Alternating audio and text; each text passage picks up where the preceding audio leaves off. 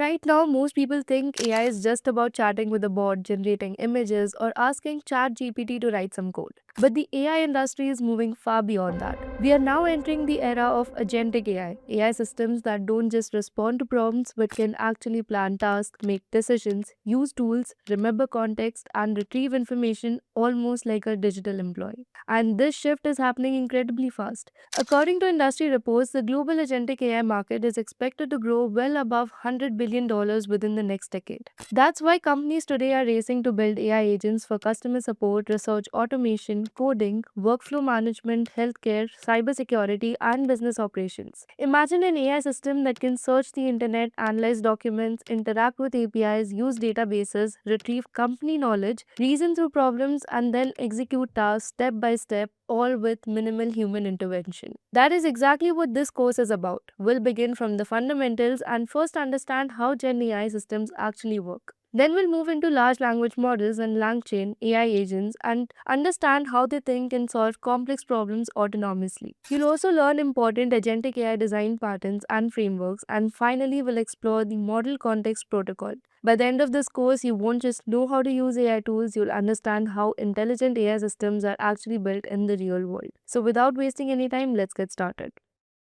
Right now, most people think AI is just tools like ChatGPT answering questions. You type a prompt and the AI gives a response and that's it. But the next wave of AI is very different. Imagine an AI that doesn't just answer your questions, it plans tasks, makes decisions, and completes work on its own. Instead of being just a tool, it starts behaving more like a digital worker. And that's where the difference between generative AI and agentic AI begins. Understanding this shift is important because it could shape the future of technology, jobs, and productivity. So, in this video, we'll break down what generative AI is, what agentic AI means, the key differences between them, and why many experts believe agentic AI is the next major evolution of artificial intelligence. So, let's start with the AI most people already know, generative AI. Generative AI is a type of artificial intelligence that can create new content based on patterns it has learned from massive datasets. Instead of just analyzing information, it can actually generate new outputs. These outputs can include text, images, code, audio, and video. Some of the most popular generative AI tools today include ChatGPT, Midjourney, and DALI. These tools can produce incredibly massive results in seconds. For example, you can ask AI, these tools can produce incredibly impressive results in seconds. For example, you can ask AI to write an email, generate marketing content, create an image, summarize a document, or even explain a complex topic. And almost instantly, the AI produces an answer. But here is one important limitation. Generative AI is prompt based. It only works when you tell it what to do. It doesn't take initiative, it doesn't plan tasks, and it doesn't execute actions in the real world. It simply generates an output in response to a prompt. And that's where the next evolution of AI begins. If generative AI is about creating content, the next generation of AI is about something much bigger. It's about getting work done. And this brings us to agentic AI. Agentic AI refers to AI systems that can act as autonomous agents. Instead of simply responding to prompts, these systems can set goals, break complex tasks into smaller steps, make decisions, use external tools, and execute actions. In simple terms, generative AI answers questions, agentic AI solves problems.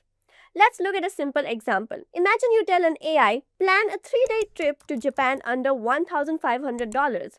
A generative AI system might respond with suggestions like places to visit, travel tips, hotel recommendations. But an agentic AI system would go much further. It could search for flights, compare hotel prices, build a complete itinerary, book reservations, and send you the final travel plan, all automatically. Instead of just suggesting ideas, the AI actually completes the task. That's the key difference. So, what really separates generative AI from agentic AI?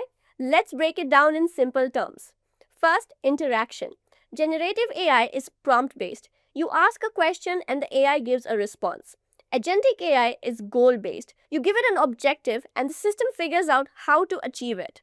Second, autonomy. Generative AI has low autonomy. It depends completely on our user instructions. Agentic AI has higher autonomy. It can plan multiple steps and take actions independently. Number three, execution. Generative AI mainly produces content. Agentic AI performs actions and executes workflows. Because of this, many experts believe agentic AI represents the next major phase of artificial intelligence. Now, let's see why agentic AI is a big deal. The reason agentic AI is getting so much attention is because it moves AI from being just a tool, it becomes a digital worker. Instead of helping with one small task at a time, AI could start managing entire workflows. For example, in marketing, an AI agent research a topic, write a blog post, generate images, schedule social media posts, and analyze engagement data, all automatically. In software development, an AI agent could analyze product requirements, generate code, test the code, detect bugs, and deploy updates. This level of automation could dramatically increase productivity across industry. So are we already seeing agentic AI? The idea of agentic AI isn't just theoretical. We're already starting to see early experiments. Projects like AutoGPT, Baby AGI are examples of systems designed to operate with minimal human input. These tools use powerful language models like those behind ChatGPT but add extra layers to allow them to plan tasks, prioritize actions, and execute workflows.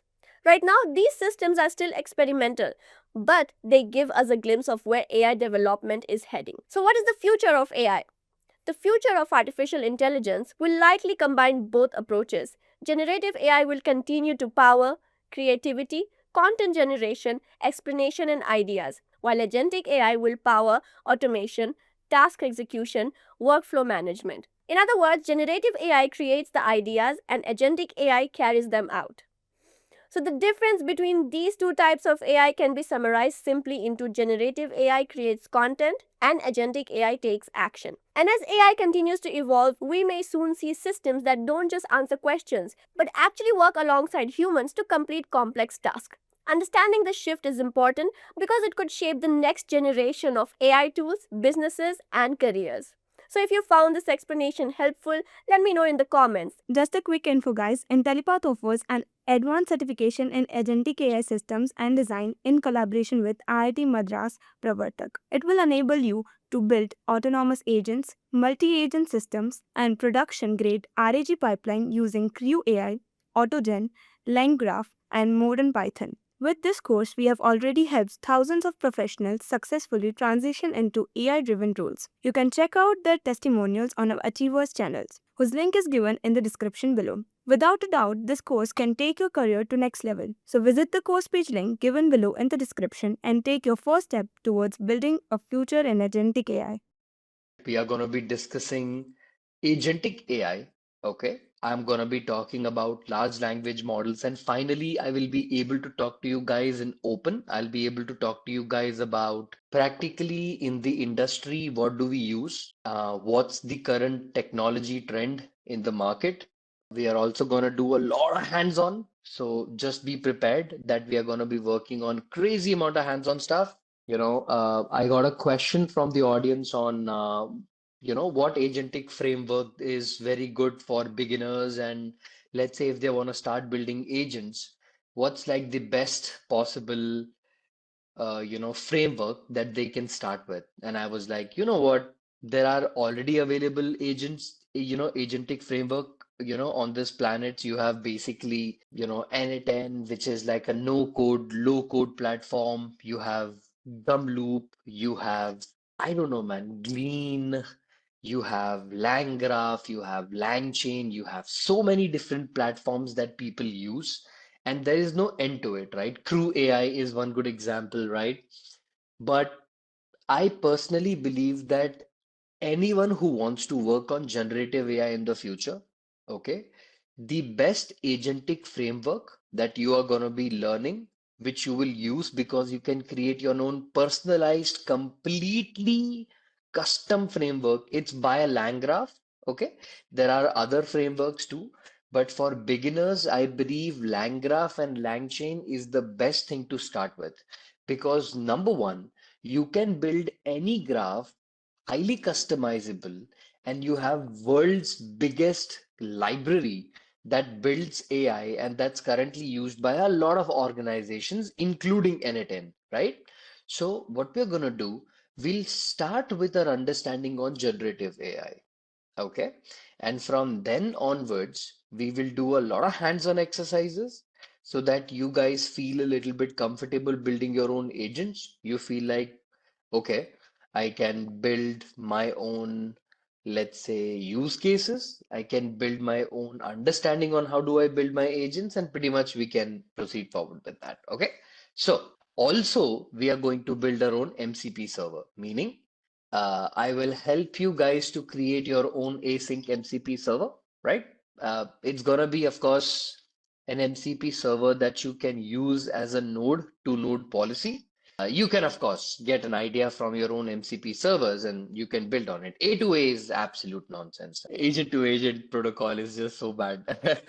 So just focus on MCP. It's the fancy new things come up in the market, but they don't survive for long, right? MCP is something that I have used, I have built, and I have uh, utilized it so much that I think it's like pretty amazing, right? So we'll work on that. So guys, first of all, let's get started with our understanding on generative AI system. Okay, everybody. First of all, before we even start talking about agentic frameworks, you gotta understand one thing very carefully, and that is your foundations on generative AI has to be absolutely sorted. When I say sorted, no. See, you gotta understand one thing. If I give you a plane to fly, okay, you got to understand when and how long can you fly that plane. Meaning, please understand there are always restrictions and there are always limitation to things. Okay, no system in the world is not built without a limitation. You got to understand this first. Please understand generative AI is not a magical pill that can literally solve every problem on this planet. If that was the case, every company would have moved to generative AI, right? It's not that companies don't use generative AI, but it's not like everything is done by generative AI, right? The media tells you a nonsense that, oh, you know what, generative AI has taken jobs, generative AI has taken jobs.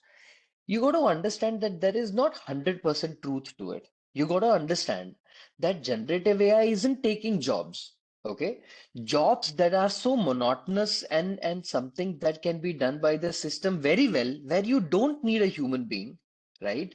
Those things are taken over by your generative AI systems. You can't take over a software developing job by AI system. I know you have industry, you have multiple different types of tools like Tray, you have, you know, multiple other frameworks which can help you build code. But trust me, I have used all of them. They don't generate code in the way you expect them to be. They are absolutely terrible, like Cursor, right? Base 44, multiple other, platforms which you think are, built for like Lovable. You have Replit, you have Cursor, you have all these platforms that can build you code. I have tried them. They are not at all built for security and production grade softwares, okay?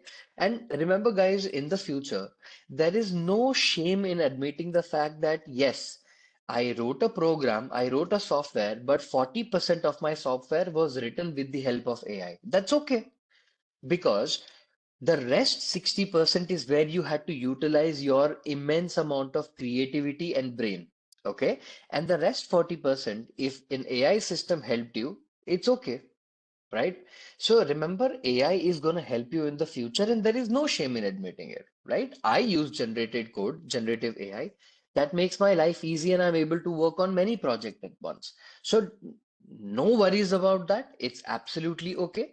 We'll worry about what's important and what's not important. Okay, the number one thing I want you guys to remember from now onwards is if anybody talks to you about generative AI, please understand that it is not a very complicated topic. It's a simple topic. If anyone asks you, what is a generative AI system? My people, I want you to answer it like this. Imagine you have this immense amount of data, this big, huge, large amount of data. Okay. And that data you pass inside an input, or you pass inside as an input to a system. Okay. This system learns patterns from any unstructured input data and is able to generate an unstructured output data. What does this mean, right? You have already studied machine learning. You've already studied deep learning. You already have an idea that any machine learning system in this planet, right? If you give it some data, it will understand the pattern from it, no problem. The difference, my people, is in generative AI systems, the way we build generative AI system is we don't just pass it data, we pass it crazy amount of large data. When I say large, I am talking about billions, sometimes trillions of tokens and values that you pass inside a system, and that system through multiple huge amount of data is able to learn from it, right? But what does the generative AI system learn? Literally everything. The contextual relationship, which is your semantic relationship. It understands how to build word order. It understands token probabilities. It understands everything. It understands how to generate code. It understands how to generate an image, generate a video. Basically, anything that is your end goal, it will generate that. Okay. So generative AI systems, what I wanted you to take from this example is that they will take input in an unstructured format and they will give you output in an unstructured format. Now you must be wondering, right? Sir, what do you mean by unstructured? I have seen generative AI fairly structured. No, here is the difference. See, guys, if you don't know, let me tell you one of the reasons why generative AI industry is generating billions of dollars, believe me or not, is to get output in a structured format. Now you must be wondering, huh? Seriously? I'm like, yes, seriously. You know why? I'll tell you. See, have you ever asked any generative AI system a code? Like, suppose ask it like, I want to make a pizza, right? And this pizza, how do I cook? And it'll give you this nice formatted response. See, the problem is ask the LLM the same question, but with a different LLM and observe the response. It will be different. Ask another LLM, it will be another different response, right? No matter how many LLMs you use, you want the output to be in a structure like this. I want the output to be number one. Greet me. Hello, Mr. Joseph. How are you doing? Today's time is, let's say, 6:51 a.m., 20th September, Berlin, Germany. And it would basically, you want your output to be provided in a structure that you want. Meaning, Joseph wants a different structure, Harish wants a different structure, Deepak wants a different structure specific to his or her requirement. Now, your generative AI systems are unstructured because what happens is, depending on the question, if you slightly change the question, the answer also will become different, right? So, there is no structured output towards the end, towards your LLM that will be consistent throughout. Now, what you want to do in any generative AI use case, you want to make sure that because my system is a stable system, I want to give out answers that's pretty much simple and stable. So remember, your generative AI systems, you still need to call it a system that takes unstructured input data and generates an unstructured data as an output. Now, please remember everyone, your generative AI systems are not going to generate any number for you. They are not going to generate any class label for you. They are not going to generate probabilities for you. What they do or what generative AI output is they will give you either text, they will give you image, they will give you audio, or they will give you video.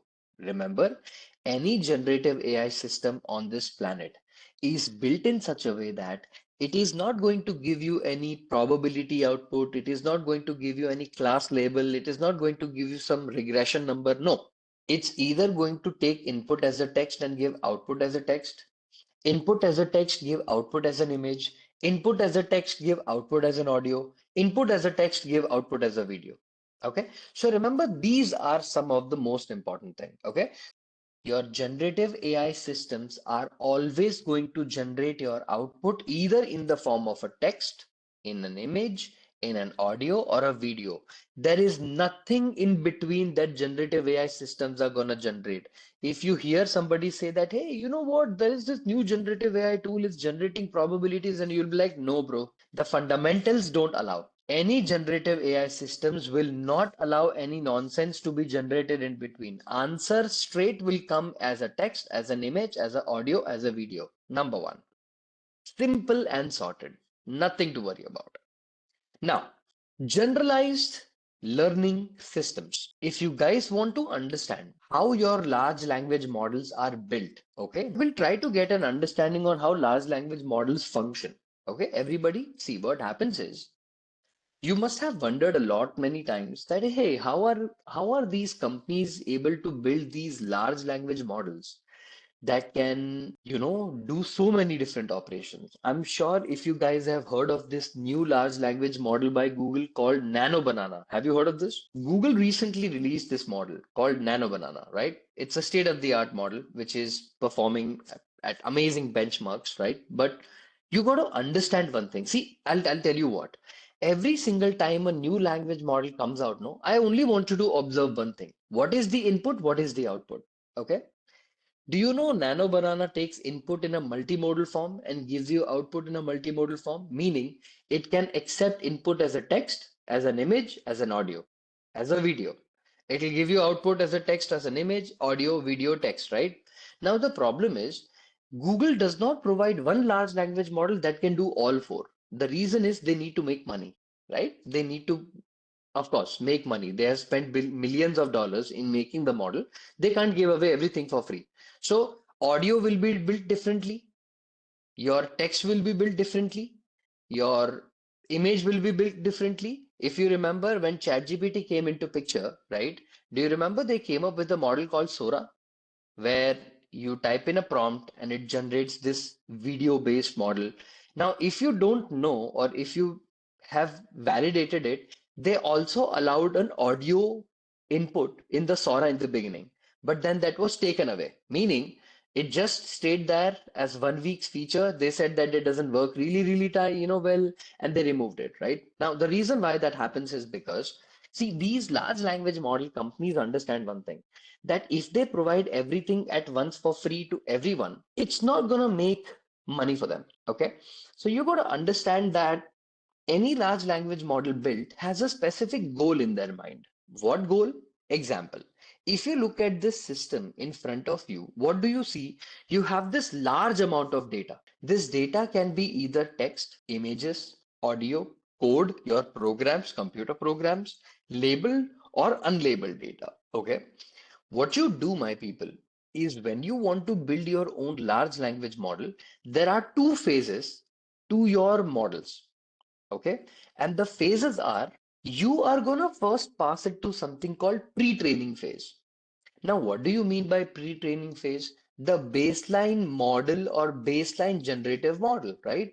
Here, if you look at it very carefully, here the model is usually trained on a large amount of mostly unstructured data to learn relationships and patterns. Now, everybody, any large language model that you build, right, on this planet, anybody who has built a large language model or worked on a large language model knows this, that first what happens is any large language model that you build, you first need that model, that baseline model to understand what the patterns are from the data. Okay. Once you understand the pattern from the data, your life is sorted. But actually, the game is much more different because what happens now in any large language model that you build now, you need data that is labeled. Please understand, labeling is one of the bigger challenges in any large language model. You know why?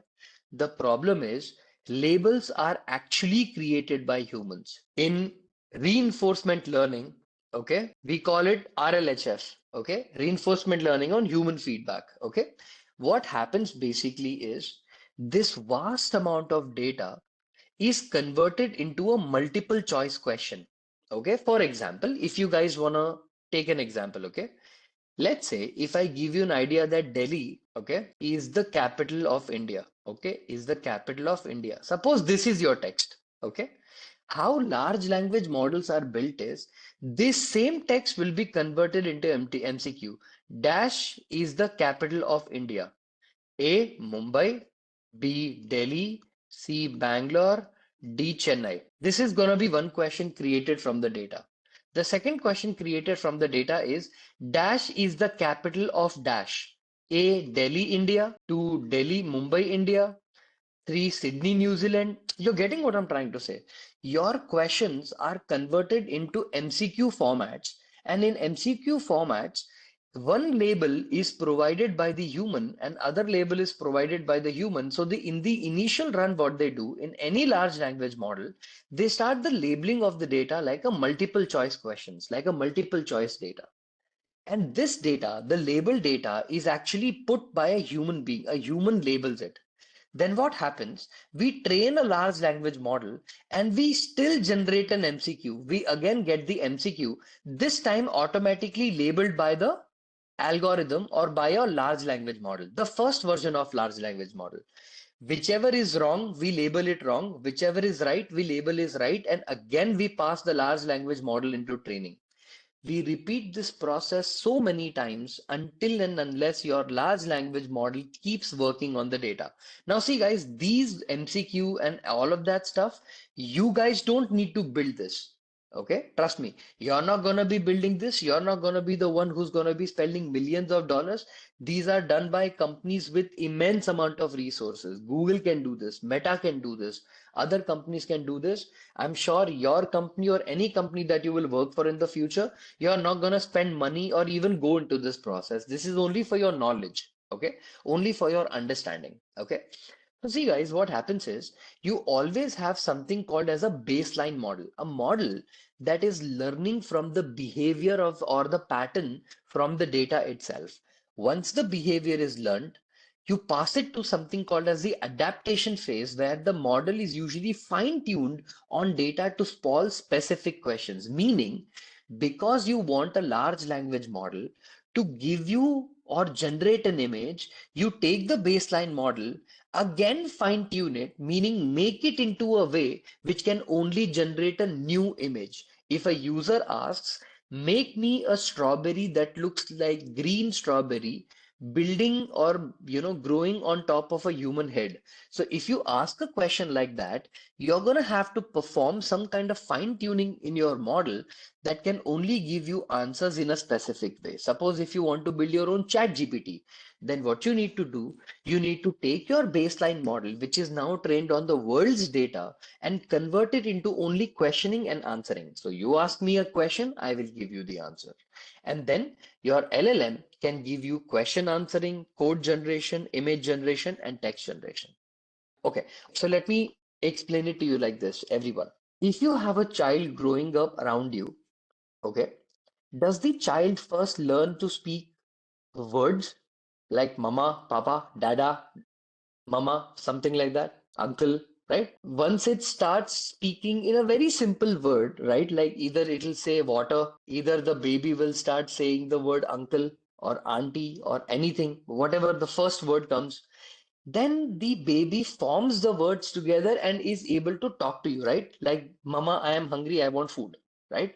The baby may not be able to say this correctly, but first it understands words, right? Initially, baby doesn't speak at all, right? It becomes very hard. First, the baby is completely saying gibberish, which you don't understand. Then it understands the words like water, food. It combines the words, may not be correct. The words combined are becoming paragraphs. Paragraph becomes knowledge. Knowledge becomes, then your child starts to going to school. He learns history, science, mathematics, and then he might get a PhD in the future. So, did your baby learn to do all of that in a day? No. For your child, it took years together to get this knowledge. But what if suddenly I could give your child a brain superpower where your child is able to absorb the knowledge of the world within a day and suddenly in a day it can become powerful? That is what large language models do. What large language models do is they feed so much data into the model, so much data. I am talking about the data's capacity that will take human beings literally 2000 plus years to complete that. Did you know that ChatGPT 4 is built on top of data that would require human beings up to 2000 years to just study that material? It's that much material, right? Imagine the accuracy and efficiency of that system. See, I know all of you must be wondering that your generative AI systems must be so powerful tool, such a powerful tool. Well, believe it or not, a human being, by the time he is 12 years old or she is 12 years old, aren't human beings already smart? Does it take 2000 years worth of knowledge for humans to become smart? No, right? We humans consume less energy, take less input, and become creative and generate things much better than any large language model. Right? So you got to understand that any large language model architecture, even today, are not very effective or efficient algorithms. They take so much energy, they consume so much energy. By the way, did you guys know this? That every single time you generate an output from a generative AI system, it is not at all, cost effective, meaning it burns so much energy, right? That somewhere around the corner of the earth, there is a data center consuming many, many, many watts of energy to just give you an answer called thank you so much for joining this or XYZ, right? So it's not at all environment friendly in any way, right? If you guys don't know United States of America, see, you got to understand all of this, guys, right? Because all these are very important for your future understanding on recommending generative AI in the system. The reason is when you become data scientist of the future, you are not going to be like, oh yeah, let's use generative AI and everything. You're going to be like, no, it's going to consume so much energy. We don't have the money to pay for it. Let's just build a simple machine learning system, right? So remember, my people, it will generative AI systems are not at all cost effective, right? Because you guys don't get to see it, there is a huge pile of garbage and huge pile of, let's say, uh, immense amount of dump, right? Imagine you have this beautiful looking city, right? And there is this huge wall, and there is a crazy amount of garbage mountain. Because your city looks pretty, you can't just suddenly say that, oh, you know what, everything is good to go. But the minute you go beyond the wall, you start seeing the reality, right? And the garbage pile is just mounting up. What I mean by that is, in generative AI systems, you pay money to the company, company gives you an answer, company gives you a large language model, but at the end of the day, it consumes a lot of energy. And where is the energy coming from? From some place. Who are they charging the tax for? The normal human being, right? The government does that. So you got to understand one thing, that over the period of time, any large language model that you're going to be building or you're going to be working on, please make sure that use case on which has to be on generative AI, meaning if you can solve that using some basic algorithm, my recommendation is go ahead with it. Don't build or don't take any generative AI system and waste your time, right? Go with a simple system that can solve a problem. Not every single time the answer for something is generative AI, right? For example, see here, the vast amount of data I passed as a text, as an image, as an audio, as a code, as an unlabeled or labeled data had to go through two different training phase to give me either question answering, code generation, image generation, or text generation. And for what? Have you seen these ads generated by your generative AI model or the images generated by generative AI model, right?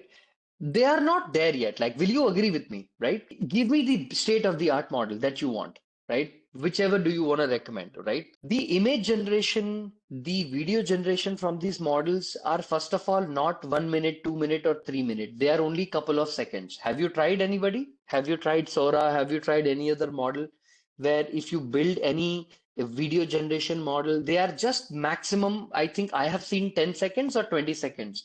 It's not even 1 minute. The generation of the videos are not even like 1 minute. They are lesser than that. Because guys, even after so much architecture, so much money, right? Uh, we don't have a model that can generate like a longer, high dimensional videos or images still at a level that we want or expect, which I believe will be solved. But the point is that it consumes so much energy that it is not effective at all. So remember, generative AI is not this magical pill that you guys think you should be using, okay? But generative AI, let's not deny it's very powerful, right? Very recently, I'll give you a small example, okay? A small example. I work on a platform, okay, in my company, which is able to analyze fraud, okay? Suppose if you guys are going to submit a document to my company, okay, or document to my platform, and this document is either photoshopped, this document is either manipulated digitally, or this document has false numbers, right? No matter what your document is, I will catch you, right? I will figure it out what you've done. You've done some changes in the document and I'll catch it. Now remember, doc fraud is not a very easy thing. You can always be smart and skip the AI, but AI is smarter. It knows what humans do, right? Or how humans are capable of producing fraudulent documents so that the banks don't lose money. And we flag a fraud activity in the very beginning, saving company millions of dollars, right? My entire platform is generative AI heavy, meaning I use lot many generative AI applications to provide fraudulent activities. And right now I am at a 98% peak accuracy, meaning out of 100 documents, 98 documents I am able to identify, I'm able to flag, meaning my false positives are so low and I'm able to perform better. My tool is able to perform better that I can catch fraud really, really well, right? So my point is, it's not that generative AI is not at all helpful. It's not at all, going to make your future well. But the most important thing that you got to understand is that you got to learn how to utilize it in which place. Okay, that becomes more important. So, in order to understand that, let's proceed forward with understanding how are we going to take generative AI and how we are going to learn it. Okay, how to take fraud in my account, how to trace it. It doesn't work like that. It's a bank to bank policy. I mean, you can fool a couple of banks very easily, but depends on what bank it is, right? Like if you use my bank, then you will not be able to because this tool is currently active, but other banks might not have it. Like smaller banks don't have it. So you can maybe, I'm not encouraging you to try this, but yeah, it's possible that other banks don't have it. Humans will be looking into it and maybe they can trace it out, right? How to trace out a person. I have been working on this tool for 1.5 years. So it would be fairly hard for me to give you an idea just in 5-10 minutes. But what we do is we basically break the documents into multiple different smaller documents. And those smaller documents are basically then gone through a small process, call it normalization, where we look at the document, we look at the chunk, we check whether something has been changed, we look at the metadata, we do many other things, and we check whether the doc is fraudulent or not. Okay. I mean, it's complicated than that, but I mean, on a short, I'm basically telling you. How yeah. We do a lot of fine tuning. So basically, we fine tuned our model on a lot of fraudulent documents from pay stub, salary slips, to bank statements, Aadhaar card, PAN card, Form 1090, Form 1099, fraudulent documents, and it is basically passed through multiple different checkers or multiple different checks to basically analyze and flag whether something is fraud or could be fraud. It's a beautiful platform. I mean, I'm proud of it. It's something that has taken a lot of time, but I'm glad it is kind of making or it's helping the organization do the right thing, right? So, from where did you get this data? We never got the data. We purchased the data. We bought the data. The platform was built with the initial investment of 4.5 million. And once the money and the data was used, we were able to generate a certain amount of revenue back again. And now we cater to lot many banks other than us, right? If you have never heard of this, I'm just going to show you the platform also. It's called accelerator.ai. Okay, this is for an organization called EXL. It's a big organization. It's also one of the most amazing organizations on this planet. It's huge, right? This company is very huge. And if you have heard of EXL, it's a big organization, and they have one of the most advanced tools. It's called accelerator.ai, right? One of the integrations of the tool is with EXL, right? Got it? Okay, lovely. Now everyone listen to me. Go to something called Google AI Studio. Can you click on the right hand side? You will see something called Nano Banana. Click on it. You are going to find something called Gemini 2.5 Flash. Click on it. Now that you're here on Gemini 2.5 Flash, I want you to go to something called towards the bottom, there is something called Get API key. Click on the Get API key and here generate or create an API key for yourself. Here, type anything, whatever you want to type, write whatever you want to do, write that, add it, and create API key in existing project or create API key if you don't have an existing project. And click on create API key. Just create API key. Don't give your API key to anybody. Don't do that. Otherwise, it's like you giving your credit card details. Don't do that. Once it generates, you have API key towards the bottom. Can you see here? Towards the bottom? Okay. Why am I teaching you guys how to generate your key? Because I did not want to help you guys make your own or give you my key and then be like, okay, you know what, let's just work on it. From now onwards, you guys are going to build your own API keys. You guys are going to be building your own generative AI systems. You have no dependency with me. I have no dependency with you. We are all independent people here. We'll be building our own stuff, right? Now, why are we using something called API? For multiple reasons. And the reason is everybody, okay? I want you to know one thing. Your large language model, you can use locally also. Your large language model, you can use the API key also. Okay, what do you mean by that? Did you know that you can build your own or you can use ChatGPT completely locally? Locally meaning you can take some open source large language model and you can put it or download it in your computer, right? And you can use it like a ChatGPT system. You can also do one other thing. What you can do, you can basically take some API the way you have built like Google, and you can use that API to ask a question to that API. What is that question? That question could be things like, I want to make pizza, I want to make something, XYZ, whatever that you want to do. So, everybody, it's important to understand and analyze this, right? Large language models can be used both locally and can be used on cloud, okay?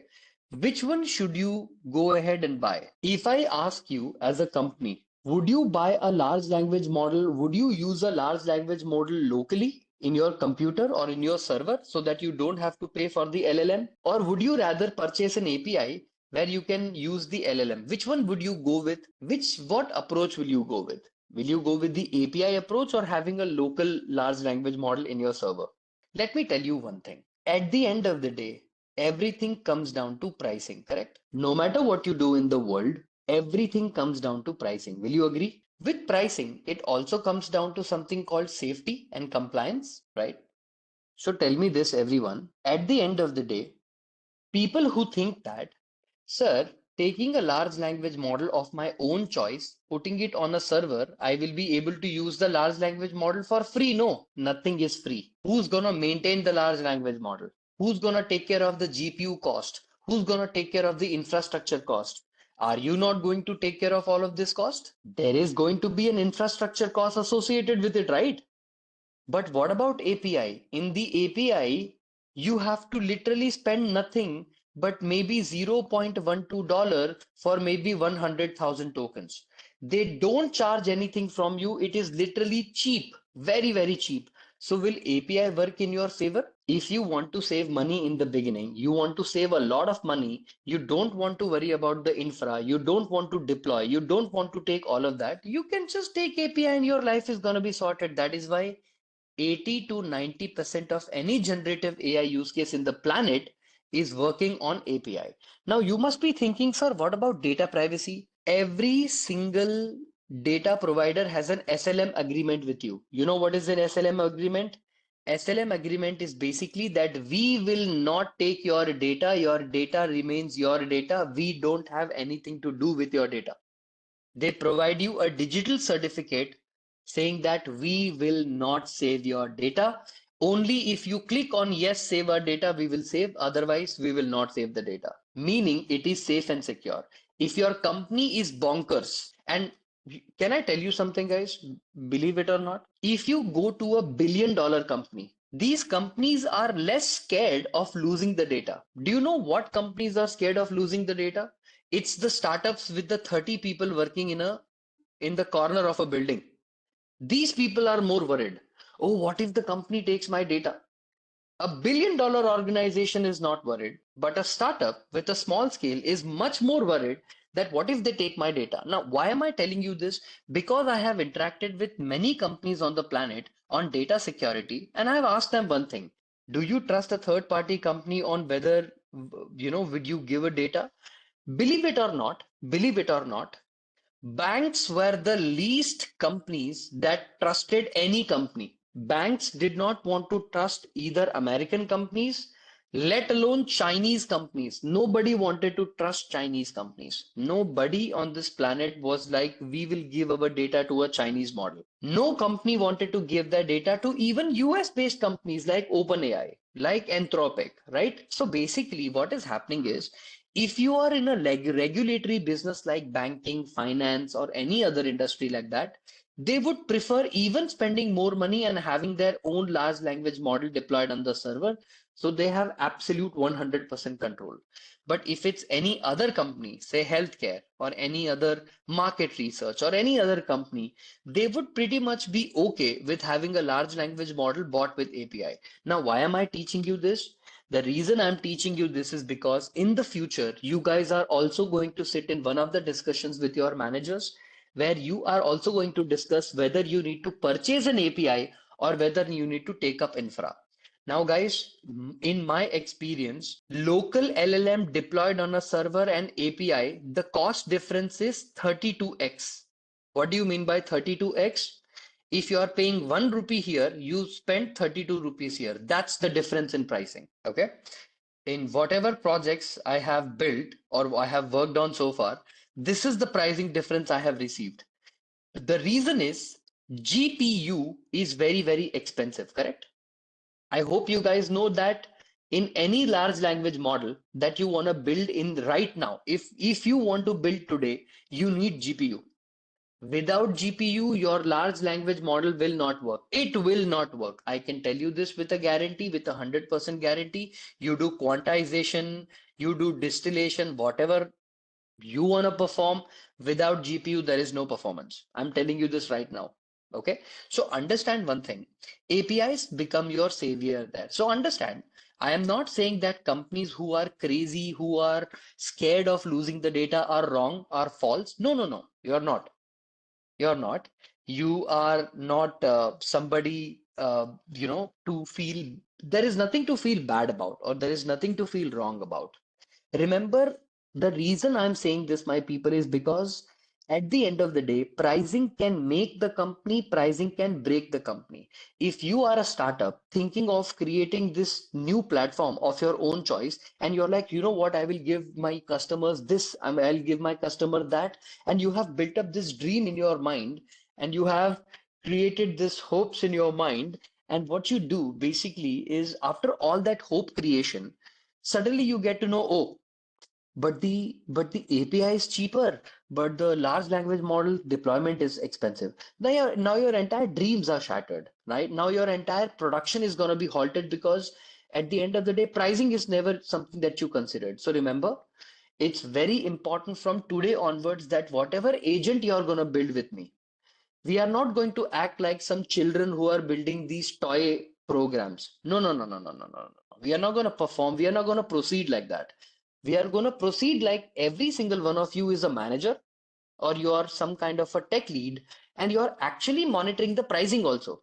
Everyone observe when we went to Google AI Studio, right? And when we click on the Google AI Studio, please look what these guys are saying. You will get input for $30, output for $2.50. And what is the knowledge cutoff? Knowledge cutoff is on January 2025. My people, this is what you gotta ask, right? This is the information that you guys gotta have, right? First of all, let's understand what this particular information means, right? Let me copy this and let me paste it. Has anybody thought what does this particular mean? The input token and the output token thing, what is a 1 million token context window? Every large language model on this planet will have something called as a context window. What do you mean by context window, everybody? The meaning of context window is when you try to tell your large language model something, what is the maximum limit you can pass inside the large language model? What will be the maximum things that you can ask? Now that is something called 1 million token. Now you must be thinking, oh, so basically I can write 1 million token, meaning token number one, token number two, token number three. But sir, what is a token, right? I'll go to something called token calculator. Okay. Token calculator by OpenAI's platform. Everyone, look at this. Okay. If I write the sentence, I am happy and I feel very ecstatic, right? Talking about my country. And if I click on enter, how many tokens did I consume in this particular token? There are 13 tokens and how many characters? Okay. How many Google AI Studio is accommodating at once you can use? What is the context window? The context window is 1 million token. Oh, so you must be thinking that I can pass 1 million token into my input model and then everything will work. Actually, that's not true. Tokens are counted on both input and output, not just input. Okay, meaning, let me give you an idea. Let me tell you how the AI industry works and how they take your money, right? How they take your lunch money. Okay, if you take this word, no, this particular word, each word is converted into a token, my dear. Each word with a space is a token. Are you getting what I'm trying to say? The most easiest way to understand tokenization is break individual words. Individual word becomes a token. Are you clear? There are only 12 words. In this particular example, if you see that there are 12 words, you are absolutely correct. But the token count is 13. Why? The reason is the encoding of the tokens happen not directly. It happens also in something called byte pair encoding. Okay. So basically what happens now, your models, they use something called byte pair encoding. Sir, what is byte pair encoding? Suppose if I say the word ecstatic, okay, X static, it will break the word X and static into two separate words also. We don't know in this particular code which byte pair encoding which token was split into two. That's why the answer is 13. It's not always exactly the count but nearby to the count of the tokens. Understanding what I'm trying to say? It's not always that every single time the token, but it will always be closer. Which word it is breaking, we don't know. Which tokenization principle that they have used, I don't know. But sometimes what they do, they take a bigger sentence and they break it down into X and static, into two different words. Getting what I'm trying to say? If you also want to look at examples, so see, you have token IDs and you also have tokens, right? So if you can see here, they have given you some ideas here that a helpful rule of thumb is that one token generally corresponds to 4 characters of text in a common English text. This is not always true, but this is just a thumb rule. Thumb rule matlab it is a general rule. It doesn't apply to everybody. It doesn't apply to every single text. Okay. So understand that what happens, okay? So don't have one token to show. So if you want one token, I will take the word I. See, without any space, also I is broken down into two. If I say am, also broken down into two. If I say help, is also broken down into two. So I and am and help, are they all token counts too, but character counts 5, 3, and 1? You're getting what I'm trying to say? Your character counts were different, but your token count remains the same too. You got to understand one thing, this happens because of byte pair encoding or the encoding strategy that the LLM is using. Every LLM, they have a different understanding. So if I say understand, right? Can you see that the count is 3? Because the word understand is being broken down. Getting what I'm trying to say? Your word understand broke or breaks down into multiple sub sentences, and those sentences are what we count as a token. And whatever your character count is, your up to 4 characters of text is taken as let's say one token. If you say 4, then let's say 8, and then the other two is 3. So I'm going to say 3. But it doesn't actually work like this. This is not the reality. It doesn't work always that 4 characters becomes one token. If that happens, I think it becomes very expensive. But there is a way encoding strategies work, okay? So the point is, in large language models, whatever input you give, how to make pizza, suppose, how to make pizza, okay? What is this? Can I say this is your input prompt or your input token to the large language model? The input tokens will be charged at how much dollars, everyone? 0.30, $30. Your input token counts are $30, and whatever your output you get from your large language model, that pizza can be called as this. And what is the output token cost? What is the output token cost? $2.50. Remember, any company you see in the planet, output token cost will always be larger. Your input token cost will always be lesser. Together, your input and output together generate or create something called as a context window. Because guys, if you want to have a context window of 1 million, remember your input plus output token together cannot exceed 1 million. Got it? Sir, what does this input 30 cent mean? This 30 cent doesn't mean that for one sentence, it will take 30 cent. No. Input would be very, very long. I'm assuming 100 plus 100,000 plus tokens would be 30 cents. So it is basically cheap. Your output also must be some 100,000 tokens. They have not written it in detail, but it is not going to be like per word they are going to charge 30 cents. No, no, no, no, no. It should be up to 1 million token, 100,000 context length, right? Context window is different, context length is different. Understand? They are going to charge cheap. So basically, this model is a cheap model. It's very, very cheap. At the end of the day, this is very cheap. Kuch bhi nahi hai. This is a throwaway price. And when was the last model trained? This model has an information last of which time and which era. January 2025. Whatever happened in February 2025, does this model know? Does this model know what happened in February 2025? No. The last knowledge of the model is only January 2025.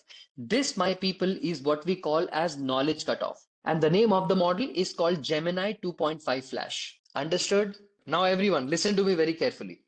What you have taken in the class today is also Gemini 2.5 Flash. Okay. What we are going to be using is we will use either Pro model or we will use the Flash model. Okay. We will also use these two models to get our answers. We'll see how the answers are, because what happens now, every day the token count gets reset for Flash and Pro, meaning if you've used some count today, tomorrow everything will be fresh and brand new. But if we take any other model, then it doesn't have that, right? So everybody, you all created your API. Can you see something called chat completion API? Did I make you guys create an API so that in the future we are going to be using an API, but use a local LLM also? Meaning, I don't want to pay sir money to OpenAI. I want to just use a local LLM. I don't want to use any notebook LM or any local inference. I just want to download it and use it. We can also look at that. Okay, it's very, very simple. Okay. And the minute I teach context window, then I might feel that I will be like, okay, I might feel that I have completed this section, right? So first of all, everybody, let me tell you a little something. Okay. First of all, what do you mean by context window? Okay. With respect to your input token and your output token in any large language model. Okay. See, first of all, I want you to understand one thing. In any large language model, will you be able to generate anything without passing some text? Can I say I will pass some text in a generative AI model, or I will not pass anything? It will automatically understand from my brain what I want. Can any generative AI model work like that? No. Okay. So, sir, what do you mean by context window? Everybody, please observe. Context window is the maximum total number, okay, total number of tokens, both input token and output token included, that the LLM or your large language model can process, okay, in a single conversation. In a single conversation, when you pass something to the large language model, how many input and output token can it handle at once? Sir, what do you mean by that? Please remember, what becomes your input token? Your input token is anything that is your prompt plus your conversation's history. Your past history and your prompt together can be passed as an input token. What is the output token? Your model's response, okay? Your model's response is what we call as an output token. So let's say if the context window or the context window of a model is 128,000, okay, this is the context length. Your model's input or the prompt plus the model's generated output cannot go beyond or should not go beyond 128,000 tokens. Understanding what I'm trying to say? If it goes beyond 128,000 tokens, it will break the conversation and only take 128,000 tokens. The rest of the tokens will be ignored. So please remember, your input token and your output token together should not go beyond the context length or the context window of the model which they have provided or which is provided to you in a model. You always got to maintain the same thing. If you don't maintain, then there is a problem. Understood? That is what we call as a context window. When you ask a chat GPT model, I love India, how many context window did you give, or what is the token count that you give as an input? Three. You passed it to the LLM and the LLM gave the answer, even I love India. Even I love India. Okay. It is a beautiful country. 1, 2, 3, 4, 5, 6, 7, 8, 9. What is the output token generated at the end? 9. What is 3 plus 9? 12. So the total token counts that you used is 12. Understood? Not 3, not 9, but 12. You have to add them together. So your input model, you passed 3 tokens, output you generated 9, together you have used 12. Understood? You have to add 9 plus 3 and you make it 12. Understood? Whatever conversation you have passed in the bot in the history, no, for example, hi, it will respond hi. How are you doing? It will respond, how are you doing? I have a question.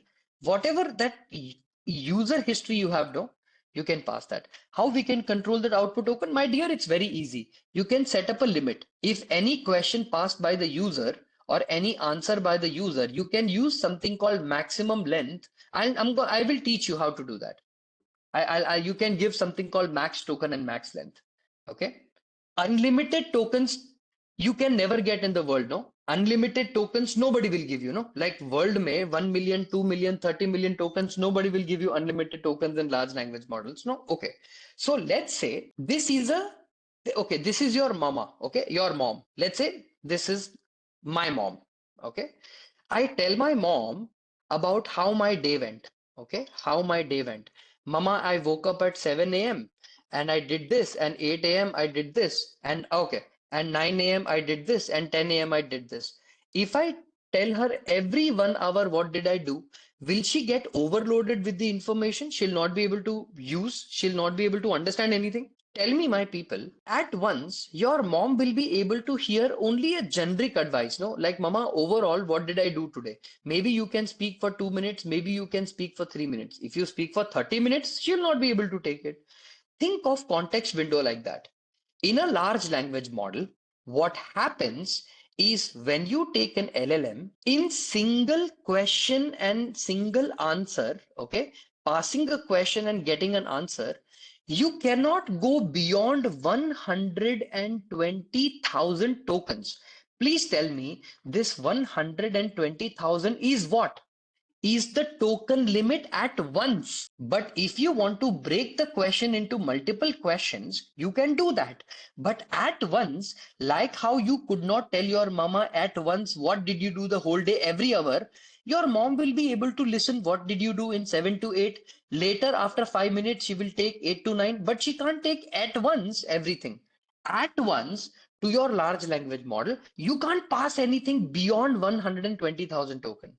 Meaning, your input token could be 30,000 token, your output token could be 40,000 token. Are you still within the limit of 120,000 token? Are you still within the limit of this? See, 40,000 plus 30,000 is 70,000. No. Is it lesser than 120,000 token? Yes. If you ask the second time, the token count will get reset for again 120,000 token. Matlab together input and output you can't go up to 120, but you can give as many as you want because daily you have a limit of 1 million, 3 million, 4 million. There is unlimited tokens, but each conversation cannot go beyond 120,000. Understood what I'm trying to say, everybody? Did you get the logic? Input token plus output token together is my context window. So first of all, let me do this. Let me tell you this. Google, OpenAI, and multiple other kind of models. There are so many different other models like that, right? That will help you to make the whole understanding, like crazy, right? You can go beyond a certain level, right?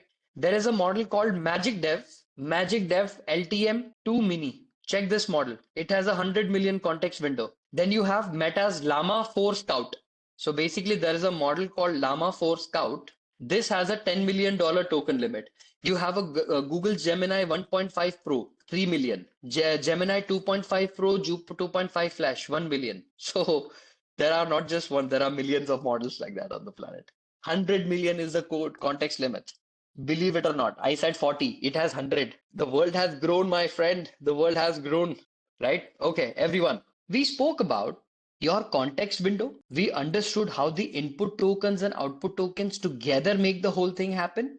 It's an easy concept. Don't worry. It's a little hard to grasp in the beginning, but it's very easy concept. You don't have to overthink anything. It's a very simple concept, right? What an input token plus what an output token is, and then pretty much together you build a context window, and overall you have a token limit. You exceed that token limit, you have to pay more or you have to pay money. Mostly not many people exceed the token limits. It's very rare that a company or a process has exceeded a token limit because it gets refreshed, it's re-updated every single time. So all right now guys, what do we work on? What do we focus on right now, right? If the token limit is reached, then is it an option to increase the limit? Yes. If your token limit has reached and if you want to increase it, please remember it's a pay as you go system. What is pay as you go system?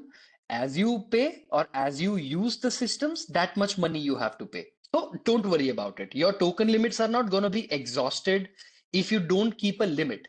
Okay. See, mostly what happens now, companies keep a limit because they want to keep a track of the tokens used. Understanding what I'm trying to say. But if it's a production grade software, they remove the token limit and allow the user to ask whatever questions you want. I mean, think about it, guys. See, my application is being used by, I don't know, maximum to maximum, I guess, 800,000 clients, right? Now, are all the 800,000 clients going to ask like one entire storybook worth of content? No, right? Are they going to put so much input token that I'm going to exhaust it so soon? No, right? So the idea here is I don't consume it that much, right? So if you have GitHub Copilot, and if you want to increase the limit, you have to utilize something called pay as you go. If you set up the pay as you go, you don't have to worry about it. Let's just jump into agentic frameworks directly. Okay, let's just open up collabs. Okay, and let me open up a new notebook. Let's call this notebook agentic underscore frameworks and basics. Okay, and underscore basics, right? Let's start it like that. Agentic frameworks and basics, right? Let's go like this. So guys, as you have understood the basics or the foundations of generative AI model, I'm just gonna kind of go through it a little bit quicker. Okay, so first of all, teaching you a very important framework called LangChain. LangChain is this amazing software library. And in this library, what I'm going to be doing, any agentic thought process that you're thinking of, right? Any agent that you want to work on, you guys are going to be building on top of LangChain and LangGraph. So I'm going to be teaching you two things right now, LangGraph and LangChain in this class. And with this, you guys will be able to create agents on, let's say, basic, like your basic agents and intermediate to advanced agents, right? Also, LangChain is one of the libraries that you guys are going to use to provide modularity in your framework. So if you can see very clearly, right? It includes prompt templates for various use cases, your memory to store LLM interactions. LangChain, my people, believe it or not, I don't know what many people, half internet is divided by saying LangChain is not a production grade software. I personally think LangChain is production ready. It is a powerful, amazing tool. Believe it or not, some of my agents are written based on LangChain and LangGraph. Okay. And they are working wonderful and they are working amazing. There is no problem. In fact, you guys will believe it or not, I have used LangChain in my content delivery platform. So basically, you must have seen my Instagram. It's been some time since I've uploaded the content. My content planner to content script maker to content checker and validator, they are all built on LangGraph, right? I have a platform that is internally built by myself where what I do is all of these actions are performed by the agents themselves. So basically, anytime I want, I have a content ready to go. I just have to record it and I'm good to go, right? And these are all the contents that are currently ranking in the social media, right? So the point is, you can build anything that you want, which is so cool, and that too without having to worrying about too much of a cost because these are literally very cheap. I don't even pay like $4 a month, not even $4, much lesser than that, right? So remember that most agentic frameworks that you find in the market, the best one to start with is LangGraph and LangChain. Now, first of all, everyone, what is LangChain and what is LangGraph? See, first of all, LangChain is a software library, also like a wrapper, designed to facilitate the creation of any application of LangChain that you want. Okay, if you want to build any agentic AI, if you want to build some kind of an integrations of your API, which I made you create, we are all going to be working on this. Okay, so all of these can be integrated using LangChain. Now, what is LangChain in a very simple terms, right? See, there are pre-built chains optimized for different use cases available. Meaning, in case if you guys want to build your not just your agents, right? Not just AI agents. Have you guys heard of a concept called RAG, which I'm going to teach you in a second, which is called Retrieval Augmented Generation? I'm going to teach you something called RAG, CAG, PAG, SAG, and more, right? These are some models available in the market, right? First of all, everybody, any AI application that you can think of, all of these can be built using your LangChain. Now, everybody, the agentic AI that I'm going to be teaching you, I'm going to be helping you to create something called React Agent, Reason plus Acting Agent. Agents that will reason with itself, and then based on the reasoning, it will act. Okay. We are not going to create PAL agents because nobody in the industry uses PAL agents. Okay. We do not create PAL, we use React. So I'm going to be covering something that is industry relevant. Okay. And we are going to be incorporating it into chains and we will execute something called actions. Okay.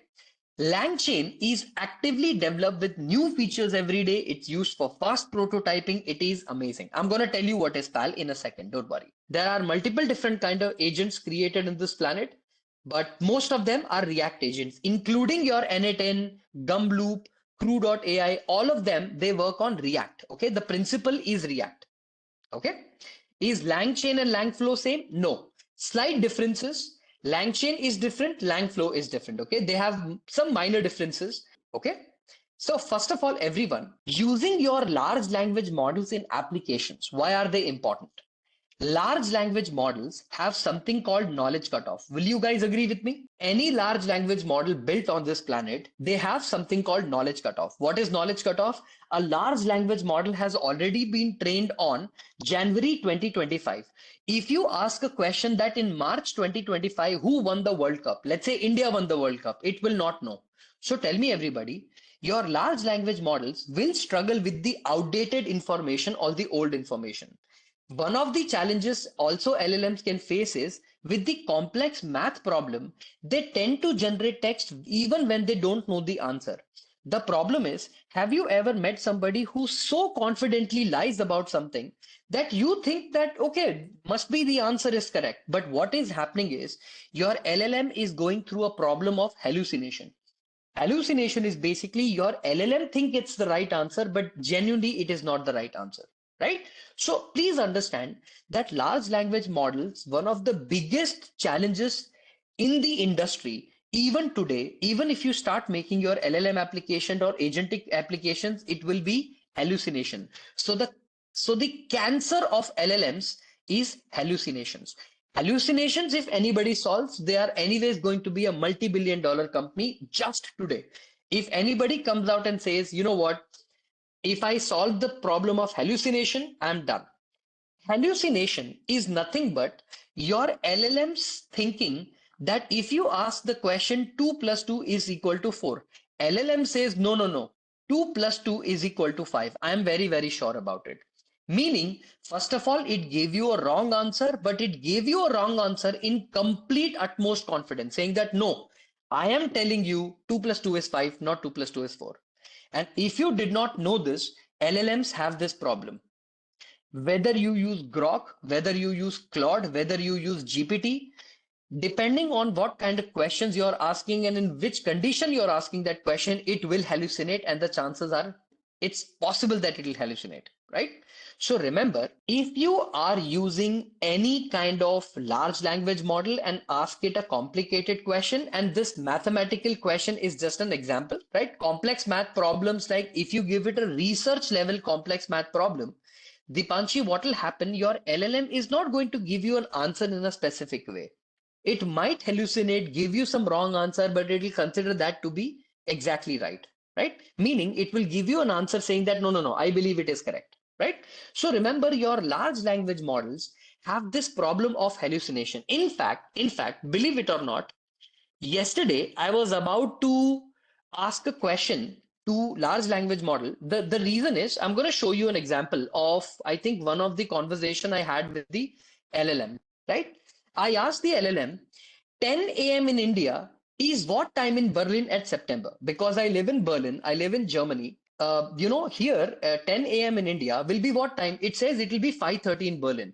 And I was like, but wait, isn't it 6:30? And then the answer is yes, you're absolutely right. I made an error in my calculation. 10 a.m. in India would be 6:30. What happened right now? Just yesterday, I asked it to convert the time in India into Berlin time, right? So that there is a daylight saving here, right? What happened? Your LLM was able to just give me an answer that no, no, no, it'll be 5:30. But then when I asked it, I confirmed, hey, are you sure it'll be 5:30? Because there's a 3.5 hour difference. It'll be like, oh, no, no, no, no, no, sorry. And then when I ask, are you sure? It'll be like, yeah, I'm sure. Let me double check. Yes, it is going to be 6:30 in the CEST, and it'll be 10 a.m. in the India. So see, including your very big or amazing model like your, how do I say this, your Claude or your Sonnet models, even they sometimes make mistakes in conversions of just as simple as just writing what time will it be in India when it's a time in Berlin, or what time will it be in Berlin, what time will it be in India. That conversion takes a little bit of time, right? This is how hallucinations happen in large language model. And this was just a simple example. Like this, imagine if you are working on a complicated example. For example, imagine if you have a bank statement, okay, of a user, right? Suppose this is the bank statement. And I ask the user or the large language model, for example, I ask the large language model this question. From this bank statement, okay, customer has spent money on which account the most, right? What money or where did the customer spend the maximum money on? Now, as per your knowledge, right? If you can see this particular bank statement example, I see somewhere around 7,500 being the maximum. Okay, here. Will my large language model always say 7,567 on deposit? No, it might say 5,984. You're getting what I'm trying to say. The answer is something else. LLM is saying something else. What your LLM is going through is what we call as hallucination, meaning it is so confident in its answer, we believe it is right, but actually it is wrong. So see, just because using an LLM is not going to solve a problem. So remember, LLMs also face the problem of something called hallucinations, right? Now, what is retrieval augmented generation, guys? The reason why we have RAG applications is because, my people, I'm going to ask you a simple question. If you are able to understand what I'm saying, everything will make sense.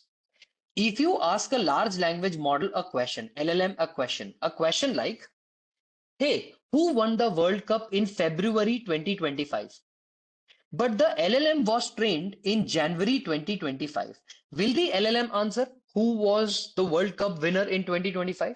No, because the LLM will not answer in 2025. Will you go to internet search? Will you look at the internet to get the answer? Yes, everybody would be like, yeah, I would go to internet. But what if you are building a platform where internet is not the option, but you have to look within the company or internal to the company? For example, if you ask a question, is Robin still the VP of the sales in my company? So tell me, everybody, rather than going on internet, will my large language model know who is Robin? In my company, let's say Piramal Finance, who is Robin? Can anybody say who's Robin? Or if you ask a question, hey, is Rudra Sharma still the associate vice president for the fraud department? It will not know, right? So tell me, will the LLM have to look internal to my company's database, check and validate, and then return the response? Oh, yeah, looks like Rudra Sharma is still the AVP. He's still there in the company. He's in the company since 2022 and he's still continuing in the company. So tell me, everybody, your large language model, if I give it the capability of looking on the internet or at the internet and internal to the company, am I not building one of the best search platforms on the planet where it can literally search somewhere, give me the answer and return the answer back? My people, to get this particular application up and running, we have a concept called RAG, or Retrieval Augmented Generation. What is Retrieval Augmented Generation? My people, I'm going to show you the architecture of RAG. If everything goes well, we will also create a RAG in this class. So basically, a lot of hands-on we are going to do, right? So that we are able to build sort of like platforms relevantly, right? Now, how does RAG work? I'm going to show you a small, simple architecture. And if everything goes well, I think you will be able to understand it very, very carefully, okay? RAG architecture, right? This is framework. Okay, this is fine. Large language model. This is, I think, making more sense. Copy and paste. Are you all able to see this? This particular graph that is right in front of you, right? Lovely. Everybody, let's suppose if the user asks, is Rudra Sharma, okay, is Rudra Sharma still an AVP in the company or not? What will happen, my people, is you have a static database. What do you mean by static database? Can I say this is the internal HR database of the company? Who is the person? What is the person's designation? Who does the person report to? All this particular data is available in my database. Can I say it like that? What your retrieval augmented generation does, my people, is whenever a user asks me a question, it is converted into something called as embedding. Okay, a word embedding or a dense embedding. Okay, what happens are, you can ignore embedding for now. What happens is retrieval, what it will do from the database, it will do something called lookup. That this question, that is Rudra Sharma still in AVP, I will look in the database. Whatever information I will pass it to the retrieval. The question and the information together, I will pass it to the large language model, and my large language model will summarize, will make the answer much more better, neater, and then I will generate the answer that yes, Rudra Sharma, who is a 31-year-old, a candidate working in the Piramal Finance since 2023, is still an AVP in the fraud department. He joined so basically all that extra text that I generated, because in the database I had a column, I had Excel data set like this, right? I was able to convert all of that into an answer which was very visually appealing to the customer or the user. So I will generate the answer to the user and saying that yes. So whatever question I am asking, I am also getting the answer in the text, even though my database was not a text, right? So this is what your RAG does, where your RAG is able to look internal to the company's data set, is able to retrieve that information and give you the answer. But my people, this looks easy is not easy.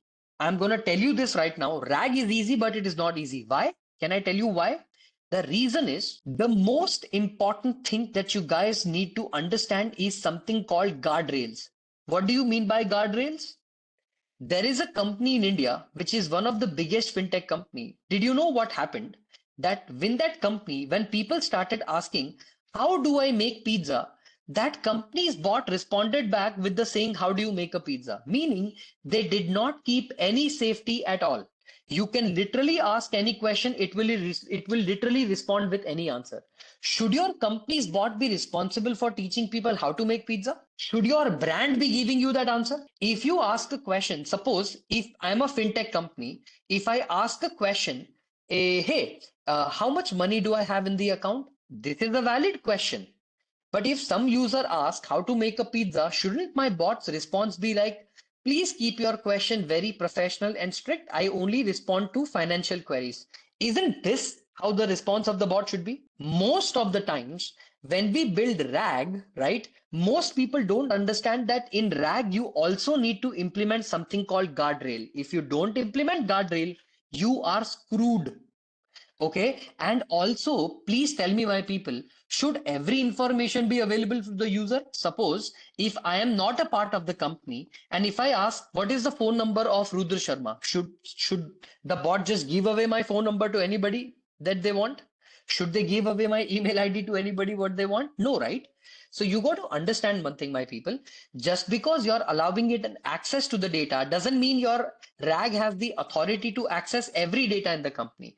You got to be very careful and you have to strategize. Do you think your AI will take care of this for you? No. You, as a human being, have to decide the strategy to access what data, to allow what data, and to answer what. You have to implement those strategies. Otherwise, do you think your RAG application is perfect? No, it is not. And believe me or not, my people, I have seen many companies in my life experience making this mistake. Not small companies, big companies making this stupid mistake where I don't know who decided to build an application like that, where all your PII data is available, every information is available, and I don't know who built that, and it is so stupid, right? Meaning, you got to come up with the architecture of the RAG also in such a way that you have to be very careful that is it aligning with the goal or not. Until here, is everybody clear? What is the concept of RAG? What is retrieval augmented generation? First, it will retrieve, it will augment the data and generate some new answer. And that is what you call as RAG, right? Everybody, you already know that RAG connects to an external knowledge base to augment the existing knowledge. Meaning, RAG will connect to the external data, will give you some answer. Okay. My people, in this class, I will teach you how to connect your RAG or your RAG application to the internal database, but also to the internet. Meaning, have you all used something called Perplexity? Perplexity AI, you can ask any question, it will go search the internet, it will give you the response. I mean, imagine if you wanted to build your own Perplexity AI, okay, where it will go to the internet, search the answer. If the internet was not able to give the answer, it will search the internal database. If internal is also not able to answer, it will say, sorry, I could not find the information. But at least internet will have the answer or internal information will have the answer, right?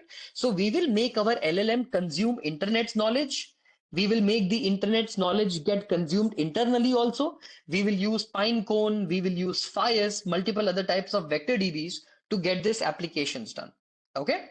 So what we're going to do, we're going to work on them and we are going to try and understand how these applications help us perform better, right? RAG is done. This is just one example of RAG. This is more complicated where I'm basically teaching you how to create your own embeddings. We don't have to learn this right now. We can just skip this and we can move forward. There is also something called re-ranker, but I think we can skip this. You don't have to worry about this. And we can directly go to something called as our agentic framework directly, which is going to be what our agents are. Finally, all the basics that I wanted you guys to be prepared on. Okay. So first of all, what are AI agents? Okay. First of all, guys, AI agents are software programs that can interact with the environment, collect the data, use the data to perform the tasks that you don't have to define, but it will do it all by itself. It will set the goals, right? Humans don't set the goals now. Even AI are able to set their own goals now. But an AI agent independently chooses the best action it needs to perform to achieve the goal. For example, consider a contact center AI agent that wants to resolve the customer query.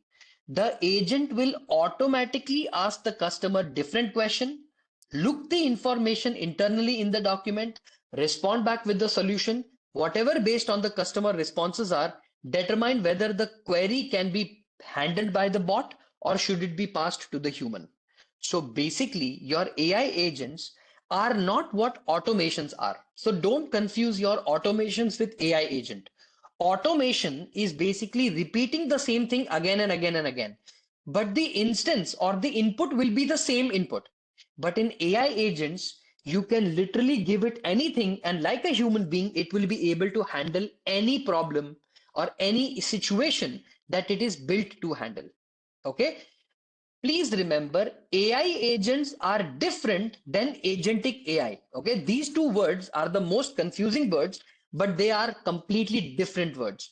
First, we will understand agents, then we will work into agentic part. Okay. Everyone, please understand this and never forget this. This is your interview ready slide, they will ask you this question and you need to give the answer exactly like this. Please tell me what are the key components of any AI agent architecture. Please remember, guys, agents in artificial intelligence may operate in different environment to accomplish unique purpose. However, all functional agents share components. What do you mean by components? Number one, architecture. Architecture is the base the agent operates from.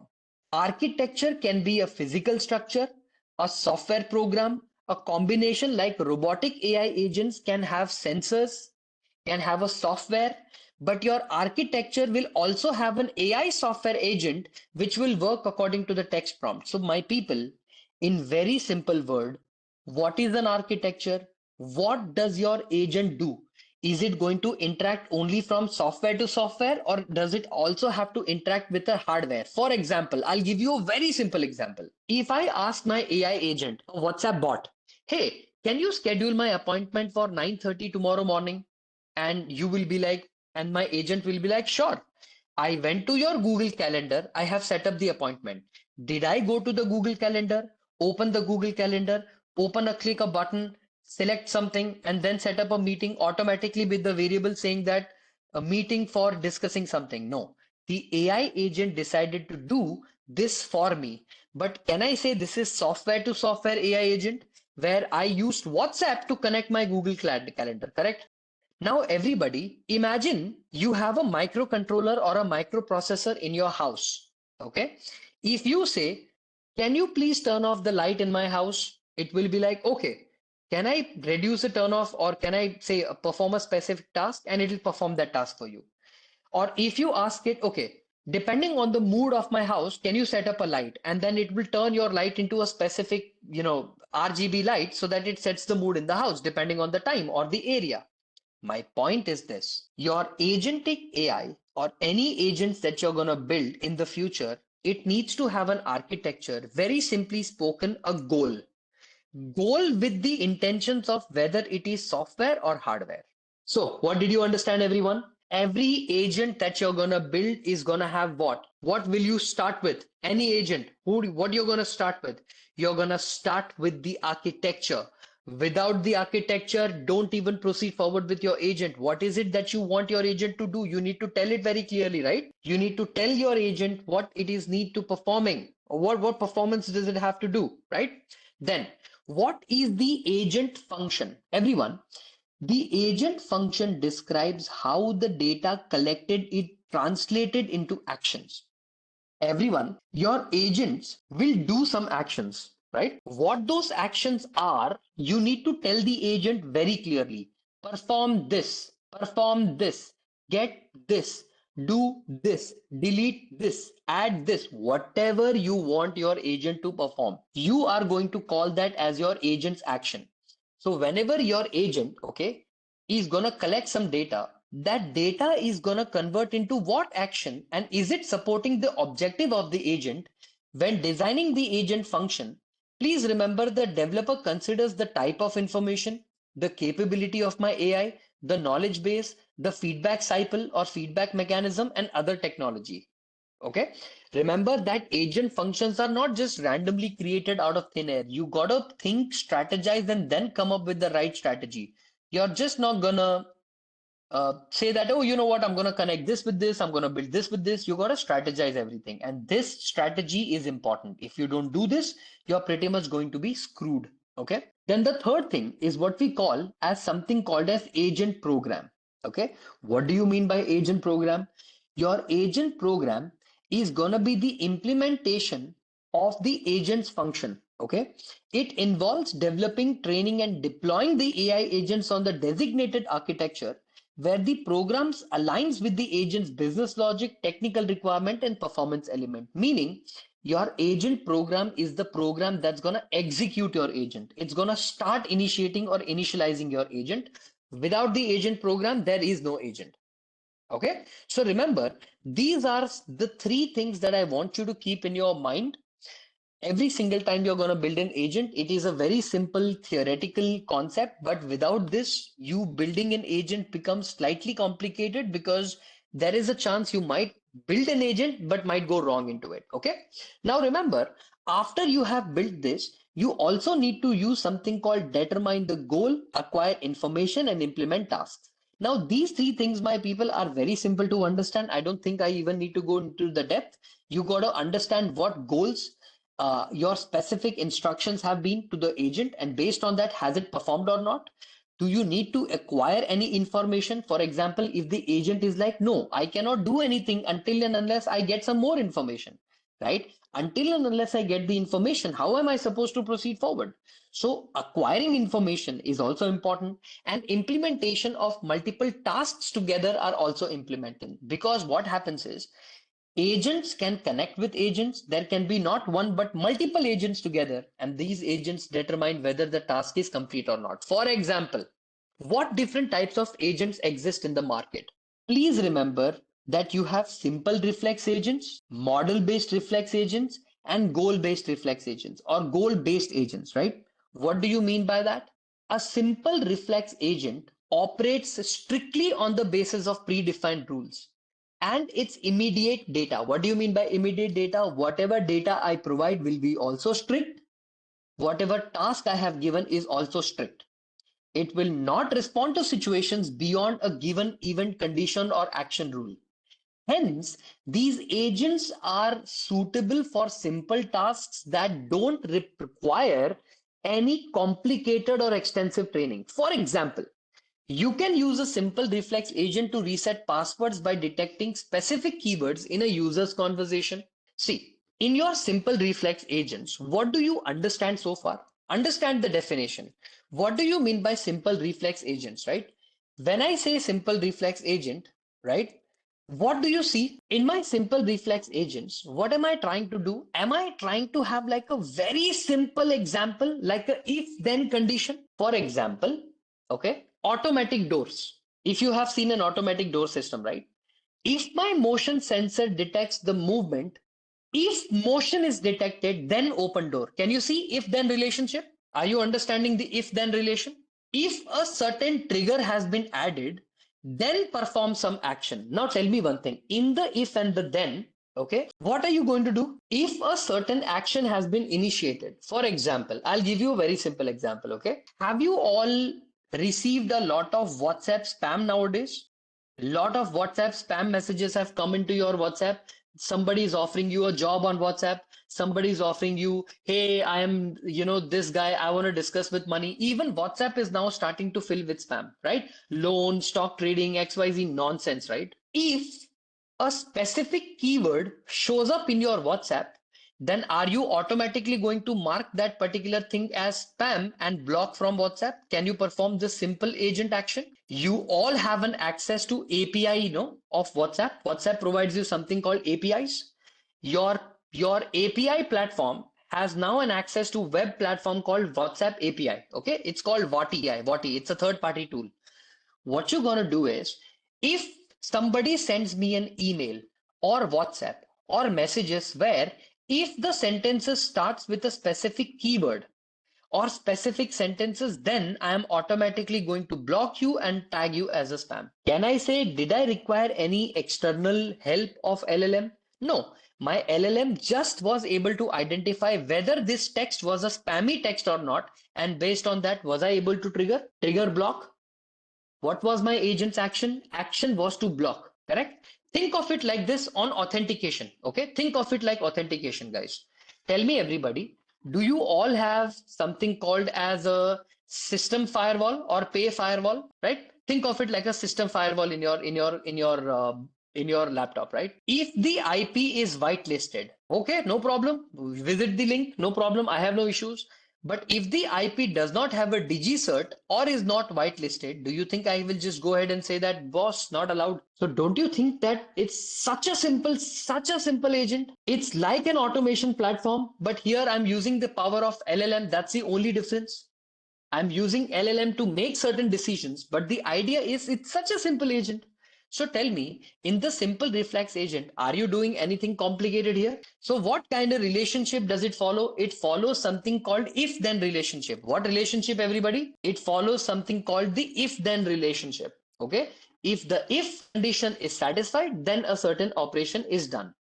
Now, my people, your model based reflex agent maintains an internal state, updating it based on the action and the perception. Okay, meaning what happens when your particular model based reflex agent is, in a very simple way, if I explain, it will have something called as an internal state. Think of internal state like your internal memory. Okay, internal memory plus current perception, whatever current input you have gotten, based on this it will take an action. Okay, for example, tell me everyone, in your smart home security systems, or in your smart home security systems, what is the internal state? Automatically your doors, some doors might be open, some doors might be locked. Can I say some doors are open, some windows are open, some homes are locked? Okay, do you need me to track which homes are open or which windows are open and track which windows are closed? Can I say this is my internal state? My internal information, internal memory, how many windows are open and how many windows are closed? Can I say this is my internal memory, right? What is the current input or the current perception? Somebody came to the door or somebody came at the door, and that person's facial map or facial recognition is not recognized. What will the agent do? The agent, based on the door not recognizing the person, can it trigger an alarm or automatically close the windows and doors and shut them down? Are you understanding what I'm basically trying to say? Your model reflex agent, what it does is, it is more like an internal state plus current perception model, where I first have internal information about my system plus new input to the model. Based on that, I will take an action. Now, the beautiful thing is, you don't have to define action defensively. It will take the actions all by itself, right? It will decide which action should I take. For example, if alarm is red and good to go, and there is a motion sensor, trigger the alarm, close the doors. If it is somebody who I know, then don't trigger the alarm, don't close the door, maybe open the front door and let the person in. But maybe before opening the front door, ask somebody, should I let this person in? Maybe on an app, maybe on WhatsApp, maybe anywhere. Point is, the triggers are dependent on the situation, and that is why you build something called as a model reflex agents. Please understand, model reflex agents are very simple to build. Like simple reflex agents, they are just a little bit complicated than simple reflex agents, okay? Where you have to very clearly define what agents you need to do. The hardest kind of agents you need to build or you build is the goal based agents. Now, my people, this is one of the bigger problems, okay? Why are bigger problems? The problem here is, in the goal based agents, my people, the agents will do anything possible to achieve the goal. And when I say anything, I literally mean anything. It does not have any plan or set action, set. If you set it, good. If you not, that's okay. Point is, in a goal based agent, you give it a goal, you give it the current internal state, you give it an action, and it will perform the best possible action. Meaning, for example, instead of just giving you the random answer that you expect it to give, okay, it's gonna do something called reasoning plus action. Meaning, it's gonna reason with itself, it's gonna give itself advices. No, I don't think you need to do this. Oh, I think this is a better idea. Okay, then go ahead and do this. Goal achieved. Goal based agents are the most complicated agents that you build in the market right now. Most agents in the market that you see right now are also goal based agents. They also connect software to software, software to hardware, hardware and software, software, hardware and software. Okay. There are multiple different kind of agentic framework that you can use. Out of them, goal based agents are the most utilized agents that you see in the market right now. I'll give you a very simple example. Have you all been to a platform called N8N by any chance? Just to show you one simple example. Just one simple example. If I show you, right, I'll show you one simple example, right? Let me go to my instance, right? If you look at this particular workspace that I have created in N8N, I'm going to show you what this does, right? So let me show you N8N agent and open this up in your image. and show you an example of a simple agent. Yeah, this is the simple agent, AI, WhatsApp. Okay, lovely. I'm going to copy this and I am going to, yeah, copy this and I'm going to paste it. Everybody observe this and paste this. Okay, everyone. Okay, this is how your N10 will look like. Okay, if you worked on N10, good. If not, then it's okay. Don't worry about it. See, this is where your input goes. Can you see the arrow? Are you able to see the arrow? You are going to receive some chat message. Your AI agent, okay, has interaction to an OpenAI model, some simple memory, and a tool called send a message in Slack. Okay, send message and wait for response. See what's going to happen based on some message you're going to receive. The AI agent will first go to the chat model, will ask the chat model a question that, hey, I have received this model and what do I do? The OpenAI model will then instigate the AI agent to send some messages in the Slack.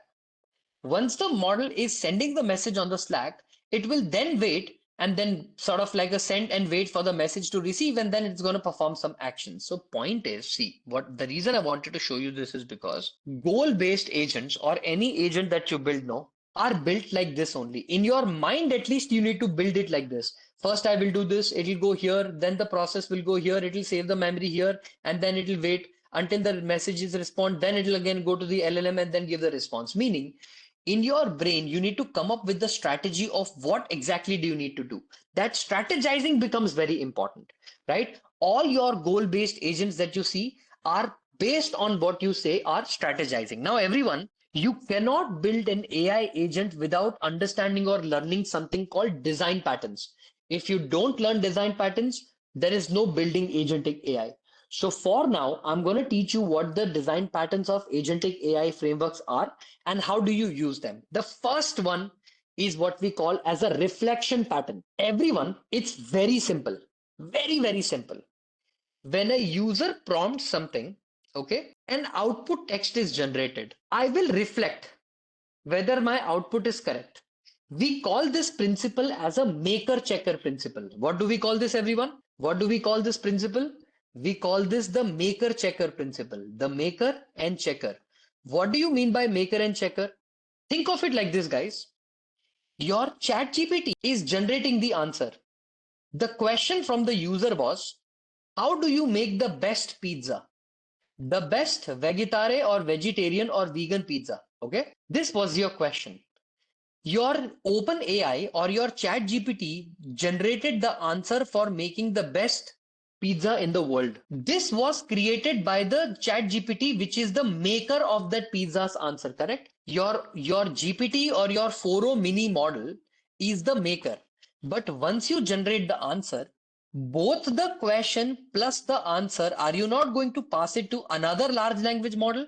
Let's say Claude, and we are going to let the Claude judge. Claude, can you please judge and tell me, did the GPT do a good job? So tell me, is this not going to check your answer? So we call this checker. So this is basically the maker checker principle. One LLM will generate the answer, other LLM will judge the answer. So tell me, everybody, you can use the same LLM only, or you can use other LLM. But what is happening in the reflection? You prompt or the user prompts, I generate something, I reflect on it, and the reflected text is back again passed into the model. I will keep repeating this unless and until I get satisfactory result. Once I get satisfactory result, what do? I give the response to the user. Understanding what I'm trying to say? The biggest problem in the reflection pattern, infinite loop. How do you break out of this loop? Have you ever thought, isn't it possible that you can give it some condition that it will never reach? And because it will never reach, your agent is now stuck in the infinite loop. Yes or no? This happens with your while loop. This happens with your recursion. This happens with your memoization, right? In data structures and algorithms. So what do? In your recursion, do you write something called as a base case? Do you write something called as base case, right? Remember, guys, in your reflection pattern, let me ask you guys a question. Whenever you hit an API once, does it not sometimes return an error saying that 500 error, server exchange error? That is because too many people are using the API. So do you just hit the API once and be done with it, or do you do maximum try? You first hit the API once, it returns the status quo 500. Then you wait for 2 seconds, 3 seconds, 1 minute, and you hit the API again. And then it returns the response status 200. Okay. Meaning, Do you not let the API try itself maybe 10 times, 15 times before finally saying, sorry, API not working? Yes or no? In your reflection pattern, can you tell the reflection pattern that, look, I'm going to give you maximum 20 retries. Within 20 retry, you have to try your best to give me the answer. Can I do it like that? Rather than letting it go through infinite loop and wasting the time of the customer and yourself and wasting money, because everyone listen to me carefully. Every single time your LLM is being called, are you not paying the money? Are you not spending that 30 cent for the input and $2.50 for the output? So tell me, do you want the user to get unlimited access to your money's bank account? If you have so much money, please, I'll give you the money, transfer it to my account. I will at least buy a coffee for myself, right? What am I trying to say? What I'm trying to say is no organization should just work on reflection pattern without having to have a break condition, right? If you don't have a break condition, pretty much it's going to be have a problem, right? So understand based on your goal in the reflection pattern, how many iteration can you allow? Okay. How can we justify the best output? If the iterations are lesser and it gave you the answer within the, let's say, if you said my output is maximum 5, okay, and inside this 5 output, it generated the answer in 3, you can say the answer is correct. But tell me one thing, do you have to perform something called validation and evaluation of your model? What you need to do, my dear, is even before you build a reflection pattern, you need to test it out. Do I call it as a dry run? In software engineering, we call this as a dry run. I'm sure you know what dry run is, right? Rather than letting the agent just directly answer, we take multiple test cases and try run on our model and see if the responses are correct. If the responses are full of hallucination, then we don't give it to the customer. If it is not, we just pass it to the customer. If the model hallucinate with ChatGPT, your Claude will fix it. If Claude hallucinate, ChatGPT will fix it. This is why the maker checker principle is important. You're getting what I'm trying to say? Both hallucinating at the same time is not impossible but very rare, no? Both your large language model will hallucinate for the same question at the same time is very hard. So that is why, to avoid hallucination, we provide maker checker. Why do you think we are having something called reflection pattern? It reflects on its own answer. Dry run. What is dry run? Dry run is basically taking test cases, like 50 test cases that you can think of, passing it into your large language model and manually validating the answer. Huh, this is sahi, this is sahi, this is sahi, ye galat kar diya. This is right, this is right. So wherever it went wrong, you write the prompt again, tune it once again, and then finally get the answer. Getting what I'm trying to say? Dry run is basically you testing it like a test drive of your own car, own model that you have prepared in as many cases as you can, so that you can check whether the model's performance is good or not. Understood, everybody? Did you get the logic until here, until the reflection pattern? But if you are using ChatGPT in both places, chances are yes, there is a good chance it will hallucinate. That is why in Maker Checker, you don't take two LLMs of the same category in the same. You take two different LLMs. That's why you take two different LLMs. That's the use. That's the reason why in the Maker Checker we use or we try different perspectives of things. So in LLMs, you can monitor multiple other things. In my PPT, if you scroll down, scroll further down, down, I have also taught you how to do something called fine tuning, LoRa, QLoRa, quantization, and everything, which of course I'm not going to teach now. But if I scroll down, okay, I think somewhere deep down, I have also taught you how to monitor this or metric it, right? So for example, can you see contextual accuracy, compliance assurance, adaptability, harm prevention, risk mitigation, right? These are some of the guardrail principles. So you can also monitor and calculate some of the ethical constraints in your model. So don't worry, you will be able to do that. I'll teach you how to do that. Okay. Now, these topics are very important in order for all of you to understand what kind of agentic frameworks exist, how can you build your agents, what are the basics of these agents, right? Now, it's very critical for all of you to question everything with first principle. When I say first principle, basically think of any use case in your head, right? The best way I have realized that I can learn or implement agentic AI is think of a use case in your head and ask yourself what is possible and what is not possible, right? To what level of control can my agents have or possess, and what kind of control my agents cannot have? Okay, meaning what are possibilities and what is an impossibility? Like, okay, I think with today's technology, with agentic frameworks, this is not possible and this is possible. So the more you think about it, the better idea you get on what's possible, what's not possible. Okay, it gives you a very fair, good idea. Okay, I think I can say it like this, right?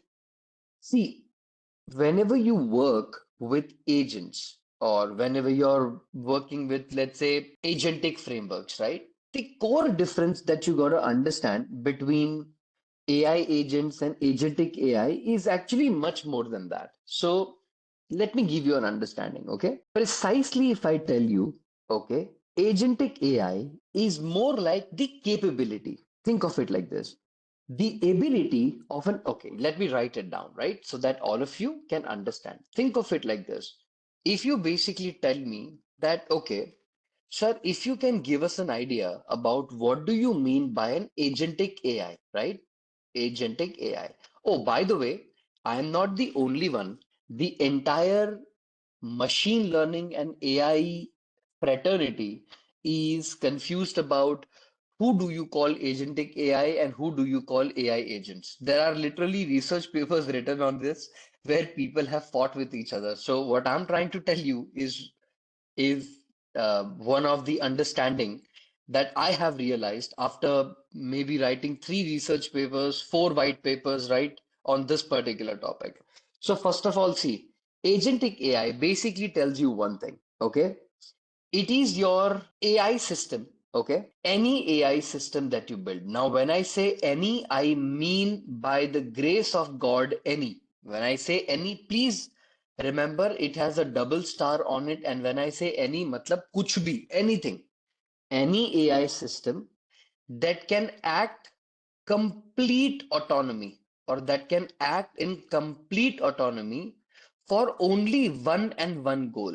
Okay, whatever goal you have given it, if it wants to act in complete autonomy, that particular thing is going to be your agentic AI. Okay, your pure agentic AI. Okay, your agentic AI is always goal driven. Okay. It is not process driven. It is always and always goal driven. Whatever goal you give it, autonomy means humans need to not involve themselves at all inside this. It means once you write an agentic AI, you are not even going to look at its behavior or modification on anything. It wants to work in complete autonomy. It wants to take decision in autonomy. When I say decision, what it wants to do, how it wants to do, everything is its own behavior and modification. Okay. It will not want you to involve or anybody else to involve in its decision process. That's what we call complete autonomy. Okay. The difference in agentic AI and AI agents, right, is this, right? Okay. Now, what are AI agents? See, agentic AI is your understanding, right? It's like your intelligence part of it. Now, what are AI agents, right? The actual systems or the systems that can help you implement agentic AI, okay? It's the real thing. It's your implementation, right? The actual implementation are what you call as AI agents. I want you to think of it like this. Agentic AI and AI agents are not separate, but a part of the same page where agentic AI is more like an idea, more like an understanding, but its implementation closest to the reality is what your AI agents are. Are you understanding what I'm trying to say? Don't look at agentic AI and AI agents as a separate, completely two different unknown variables. No, no, no, no, no, no, no, no, no. Not like that. Agentic AI is the initial idea, the hope, the expectation that what I'm going to do, I'm going to do this, I'm going to do this, I'm going to do this, I'm going to do this. But what do you able to achieve in reality is only 80% of what you're actually thought of or what you dreamt of. Now that implementation is your AI agents. Understanding what I'm trying to say?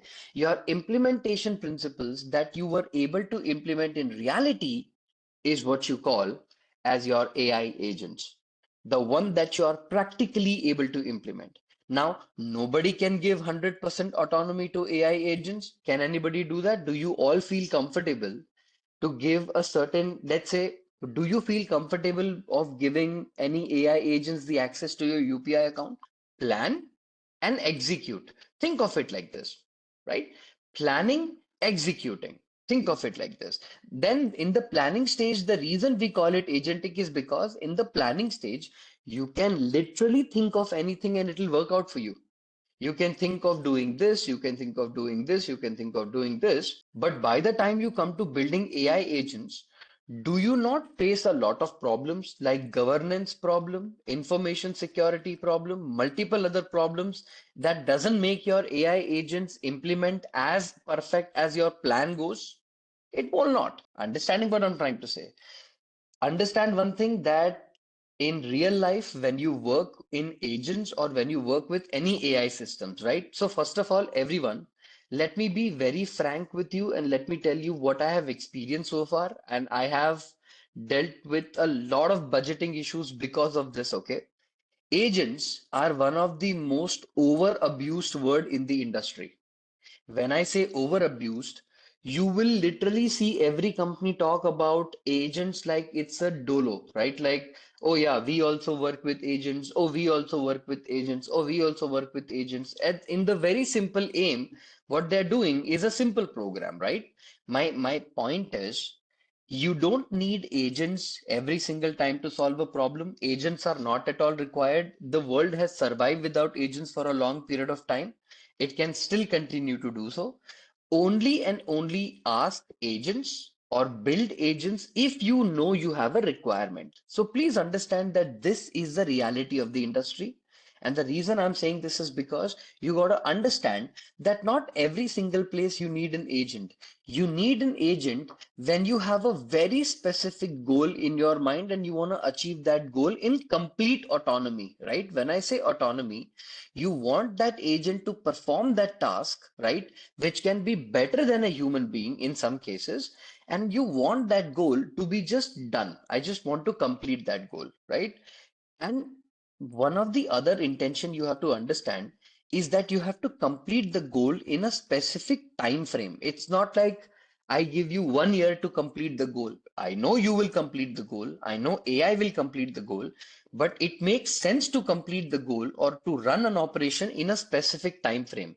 I cannot make my user, my customer, or whatever application you have built wait for 1 year for the agent to complete the task. Okay.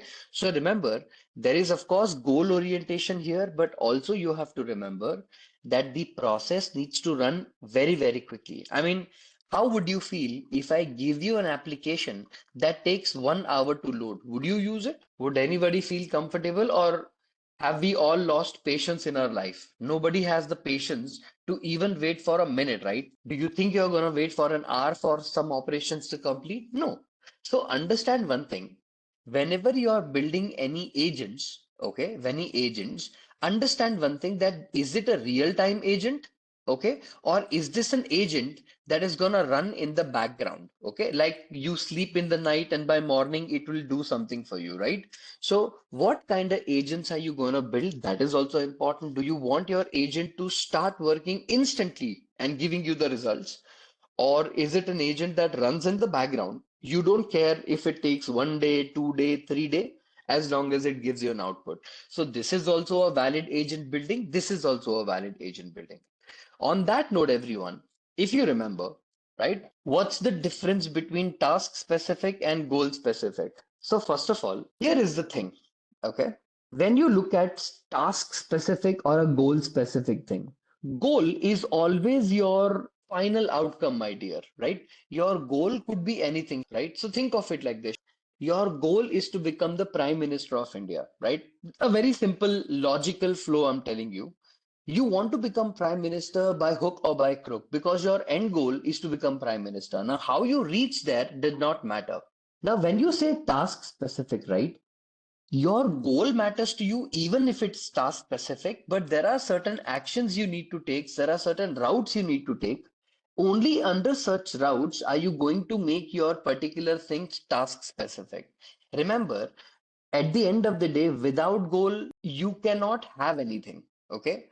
At the end of the day, anything that you call goal driven. So let's say a very simple example, right? You want to make a dinner from the family, right? Let's say you have decided to make dinner for your family, right? You can choose what to cook, how to cook, what ingredients you want to buy. Okay. You can adapt if the store that you went to did not have an ingredient for you. Like, say, for example, you wanted to cook a dal, but suddenly they don't have a tur dal, they have a moong dal. So, okay, no problem, I'll adapt, right? And what is the success of your goal? Your family had your food and they said the food is good. Now, what is task specific? Let's say you say, I want to boil a water for 10 minutes. I want to add pasta. I want to add Gouda cheese and I want to stir for 3 minutes and I want to feed my family. Now, in the goal driven and the tasks driven task, what you did is in the goal, your end goal was something else. And in your task, you had a very specific set of instructions that you wanted to follow. So that would become the difference between goal specific and task specific. In terms of agentic AI, this is also one of the most important things. Do you have a specific tasks that you want your agents to perform? So I'll give you an example. In any N8N agents that you build, do you see it is goal specific or more task specific? What kind of agents do you start seeing here? These are task specific agents. You know why? Look at this. Once I do something, it needs to follow this process at the end of the day to get you an answer. Are you getting what I'm trying to say, my dear? Right? So, mostly no code platforms or low code platforms are always going to be, of course, goal driven. Everything is goal driven. But at the end of the day, it's going to be broken down into specific tasks, and those tasks are going to run. Understood, my dear? Okay. I taught you a concept called reflection pattern. I told you that once a user asks some question to your agent generates an output. That output goes back to another agent, the maker checker principle, lovely, LLM as a judge. The agent reflects and checks whether the answer is correct. It generates another text called reflected text, and it keeps iterating again and again and again until and unless satisfaction is reached or maximum number of tries of reflections are reached and you come outside the loop. Observe carefully. Reflection pattern focuses on improving the agent's capability of evaluating and refining its own output. This is a self-critique loop of generating and reflecting, and it is not limited to single iteration, meaning your reflection and generation is not just limited to one loop. You can have multiple loops. System can repeat the reflection process as many times as possible, and self-reflection RAG is one of the most popular type of agentic RAG. And guys, you cannot say that there will be no hallucinations. There will be very minor hallucinations that can be handled, but remember, hallucinations do exist, and it is very much possible that the maker and checker can have hallucinations. The chances are lesser, but I am not completely saying that they are not possible. It is very much possible that your maker also hallucinates, your checker also hallucinates. Understood? Hallucination is very highly reduced, but the chances are not eliminated. They are not reduced. They are not zero. They exist. Nobody in this world in today's technology is going to say that they have reduced hallucination. Because my people, the day if I come and tell the world that I have completely removed hallucination, I might build a $1 billion enterprise, right? Hallucination is one of the bigger problems we need to solve. We haven't solved it. Nobody has solved it. Okay. We can reduce it. We can reduce it to a certain level, but we have not completely eliminated it. Okay, so you have got to be very, very careful, right? Hallucinations happen because LLM thinks that that output is more relevant. Okay, before transformers, pre-transformers encoder decoder model. Do you remember like we had an LSTM cell, LSTM cell 1, LSTM cell 2, LSTM cell 3. Then suppose if my input to the model is I love India. Suppose if you say I, if you say love, and if you say India, there will be a final context vector generated or a thought vector generated called CV, right, in a encoder part. Then this context vector will go to a decoder, and this decoder receives the first input called start of sequence. So I love India is translated into Hindi, mujhe, M-U-J-H-E, mujhe, and then you have another decoder here. And in this decoder, you take the sentence mujhe and you feed it to the decoder once again to generate the next output, India, I-N-D-I-A, India. And then you have another decoder here. And then you take the word India and pass it into the model here and say pasand, S-A-N-D, pasand. And then it goes on and on and on, right? Your hidden vectors are passed like this. Now, everybody, a concept called teacher forcing, where if in the decoder, if you are converting I love India, and inside the I love India, let's say mujhe India, the word should be India, but by mistake, my decoder created a word called mujhe ye, Y-E-H-Y. If your decoder output is wrong, won't every other output in the decoder after this particular sentence will be wrong? If your decoder generates a wrong answer here in the second time step, every single answer after this time step is going to be wrong because everything is dependent on that, right? Everyone, your LLM also works like that. You know why? When your large language model makes a prediction, it generates a token probability for each individual word. If one token probability goes wrong, your LLM goes in a very different direction than the right direction it should have gone. And what happens because of that?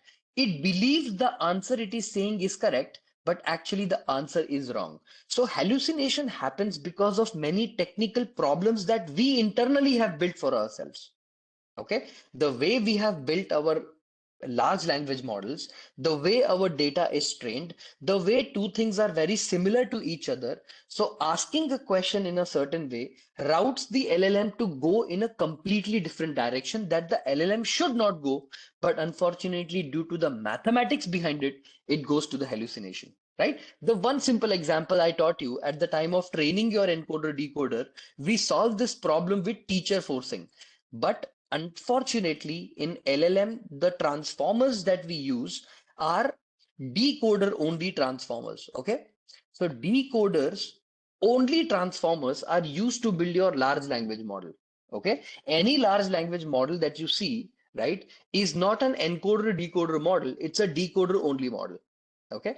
Because of the architectural issues and the math behind it, hallucinations are something that we cannot unfortunately avoid right now, right? You can reduce it to a certain extent, but you can't completely zero it. It's not possible. There will always be this one process, one document where you're going to go wrong. But this is the risk you need to take. Okay?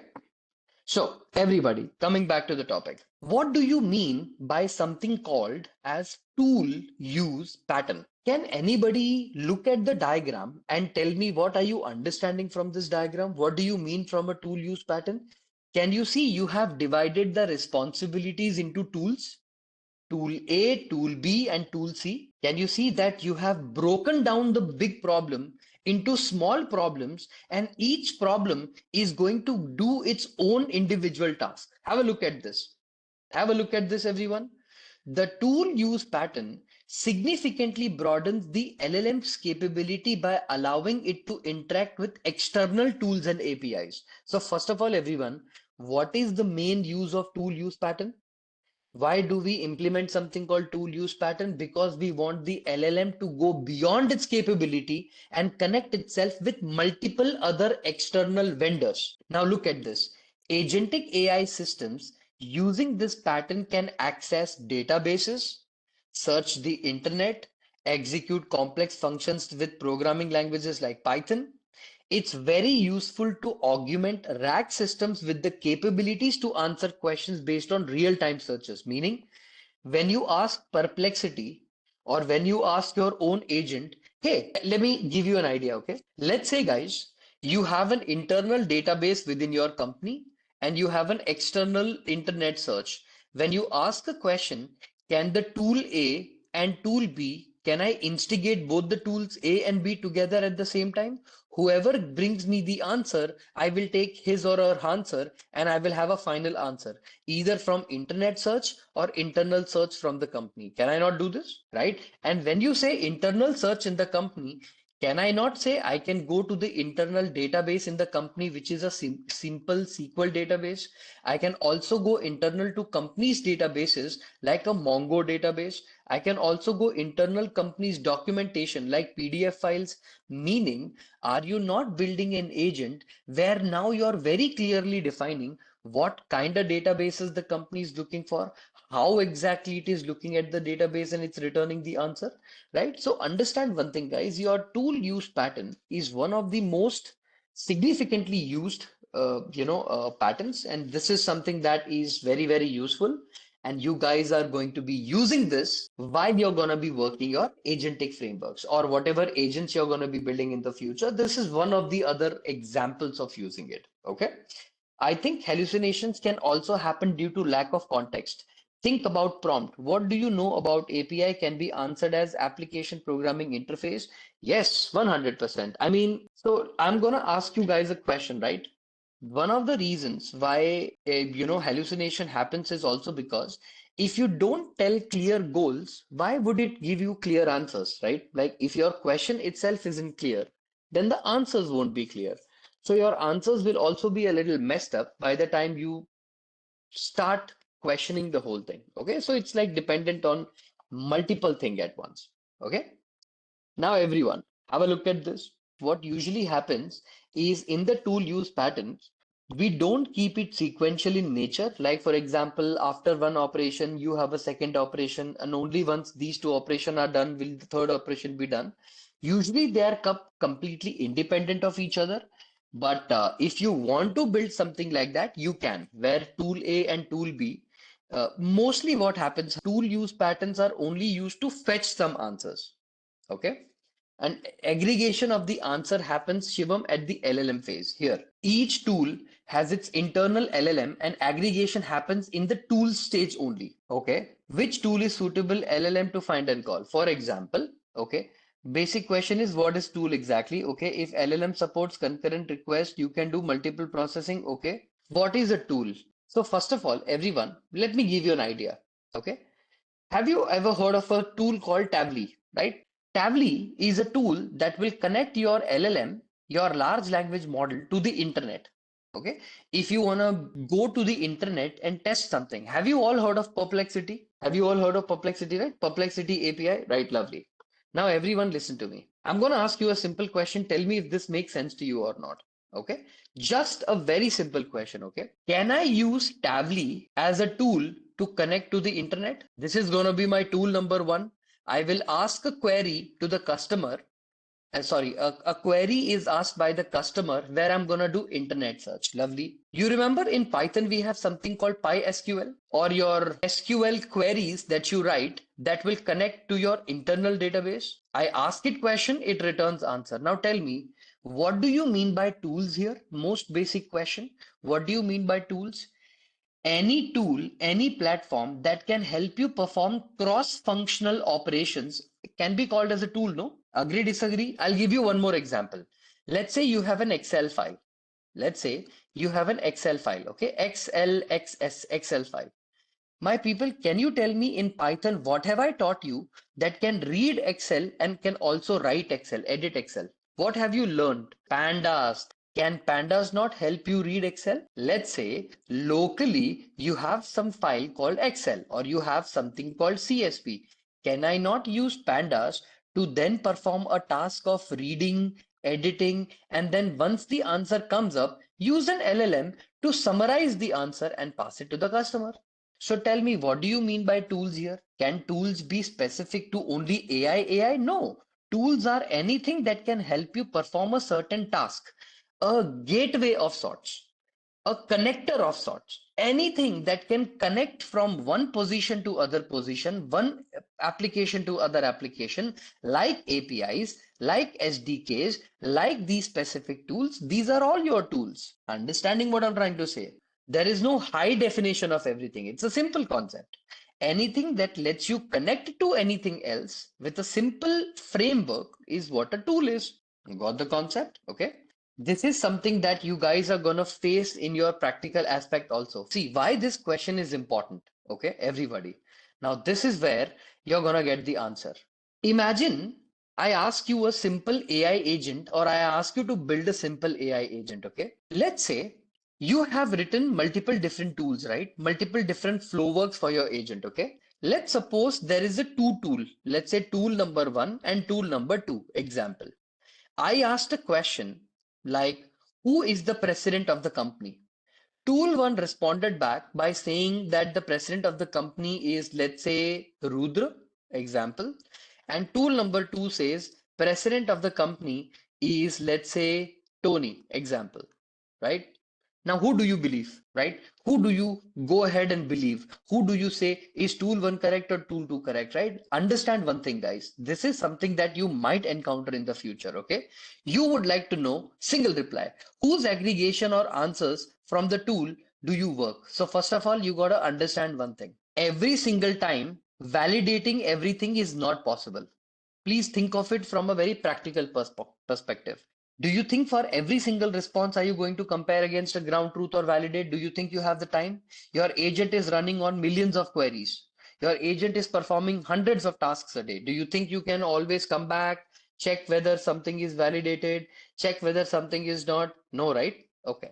So what happens is any company will give precedence to the internal information more than the external information. Can I say like that? Whatever is available in the internal information of the company is given more priority than the external information. So meaning in case if two tools are returning preceding answers or contradicting answers, one tool can take precedence over the other tool with the importance of these tools. So internal information is more important to me than external knowledge and information. What if the company changed the president midnight yesterday, but the internet does not even know that the president has been changed? So who would you prefer? Would you prefer the internal company documents or would you prefer external resources? So understand one thing, guys. If you build something in the future where two different tools are giving you two different answers and you have this each tool its own LLM to aggregate the answer, please understand you first of all take the precedence of internal knowledge over external knowledge, and each tool has its own LLM for the aggregation of the answers. Precedence and aggregation, they are both gonna be taken at the once. They are all, each individual tool has its own individual aggregator or your LLM. Okay. How about when both are returning info from open depending upon the training? So that is something that you don't rely on. Please understand that you need to rely on the information also. If both the sources are returning from, say, external sources and they are both giving wrong answers, then pretty much you need to build one more agent called as a judge agent, and that judge agent is going to finally give you the answer which source makes sense. Here internal means company site, internal company's database, internal database of the company, internal documents of the company, internal structure of the company, internal. That's what I mean by internal. Okay. So everybody, we understood the concept of tool use patterns. What's the next pattern? Everyone observe carefully. Please look at this. What is the pattern? The name of the design pattern is called as a planning pattern. What do we call it, everybody? Now you are entering the zone of complicated and complex agentic frameworks, right? So first of all, listen to this. What do you mean by planning pattern? Guys, a customer or a user prompts something. I break the prompt into plans or plans. The plan is gonna generate the task. The task is gonna execute an agent. The agent will return a task. If the task is good or bad, based on that, you replan and generate again. Keep repeating the cycle until you find satisfactory result and give the response. Now the difference between reflection pattern, okay, observe this, versus your planning pattern, what do you find the main difference? Okay, so everybody have a look at this understanding. In the planning pattern, You enable a large language model to break down large, complicated tasks into smaller, more manageable tasks. My people, do you think many people in life take this approach? When they are given a complicated task, something complex to do, they break the complex task into smaller manageable tasks and they do these tasks one after another, right? My people, planning equips an agents with the ability to react to requests and strategically structure the steps before execution. Is it also logically making sense that what my planning pattern is doing is it is taking a complicated tasks, breaking the task into smaller tasks, and these smaller tasks I also plan that what will I do first, what will I do next, what will I do next. So can I say in planning pattern I create a roadmap of subtasks determining the most efficient path of completion. Prioritize, implement, prioritize, implement, prioritize, implement. Understood, everybody? Now, all of you, this is the most important thing that you need to learn in this class. One of the most important kind of most utilized patterns is something called React pattern.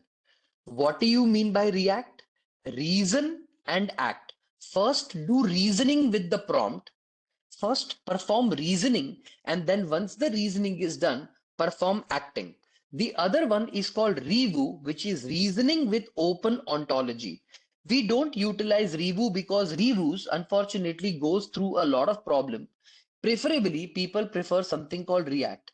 What do you mean by that? We extend this approach by integrating decision making and contextual reasoning into the planning process. Sir, what do you mean by integrating decision making and contextual reasoning? Everyone, if I ask you a question, for example, all of you, if I ask you a question, okay, guys, I saw a car that could fly, okay? Now, the minute I say the word I could see or I saw a car that could fly, what is going on in your head? Are you not reasoning with your own head? Car, which is something that you drive on the road, cannot fly. Hence, whatever this guy is saying is not true. Did you perform reasoning in your head? You're getting what I'm trying to say? Did you think logical steps one by yourself to come up with an answer? You performed reasoning with yourself, right?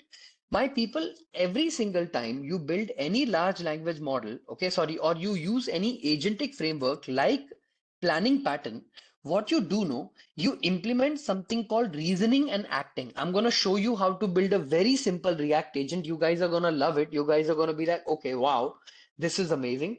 But remember, that's the most important thing. Okay. Now, one of the most simple understanding is this. What is ontology? See, first of all, the thing is, let me explain something to you. Okay. There is a design pattern called review also. Okay. My people, what happens is ontology, okay, is the concept of process by process. Okay. When I say process by process, basically what happens in ontology is the core concept is very simple. Okay. Like if you get an understanding, I think it becomes very, very simple. See what happens now. It is a relationship between certain tasks. Think of ontology like that. First, what happened? Second, what happened? Third, what happened? Think of it like relationship and rules, right? Ontology is a map of all these, right? Ontology basically means was I able to map? Think of it like chronology, but with respect to the relationship between each other. For example, if you ask agent, can you tell me what are the let's say AI trends in the future? So what will you do? First, what will the agent do? Number one, it will say, okay, I am planning to search for the AI trends in the future. What will be the next step? It will execute, meaning it will go to the internet, search about AI trends. And what will it do? It will observe. It will get an output. It will say, got 10 articles about AI trend. Then what will it do? Now search for specific trends. Then it will return the answer, meaning it will continue repeating its own internal ontology, its own internal relationship, and it will give you an answer in a specific way. Understood what I'm trying to say? That relationship mapping is what we call ontology. That relationship chain is what we call ontology. Okay? Everyone have a look at this once again. Break the whole thing, break the whole thing, understand, plan it, generate the task, and perform. Okay? So, first of all, let me explain. In any agent you're gonna build, my people, please remember you first need to understand the word plan, execute, and observe. Plan, execute, and observe. Everybody, if your plan, suppose, is if I give you a question, search for AI trend, is plan or the planning stage that my agent is currently in, isn't this directly the question my consumer gave me?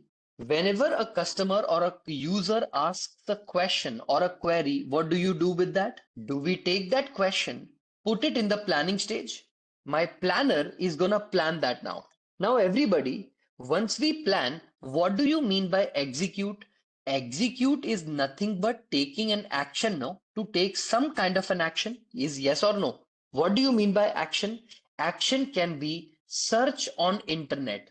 So web search. What will you do the web search? Whatever your plan is, you're gonna take that and you're gonna search the internet. You're gonna execute the operation.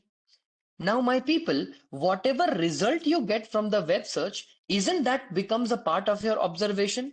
10 URL received from the internet. Can I say this is your observation? Now, everyone, wasn't this task number one that my model performed? The iteration number one that my model performed? Agree, disagree? Now tell me, will the agent not perform the second operation? Copy paste. Now that I have received, what has the model received, everybody, so far? My model has received something called as the 10 URL from the last resource, correct? Now, everybody, because the user is like, find me an AI trend. What will you plan? You will plan something like this, finding specific trend in the internet. Are you then again going to search on web for a specific trend, right? Now, everyone, let me know one thing. Once you have done task number one and task number two and received 10 URL here and 10 URL here, are you not going to then let that URL pass through an LLM and let the LLM decide what should be the final answer? Correct? You have received multiple different URL, multiple different links from the internet for search for AI trend. Here you got the observation. Here also you got the observation. Re-rankers are slightly different in use case of rags, but sort of like, so they are called auto encoders. Naruto auto encoders are slow in process and they take a little bit of time to re-rank and give you the output. So re-ranking is not applicable here. It's more like task by task breaking. And whatever task results you have, you finally pass them to your LLM, and then one answer is finally generated in the LLM. Okay. How LLM decided which URL to give as output? It takes all the URL as output, all, not one, not two, not three, did not select anything. Please hear me out. Listen to me very carefully. It takes the entire dump of the data, passes to the LLM, and the LLM decides which one is going to be important. You can think of this like a research project. You can think of it like whatever project you want to build, anything you want to build, right? You got to understand that you are generating the data from something, from some place, and that data is dumped to the LLM, and the LLM is able to generate an answer. Understood what I'm basically trying to say, everyone? Please remember, every agent is going to perform three things: plan, execute, observe. Plan, execute, observe. Plan, execute, observe. Plan, execute, and observe. Are you clear, everyone? So, planning, execute, and observe is not a program. It's not, it's a prompt technique plus program together combined will give you plan, execute, and observe. This is more of a prompt you give to the model to force it to first plan, then execute and observe. So I don't write a program for planning separately, execute separately, and observe separately. They are done automatically. It's a prompt that you give to the user, or sorry, the agent, so that it breaks the problem into planning and execute and observe. Now, all of you, in your internet or in your Google Colab file, please understand one thing. Okay. So everybody, let's say the API that I asked you to create, okay? What you're gonna do, you're gonna import a library. What is that library? You are gonna import something called Google dot generative AI, gen AI dot configure. Now everybody, do you remember I made you write an API key or I made you create one API key, whatever API key you have created? Okay. Whatever API key you have created, I want you to take that API key, okay? API underscore key is equal to, and I want you to paste that API key here, okay? Whatever API key you have. So this is my API key. You can use yours. Always prefer using yours, okay? Now everyone, sir, what is this Google.generative AI.gen AI? This is an SDK built by the company Google. What they did is because they have so many generative AI models in the market, if you want to use any of that generative AI model, you cannot use it without using something called their package called Google.generative AI. And what am I doing? Am I configuring the API, everybody? I'm configuring. So available underscore models is equal to Gen AI dot list models. Okay, so basically what happens is if I write down something called list models, okay, inside the Gen AI part, and if I write down the list of available models, okay, and run this, everyone, what program have I written? The program that I have written for you guys in front of you is to tell you that all available models are in the Google Gemini or in the Google Gemini package. Everyone, have a look at this. Can you see that? First of all, Google is also supporting something called Gecko. Your Google also supports Gemini 1.5 Pro. Your Gemini also supports Gemini 1.5 latest. Your model supports Gemini 1.5 Flash, Flash 00, Flash 8 billion, Flash 8 billion 001. Are these all the available models in your Google Gemini package? Can you use any model? See, there is no end to it. I can scroll, scroll, scroll, and on and on and on, and it's going till the end. Why did I teach you to write this? Because, guys, every single time you are going to work on any use case, any API in the future, remember what models does it support? You got to make sure that you identify that first. If it doesn't support a model, which happens very rarely, then your API is not going to work. Also, you need to know what model do I copy and paste? Because can you see here, everyone? The name of the model is what? What is the name of the model? Model slash Gemini Live 2.5 Flash Preview. If you don't mention the hyphen, will the LLM work? No, because you need to make sure the naming convention is also properly followed. So let's say if you made a mistake in the convention of the naming, it's gonna be a problem. So in order to resolve all those conflicts, what do, everyone? You take the list and you take all of that. Understood? What is the use of temperature? Temperature is controlling the behavior of your large language model. Temperature is a number between 0 to 1, sometimes more than 0 to 1. More temperature means more creativity. Lesser temperature means lesser creativity, more stricter answers. Top P is what you call as nuclei sampling. And you have a certain probability value, okay, in your large language model, let's say 90%, or let's say top P is equal to 90. Your tokens are only and only going to be considered, let's say the first token, second token, third token, and fourth token, and all the four tokens together will add up to 90%. Okay. In top P sampling, in the generation, as relevant answers, you want relevant answers to be generated. I'm going to teach you how to build a React agent. This is the first time we are building a React agent right now in front of us.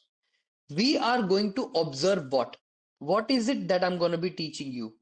You guys will see reasoning plus action performed automatically by the agent itself. You are not going to involve yourself, or any human intervention is not required, or you will not do it, but you will see the reasoning and the acting performed automatically by the agent itself. Understood, everyone? So first of all, what am I going to do? Import Google.generative AI as Gen AI. I'm going to take this as an alias. Okay. I'm going to import something called LangChain. Okay. Inside this, we have something called LangChain Google Gen AI. I'm going to import a specific module called Chat Google Generative AI. Okay. I'm also going to take from LangChain, I'm going to call something called schema. I'm going to import human message and I'm going to import AI message. Okay. And finally, I'm going to import something called regular expression. Now, I'm going to implement the code one by one by one by one by one, and you have to kind of understand it from a perspective of what we are trying to do or how are we trying to implement this. Okay, you're going to understand it line by line, process by process, and let's continue with that. So first of all, have I used something called LangChain in my library here? I told you this from the very beginning that LangChain and LangGraph is going to be one of the important packages that you're going to use. Now, rather than theoretically explain to you what chat Google generative AI is, what human and AI message is, I rather program and show you the difference. Got it? I would rather program it, show you the behavior so that you understand what it is doing. Okay. So first of all, Gemini underscore API underscore key is equal to, I'm going to take down this particular key, my key of Gemini API. I'm going to copy this. I'm going to come over here towards the bottom and I'm going to paste my Gemini API key. This is my Gemini API key. Once you write down the API key, so basically, see, majorly what happens, no? Either you're going to be preferring to use Olama, okay? Either you prefer using something called Hugging Face, okay? Either you work something called LM Studio, okay? Or either you mostly use something called Docker. So these are the four most utilized, how do I say this? Like the most utilized tools, packages that you use, apart from LangChain and LangGraph, these are the ones that will become a part of your life, part and parcel of your life. So yeah, I wouldn't say TensorFlow and Keras are used much, but yeah, right? So genai.configure, inside this configure part, my API key is going to be my Gemini API key. Everyone, please tell me what have I done here? Have I taken my API key and have I configured my API key? I hope everybody in this class who has never worked on API, let this be a final reminder to everybody in this class that guys, without having an understanding in APIs, it becomes very complicated for me to teach you very simple basics of how your large language model works and how your APIs work. So please understand, every single time you're going to use any API or you're going to work on API, you have got to implement how these API models are configured. Okay, what the configuration means and how are you able to configure these models. Okay, so basically you have got to understand how the models function. Okay, so first of all, I have configured my API. Let me repeat once again. The libraries that I have imported. Explaining this library would be much better if I show the program, then explain it to you that chat Google generative AI will do what and human message and AI message will do that. Is that something that I can do? Because if I do this, I am telling you, you will understand it better. Okay, let's go ahead and run this. The first step in building any agent, in any agent that you want, is to initialize a large language model. To initialize a large language model, can I say LLM is equal to chat Google generative AI? Inside this, model is equal to, okay, what models do you want? Model slash Gemini dot 2.0 flash. This is the model that we are going to use, not Pro. Pro gets exhausted very quickly. We want to use Flash. Pro, okay? Google underscore API underscore key is equal to, I'm going to pass something called Gemini API key. Temperature is equal to 0 and maximum underscore output underscore tokens is equal to 512. Everyone, please observe what have I done here. Did I write chat Google generative AI, and inside this I wrote down all the details related to the model? So tell me, why do we use chat Google generative AI? Because this is for your AI LLM specification mentioning, right? If you want to mention your AI LLM specifications, you use chat Google generative AI as a part of its feature. Understood? To set everything in one single place, I used something called Chat Google Generative AI. Now, everyone, What model am I implementing? What model are we implementing? Are we implementing something called this? Oh, put a comma here and put a comma here. No, yeah. What model have I implemented? 2.0 Flash. Okay. Did I also pass the key? Lovely. Did I also pass the temperature? Temperature is equal to 0. Agree, disagree? Everybody, what do you mean by temperature in a large language model? Everyone, let me explain what temperature is. Okay. What is temperature? See, temperature is a number, usually a number between 0 to 1. Okay. In some large language model, it goes beyond 1 also. But for now, for simplicity reasons, let's say it's a number between 0 to 1. Okay. Your large language model will generate token by token by token by token. It generates the answer, hence creating the entire sentence. Okay. When you keep the temperature very, very high, suppose you keep the temperature 1, you allow the large language model to become creative in the response. Meaning, the large language model's response or the generation will become very random. It will become creative but random. But if you keep the large language model temperature 0, large language model will become very, very strict. It will be like, I don't care about creativity. I will always respond in a very strict manner where only and only the probability of the token is high. I will put that token probability, meaning the LLM's response becomes very monotonous and boring. Okay. Your response for every single question becomes only one single answer. Your answers that you generate from the LLM is not at all having any variation at all. Every single time you ask a question, the answer is always in the same format. So to maintain the creativity level, you keep it between 0 to 1. If you want your model to perform very strict answers, or if you want your model to perform in a very specific behavior, keep the temperature 0. If you want to give it creativity, give it 1. Let me do one thing. Let me actually show you a better example, right? So let me explain it to you in a much more nicer way in this content that I have. This content has really good examples with respect to terminologies and also with respect to the temperature part. If I find it good, if not, then maybe just I'll explain it in my own understanding on terms, right? So, guys, this is a resource that I've happened to come across. It basically explains certain principles very, very better. And one of the principles is this. Lovely. Okay. Everybody remember one thing. Every large language model has 5 things you need to be very careful about. These terms are how you will be able to manage your large language model in the right way. Okay. Sometimes you don't need complicated architecture and complicated framework. You just need right numbers for all these things. So number one is what we call as a context window. Guys, context window is nothing but the maximum number of tokens that the model can include, both input and output. Did I teach you guys an idea of context window?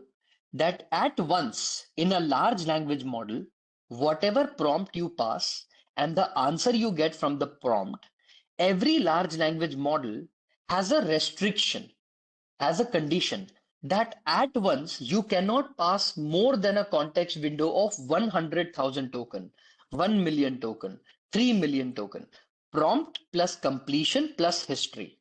Everybody, we also have something called maximum tokens. This is a parameter to adjust the number of tokens to be used for a particular request. This is capped at the context window. Everyone, can you guys see here? I have written something called maximum output token. I am telling the large language model what? I am telling the large language model that, look, large language model, I'm giving you a prompt. No matter what happens, the output tokens that you're going to generate should be capped at how many? How many tokens I will accept, not beyond that. Your output cannot go beyond how much? 512 tokens. Are you able to see that I'm even telling the large language model that the response you generate should not be beyond maximum output tokens. Yes or no? Am I controlling that behavior in a large language model? Yes, you can do that. So apart from this, What other things that can we take? We take something called as a temperature. Everybody, what do you mean by temperature? Everybody observe very carefully, okay? Temperature is nothing but, let's suppose you have a question. I love to eat Nutella and dash. Okay. Your input to the model was like this. I like to eat Nutella and dash. What is the dash? Now, everybody, when you say dash, isn't your large language model going to give you, or internally, it will try to tell you that Nutella and bread has the probability of 87%, right? 87% is the probability of bread, the next word. Then Nutella and let's say cake, the probability of the cake is the word 0.34%. Then the next word, Nutella and let's say stick, is going to be is 0.21. Now everybody, the next word, whoever's probability is high, can you see the probabilities popping up at 0.87? Agree, disagree? Lovely. Observe this book, observe this page, and what do you see in this particular page? The cooler temperature or lesser value, the distribution is strongly peaked. What do you mean by strongly peaked? Guys, lesser the temperature you give, no? Suppose what happens is, if you give a lesser temperature, what happens is, your large language model will only choose the word that has the highest probability, the probability that is known and that is very, very strict. Tell me one thing, guys. Can I not give variation in I like to eat Nutella and something can also have a cake because cake also makes sense? Stick also makes sense. Everything else also makes sense. Because bread has a high probability doesn't always mean I will take bread every single time. See, what temperature does to your large language model is, temperature, first of all, is a number between 0 to 1. Are you, first of all, clear? It can be more than 0 to 1, but for simplicity reasons, everybody, please understand that a temperature value in a large language model will be 0 to 1. Okay, lovely, very, very good. Now, let's say if I ask a question to my large language model, is Earth flat? I ask another question to a large language model, the are bees important? Okay, bees important for humans? Okay, let's say I ask two questions. Okay, everybody, when the temperature you keep is low or almost zero, what you're telling your large language model is, do not get creative. Okay, give me standard replies. So what will happen is Earth flat? No. As per studies, Earth is round. Okay. Earth is a globe. Let's say like this, right? Are bees important for humans? Yes. Bees are important for humans. Do you see any creativity in the answer? Do you see any responses that will make you say that it went through multiple different iteration, direct straight responses? But if I say temperature is equal to 1, okay, copy this and paste it here. Let's say I say temperature is equal to 1. You are allowing your large language model to get creative. So when you ask the question, is Earth flat? Well, good question. Allow me to respond with an, are you understanding what I'm doing here? Your large language model is now not sticking to very strict responses, but it is going beyond a certain level and it is responding back with either a greeting, either a certain study.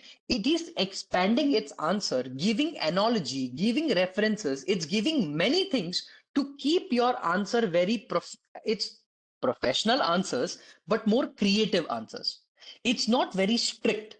So tell me everyone, in which condition should you keep the temperature 0 and in which condition should you keep the temperature 1? Remember, always keep the temperature closer to 0 when you want very structured output. Every single time, whenever you want the output to be very structured, keep the temperature 0. But if you want your answer to be not structured, not very it's very unique answers, right? You keep the temperature to 1. Understanding what is temperature, everyone? The request response cycle of your LLM, right? Please make sure that if you don't want creative, nonsensical answers, don't give the temperature 1, give the temperature 0. In the agent, automatically what temperature did I give? 0. Because I did not want my answers to go beyond. And also making my temperature 1 means what? It is going to give the same answer in a different way, wasting my tokens, right? But does everybody believe that your own responses are so basically, does it not depend on your goal? If your goal is I am okay, then it is okay. Get a simple answer. If your goal is to get very structured output, don't keep the temperature more than that. Am I making myself clear? Did you guys get the logic? Keep your temperature aligned so that you don't mess it up. Okay, lovely. Sir, what about the next concept? What is something called top P, top N? Okay, but keeping temperature higher, won't it make the model hallucinate? Yes, 100%. My people, getting creative, meaning the chances that you might be wrong in your answer can also go up, no? That probability also exists. While going creative, don't you think you are messing up with the reasonality or the reasons part of it? Yes, 100%. You're not wrong. So, don't you need to control that behavior? Every large language model defaults the temperature to 0, never to 1. If you don't mention, automatically considered 0. Got it? In every large language model I have used, nobody automatically defaults it to 1. They default it to 0. Okay, lovely. Now, everyone, you are also going to hear about something called top N and top P. Let me scroll down. So this PPT basically has ideas about everything, man. I mean, you read this book, I'm telling you, this is very amazing. This is something I referred to build my paper also. There is a platform called guardrails.ai. Okay. Guardrails AI. Okay. There is a platform called guardrails.ai. In this guardrails.ai, if you go to Hub, can you see you can do every single check? For example, if somebody's giving profanity based language, suppose somebody's chatting with your chatbot and he's abusing your chatbot. Hey, you are X, you are Y, your company's X, your company's Y. You know, right? You cannot keep everybody happy in life. I hope you know this. Let's say you have built the best platform on the planet. You cannot keep everybody happy in life. There will always be this one person who will start screaming, there is always this one person who will always scream, I'm not getting it. This is XYZ. You're terrible. You're this, you're that. Nobody appreciates the effort. Companies understand this very carefully. So there will always be one customer who will come back and answer, oh, nonsense. You guys are, XYZ. Can you see? What does it say? He says you're a dash and you're a dash idiot, right? You want your chatbot to not include that and give you the answer. And what do you want to do? What do you want to answer? You want to answer in a very nice way saying that, hey, I'm sorry, but we don't acknowledge profanity in our chatbot. Can you please ask me if you have a question? I will try very best to give you an answer. And let's suppose if your customer starts abusing you, can you not let the chatbot then pass it to a human being? Because then abusing is something that you don't handle, right? Because the customer either must be very frustrated or the customer has a lot of free time in his hand, right? I'm sure you guys know this customers, right? So when you find somebody like that, you gotta have implementation of guardrails. Because tell me, how will your large language model be able to handle with temperature only the abuses or anything else that you want to manage, right? You gotta have something called guardrails. So Harendra, remember, guardrails are a necessity. Guardrails nahi hai to LLM nahi hai. I'm going to tell you this. In the implementation of real life, if you don't have guardrails, you cannot implement it. Okay? So, everybody, remember, implementation of guardrails are very, very important. Okay? Everyone. Grok is more creative. Now, if you guys know this or not, Grok is a little bit more creative, right? Like if you tell Grok in a certain way, it will respond back in a certain way, like कि भाई क्या बोल रहा है तुझे कुछ पता नहीं. It returns the answers in slangs. Tell me, do you ever want to be in a situation where your customer says something to your bot and your bot responds back double the messages? Like you said a gali and then the LLM returns back the response saying that bhai, you are this and you are that. Would you want? No, I'm genuinely telling you. I know this is a fun thing, but you don't want your LLMs to respond back in an escalatory manner, no? So in case if you want to, because it ruins your brand image, right? So no matter what large language model you use, mostly large language models like ChatGPT, your your Gemini, any of these models, no, these models automatically come with internal policies. Like if you go to ChatGPT and abuse, will it return a response? ChatGPT will be like, sorry, my internal policy says I am not supposed to respond back. But what if you don't know and there is a response back? Then in order to control that, we use guardrail. So remember, guardrail is to not just control your input, but also the output from the LLM. Whatever I'm teaching you right now, these are very practical advices, my people. I have burnt my hands. I have gotten mails from my managers कि भैया क्या बना दिया है, have you not even thought through? So I have made a lot of mistakes in my life. So these are advices that I'm telling you, don't repeat, because I have made them and it is very embarrassing. I have made them. But initially, when things were starting up, nobody knew what we are doing, right? So these are some advices I'm telling you. These are very practical. Okay. Now, everyone, what do you mean by the concept of top P and top N? Okay. So first of all, everyone, since large language models outputs are based on probability, setting a top parameter will restrict the selection of the next word from the top N, meaning most probable words or top words summing up to the probability P. Now you must all be wondering, ki bhaiya, what is he speaking? What is Rudra saying? Don't worry, allow me to explain. Everybody, focus on my screen for the next 10 minutes. I promise you, you guys are gonna love this. Okay? Guys, you have a question you asked. Okay? Ignore the softmax activation. I want you to ignore this softmax because it is a probability for multiple different classes.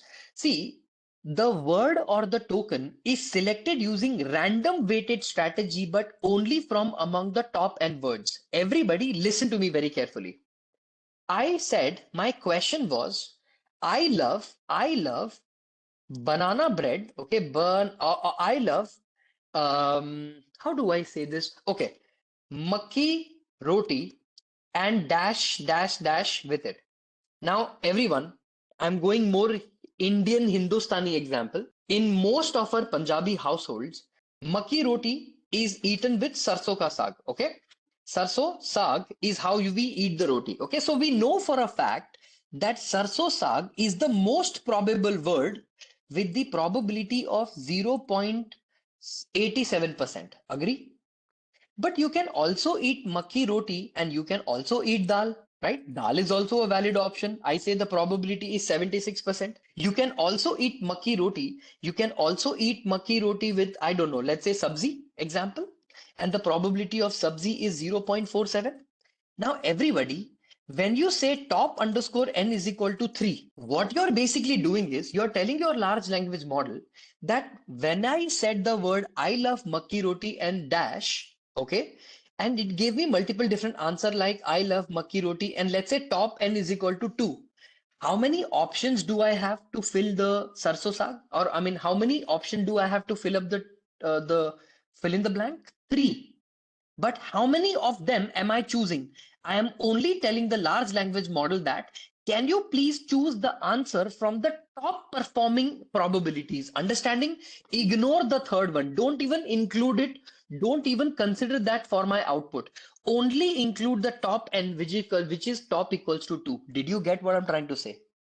You're telling the large language model that whichever probabilities are ranking in the highest to the lowest order, even to include in your answers, don't even include sabzi, only include dal and sarso, and based on some analysis, figure out which one is right. Not always sarso saag will be chosen. Remember, my people, just because the probability is high, it's not mandatory that only sarso saag will be selected. Sometimes, depending on the token counts, your temperature, and many other things, something else like dal also will be selected. But are you including sabzi in your analysis? No, you are only including dal and sarso saag. Are you understanding what top n does? Here, for n is equal to 3, one of cake, donut, or banana will be randomly selected, but apple will never be selected. Are you understanding? These are selected out of random behavior based on peak density, but Apple will never be selected because you have chosen only the top three values here. Did you get the idea of top n? Remember, personally speaking, I have never implemented top n. I don't use it, don't prefer it, have it has not given me any better answer so far. I have experimented with it. I don't know what others say. Personally speaking, top N has never helped me. So I have never used it. Okay. Sometimes we ask a question, for that it generates two responses and ChatGPT shows better of the response. Which one do you like better? Basically top N? No. That is what we call as A/B testing. For example, you ask a question and ChatGPT says this one and this one. Which one do you prefer?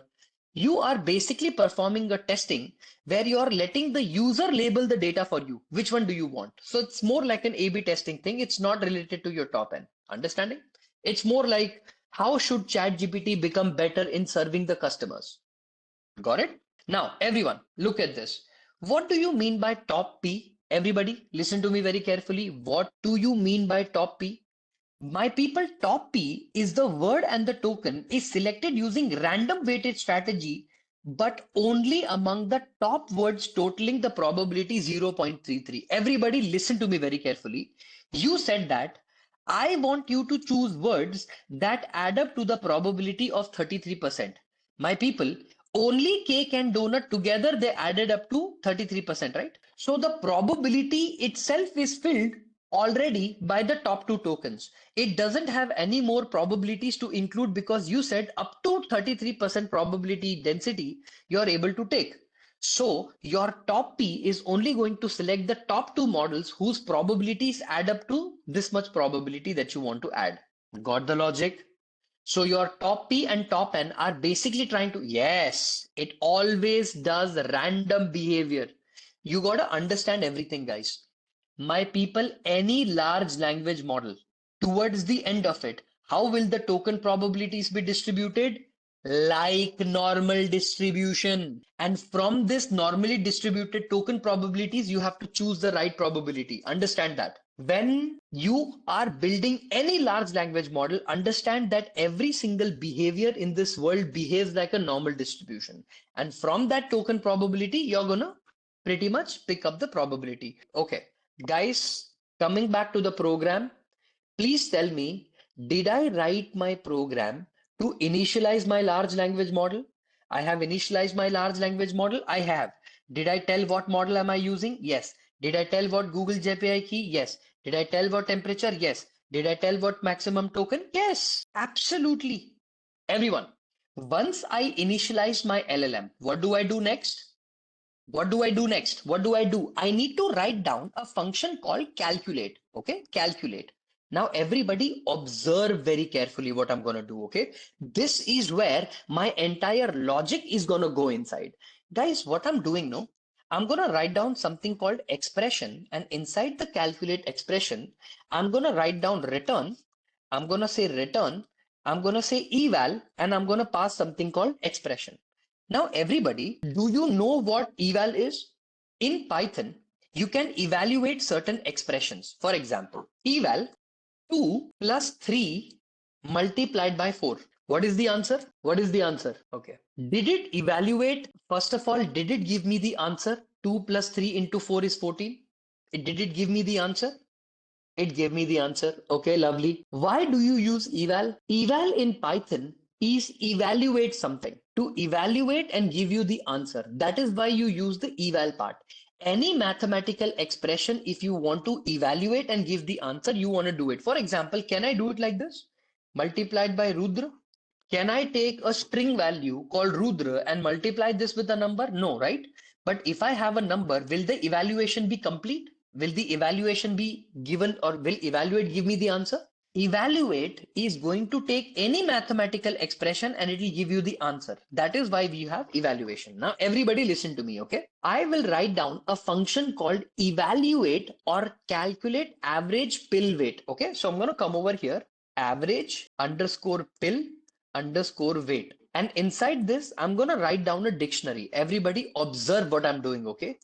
Pill underscore weights is equal to, I'm going to take this dictionary and inside this, I'm going to call aspirin. Tell me if my spelling of aspirin is wrong or right, okay? 500 mg. And what other medicines do people consume? Paracetamol, right? Paracetamol is, let's say, 650 mg. And let's say I say ibuprofen, okay? Ibuprofen, okay? This is something that I consume 400 milligram. Okay. Everybody, listen to me. Are these medicines and their weights? Aspirin is worth 500 millimg. When you take aspirin, you should take 500 mg. When you should take paracetamol, you should always take 650 mg. And when you take ibuprofen, you should take 400 mg. Have I taken two functions who are doing this? One is called calculate and other is called average pill weight. My people, please listen to me very carefully. What I have done, known underscore actions is equal to, I have taken a bracket here and inside this, I have taken calculate and I have written something called calculate and I have written average underscore pill underscore weights, okay, is going to be my average bill weight. My people, for my large language model, for my agent to perform some actions, what actions have I written? Have I written two actions? One is to calculate something, I don't know what something is, and the other is to get the value of the average bill weight. Have I given my large language model two actions to perform? Will my large language model or my agent perform anything else apart from these actions? Did you understand one thing? I literally told my agent that the actions you are going to perform are going to be these ones. And did I very specifically mention the actions? So tell me, am I building an agent that can perform any action? No, this is the actions that my agent will perform. Understood, everyone? Understood, everybody? These are the actions. And what are these actions? Whenever I do calculate, it will calculate something. If I call the average pill weight, it will return the key and the value. Understood? That's the only action that I want my agent to perform. Until here, is everybody clear? That I just want my agent to perform this. For calculate, we have not specified action. My calculate has specified action. No, I will return whatever expression you pass. I will calculate the mathematical expression and return. Yes or no, everybody? If I pass in the calculate 2 into 3, will it not return 6? 3 2s are 6. Evaluate will return the mathematical function 3 2s are 6. Now, my people, I'm going to write down a class called agent define underscore underscore init. What do you call init, everybody? Is init your constructor? Self dot messages is equal to bracket empty array, empty list. Everybody, in every agent or in every chatbot, do you not have a user history? I asked something, user bot responded something, then user asked something, then the bot responded something, then I asked something. That history of messages, where am I taking? Where will I save it? I will save it in a empty list. So can I say this is to maintain message history? Whatever my user has asked, whatever my bot has responded or agent has responded, to maintain the history of that, I am also taking an empty array called self.messages, correct? Agree, disagree? Underscore call. What is my call, everybody? Please tell me. Why have I written underscore underscore call? Underscore underscore call is what you call as a dunder method in Python. Why do you use call? Because it overrides. Yes or no? It will override some behavior of the class. And if you're asking me, sir, what is override? What is behavior of the class? Then I'm like, guys, you need to pick up your object oriented skills, specifically basic Python. Everyone, I'm going to pass messages inside or message inside my model. Everybody, don't you want to keep the human message separate and AI message separate? Won't it be amazing? Somehow, all the human messages are kept separate and all the AI messages are kept separate. It would be amazing if I can segregate them. I would love it if I can segregate them. Self.messages dot append, whenever a human pass a message, can you make it human message and the content will be equal to message? Are you guys understanding what am I basically doing now? Did I take from my library two single things? One is called human message and the other is called AI message. Why did I do that? Is it helping me segregate what message did the human pass inside the AI and what response did you or did the AI give you? To keep the template separate, did I order or did I import something called human message and AI message? Are you guys understanding? If I come over here and pass content is equal to message, and what am I going to do? I am going to get some response. Yes or no, everybody? I'm going to get some response, no? Lovely. Now, everyone, I'm going to write down something called pass here. Okay. The reason I'm going to write down something called pass here is because what I did not teach you so far is how to use the API, which is your Google Gemini API. Everybody, is this your Gemini API here? This particular API here, right? I'm going to copy this both and I'm going to paste it here towards the bottom. Okay. I'm going to paste it here towards the bottom. Your question to me could be, sir, I have a question I want to ask my chatbot. Okay. Like, who is the president of India? Who is the prime minister of India? Whatever XYZ question you want to ask, you have some question. Sir, I want my bot to respond with a certain, response like, okay, the prime minister of India is this, the prime minister of XYZ is this. I want to generate some answer. I want to generate the answer using my LLM. Sir, how do I do that? Everyone, please understand one thing. Your Gemini is literally very simple to invoke. And when I say invoke, it is literally so simple to literally get a response. You know, how do you get a response? Suppose if you have a question, okay? Let's say your question is this: PROMPT. Prompt is, who is the Minister of India? Who is the Prime Minister of India? Response will be equal to, here, my people, you want to generate the idea, meaning you want to generate a certain response from the model. Okay. Now, in case if you want to generate a response from the model, no, you got to first declare the model. So here, what you're going to do, you're going to write down something called model is equal to Gen AI. Okay, model equals to Gen AI dot generative model, and inside this, what is the name of your model, everyone? Is it Gemini 2.0 Flash? Is this the name of your model that you have used in your model or in your the LLM that you're using? Lovely.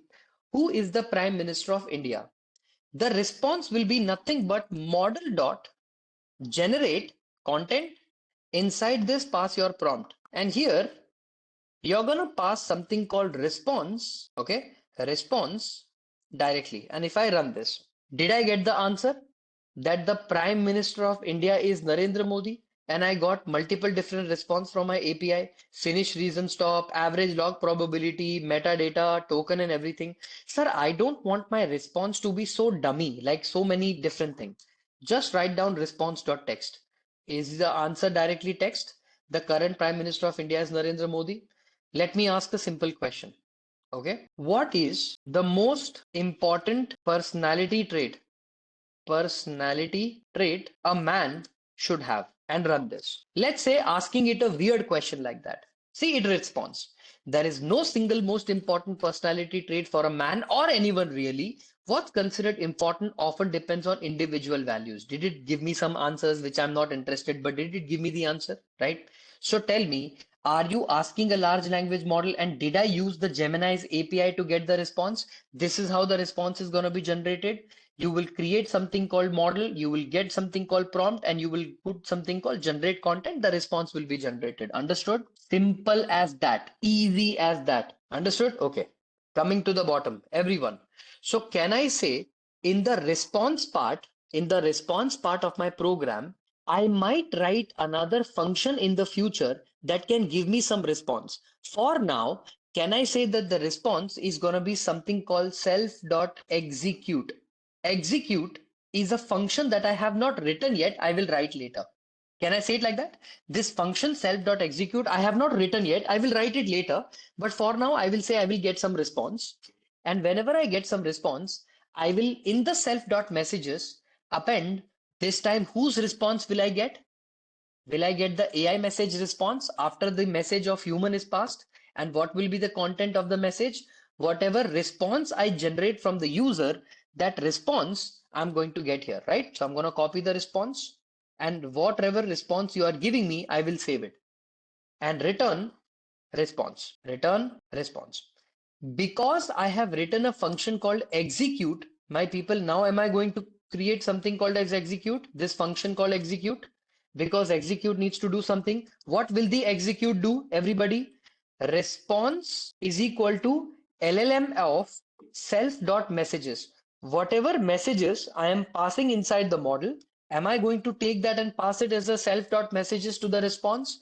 And for that return, Or for that response, I'm going to return an answer called response.content. Everyone, what is execute doing? It is taking your messages and running it. I'm basically running the response cycle. That's it. So first of all, here, if I take dot content, please tell me what is the result here? Did it return anything? Dot content, did it return any content? What did I say? Did I say text here? Did it return the text? Okay. You got to understand that this function right here, the one that you are seeing in front of you execute, is not complete yet. So dot content is something that I will tell it to return. You're getting what I'm trying to say. In Python, you know no, that you can write down certain methods that you declare later that will follow your behavior. You're getting what I'm trying to say. Are you understanding? This dot method is something that I will override. I will tell dot content will return what, which is nothing but dot text. But I will come to that later. No, this execute is something that I have written. Understood until here is what I'm trying to say. The reason I keep repeatedly importing the packages and reinitializing it again is because I want the code to be readable and beautiful.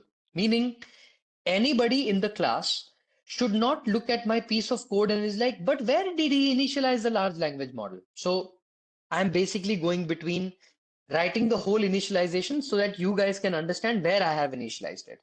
You need the complete and absolute control over the messages you or the user pass. So in order to do that, you need to take the messages as a history like that. You can take caching also if you want to, or you can take a database here also if you want to. Meaning, rather than having the self dot messages, you can also pass a database here and it will execute. Okay, it's executing human message and responding. Correct. All the messages inside the LLM, it's gonna take and it's gonna respond. Where is the messages? Isn't this the messages? The list? You're going to understand. Don't worry. Right? Can I execute my agent? Can I run my agent? My agent just ran. Correct? Now, everyone, action underscore regular expression is equal to re.compile. Inside this, I'm going to write down R bracket. I'm going to say action. I'm going to write down colon here slash S star colon slash W plus colon slash S star, close the bracket, dot star, question mark, close the bracket again, question mark, colon slash N or operator and dollar. Now, you must be wondering, sir, what have you done? What in the world have you written here? What in the world is this? Okay. Have you ever heard of a concept called regex? Anybody? Have you heard of a concept called regex? Yes? Lovely. How does regex works? Anybody? Regex 101. Okay, lovely. I love India so much at the rate 1 2 3 4 5. How many different characters do you see in this text? Three. If I say give me A to Z, okay? If I say give me anything between, let's say, A to Z, or if I ask it to give me anything A to Z, is it running? Is it highlighting anything? No. Sir, I have something called R that you said about something called A to Z. Again, not highlighting. See, you got to understand one thing. To test your regex, okay, or to test your regex with specifically something called regex 101, you got to understand that there are multiple different frameworks, like say, for example, Python. Can you see here you have something called Python? Like if I say A to Z, right? Or A, just let's say A. Do you see that I am matching something called my global modifier A? If I say the word P, is it P? No. If I say Z, no. If I say 1, 1 is highlighted. If I say capital A to Z and close the bracket here and open the bracket here, it did not match anything. Okay, sir, if I do all small A to Z, did it match anything? No, again, it did not match anything. The reason why it will not match anything is because in regular expressions, specifically like Python, no, you have to give a certain conditions. In those conditions, certain anchor tags are given. Only and only if you give those anchor tags are you able to match it. But let me come to that in a second. Okay. First of all, everybody, you got to understand one thing. Whenever you are dealing with text, you want to identify certain things, correct? Like, for example, how many are characters, how many are sentences, how many are words, how many are numbers, correct? Let me ask you a question. When you guys were doing Python, did you not do regex at all? Did you implement regex? Like, for example, if I ask you to implement A to Z or A to Z, did you not implement a regex like that? No. Okay, no problem.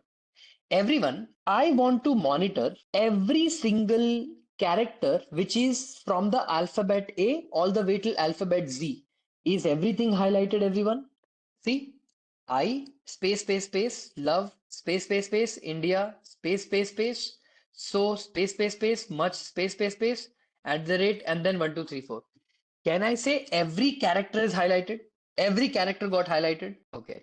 I also want every number between 0 to 9 get highlighted. Now, is number and character both highlighted? Okay. If I say slash S, is my space also highlighted? If I remove everything, I only want to highlight my white spaces. Are my white spaces highlighted now? Just the white spaces. If I say slash W, what is highlighted now? Can I say both my alphabet and my characters, everything is highlighted apart from the special character at the rate at the rate. Can I say it like that? So everyone, can I say that in regex, there are multiple different anchors like that? Slash S is monitor my space, slash W is monitor everything, dot will have some meaning, star will have some meaning, question mark will have some meaning, this question mark will have some meaning, this colon will have some meaning. Do you think in regex all these tags or anchors will have their own meaning? So if I go to regex anchors, okay? And if I click on regex anchors and click on this, everyone, how many anchors are you supposed to learn? Can you see everyone? In your regex anchor, boundary, caret, dollar, beginning, end, bringing order, delimiter, multiple different types of anchors. So if I say regex anchors Python and click on this and click on this particular exactly, how many anchors do you see everyone? Can you see plus, star, multiple different types of anchors? Okay. Can you guys try to understand what anchors I have used in this code?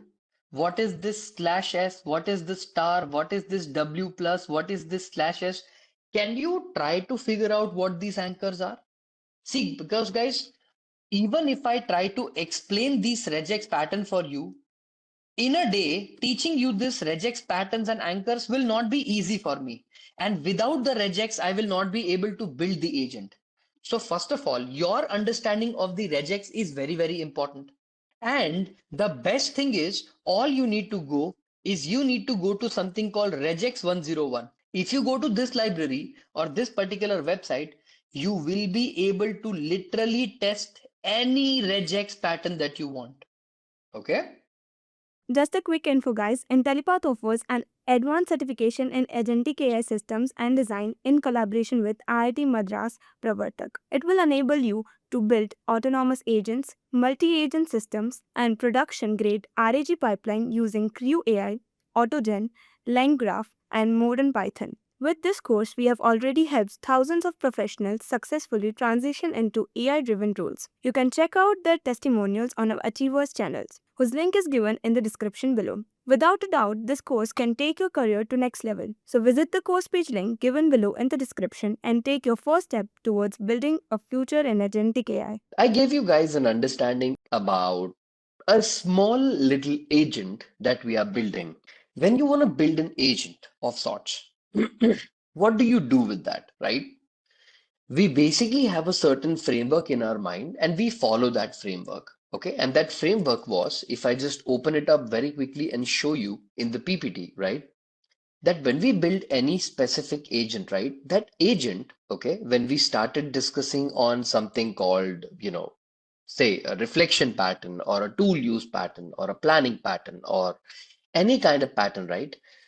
When you see different kind of patterns in an agent, right, you see that an agent is given a certain prompt, and based on that prompt, the agent decides what task it needs to achieve, and then it achieves that task. Okay. I made you guys understand how do you take an API key. Now, of course, it is not recommended to keep the API key open, and please do not make the mistake. I am doing this just in case to show you guys an example. But mostly in production, you are always going to hide the API key. So I'm going to write the comment, hide the API key. Please do not keep it open. Okay, please do not keep it open for everybody else to see.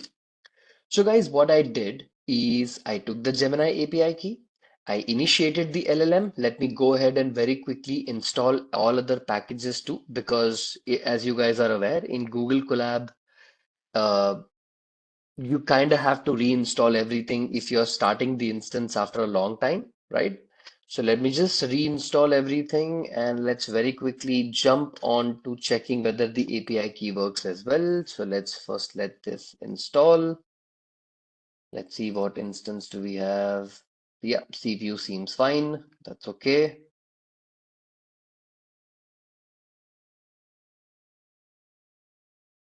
So let's see list of available models. If this runs, my API is working fine. Status code is 200, which is all going to be fine. Lovely, perfect. Then I have, okay, response.text. Lovely, this is fine. Okay, no problem. So let's say LangChain schema. Okay, no deprecation. Everything is fine. Chat Google Generative AI, which is fine. Eval of 2 plus 3 6, which is fine. Okay, lovely. Okay, good. I was here where I have built an agent, and within this agent, I have created this thing called self.messages. Self.messages is a way for me to just maintain a history or like a small history throughout the message, right? Whenever the AI writes a message, I write that. Whenever a human writes a message, I write that, right? And then I used a method called call. Call is basically going to call something and execute something. And here I am keeping human messages separately and AI messages separately. Okay. And I'm returning the response, and execute, which I've mentioned right here, is just a way to execute the message. I told you guys that we usually have something called response.text, but I'm going to show you why did we do response.content. Okay. Now, everyone, I wrote down a regex, a pattern of regex called action underscore RE or action of regex, where what I'm basically doing here is I'm writing some regex anchors. By the way, just letting you guys know, all this, the hyphens, the question marks, right? The slash s, these are known as, okay? These are known as regex anchors. Okay.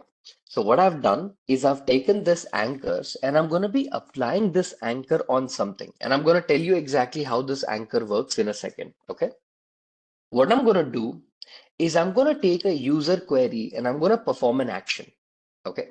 But before I do that, I want you guys to understand one very important concept. Okay. Because without this, understanding the agentic framework will become slightly complicated.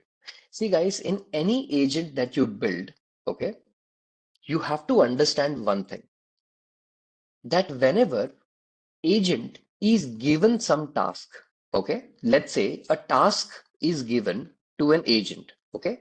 See, guys, what usually happens when you write a task to an agent, right? The agent is going to perform something called as observation. Okay. The first thing what the agent does is agent is going to perform something called observation. Observation is agent's understanding on what the task is, right? If you say, I want you to extract all the details for the internet or from the internet about, let's say, the keyword AI trend. Okay, suppose if I ask AI, all AI trend related news, social media post, Instagram, Facebook, everything that mentions AI trend, extract. So when you give a task like that, the agent is going to first observe, okay, what that task is. And once the agent understands, which is what observation means, it's going to then perform the next step. It's called action. Okay. Action is basically agent saying, okay, let me first go to internet, then go to Instagram, then go to Facebook, and whatever task I'm performing, right? Those actions are going to be taken. Remember, the actions you're going to be taken has to be first defined by you.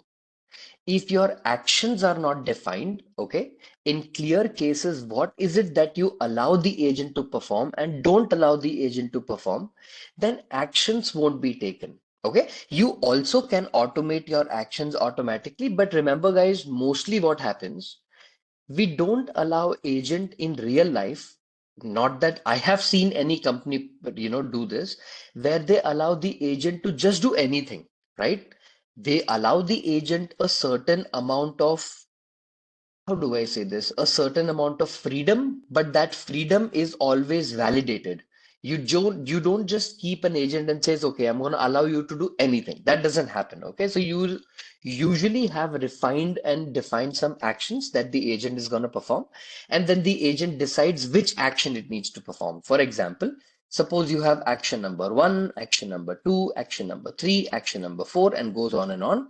Many kind of actions you want the agent to perform. You can always let the agent choose which action is the best action for that task. That's okay. But what the actions will be, well, that definition has to be given in order for your results to always be proper and very standardized. Okay. So remember, your agent is going to have or perform something called observation. And based on the observation, the agent is going to then perform a certain task. So what we are going to do, we are going to take this understanding and we are going to put it in the code where the agent performs a certain observation, and then after observation, it performs a certain task. Okay, that's exactly what we are intending to do. So everyone, what we're going to do, we're going to write down a function. Okay, now this function right here is going to perform something. What that something is, let's just write it down, right? Define run underscore query. Okay, and let me expand this a little bit and tell me if this is visible, right? I've zoomed in a little bit. So guys, here in the run query part, first I need to take the prompt from the user. Okay. First, I will take the prompt from the user. Then I will also take another thing called maximum turns is equal to 10. This maximum turns equals to 10 is my way of telling the program that I am going to allow agent 10 different operations or 10 different uh, opportunities. If within these 10 opportunities the agent is incapable of performing the task, I exit from the code and I stop the program. Okay, I'm telling the agent that, look, I'm going to give you 10 turns and you need to finish the task specified to you. Okay, this is only and only so that the agent has a break limit, as in if the agent goes inside the loop, it is not able to complete its task, it's keep continuing. We say, okay, it's been 10 turns, you're not able to find anything. I'm asking you to stop everything and come out of it. Okay. Maximum turns is not the action that needs to be taken by the agent. These are the actions to be taken by the agent. Let's not get confused at all. So what I'm going to do right now is I'm going to take the agent and I'm going to initialize my agent. And how do I initialize my agent? Because I've already written a small agent class here, right? I initialize it. What happens is I also take a variable called next underscore prompt is equal to prompt. Okay, I write down it. Next underscore prompt is equal to prompt. Now everybody, okay, I write down a small for loop, okay, and I say for turn in range of, okay, I say maximum turns, meaning whatever maximum turns I am allowing or I am permitting the agent to go through, I am basically looping through that particular operation, and I'm going to write down print f double quotes off and I'm going to say turn.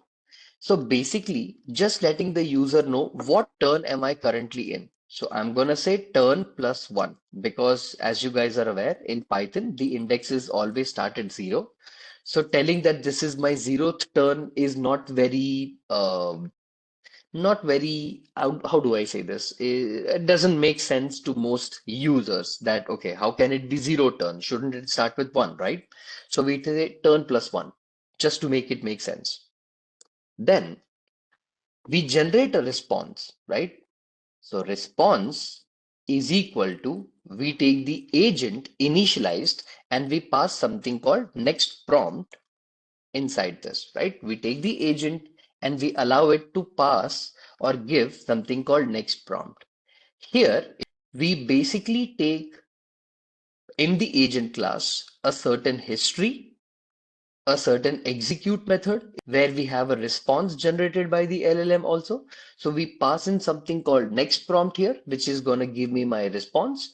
And then we basically go ahead and we print the response. And we say things like assistant or whatever your assistant is has given me slash n next line in the bracket, let's say response. And we write down something called slash n. What this code or this loop is achieving is a very simple task, right? It is going through the loop, looking for the maximum turns, and for whatever return it is, I'm printing it, generating a certain response, and my assistant is generating and giving me that response.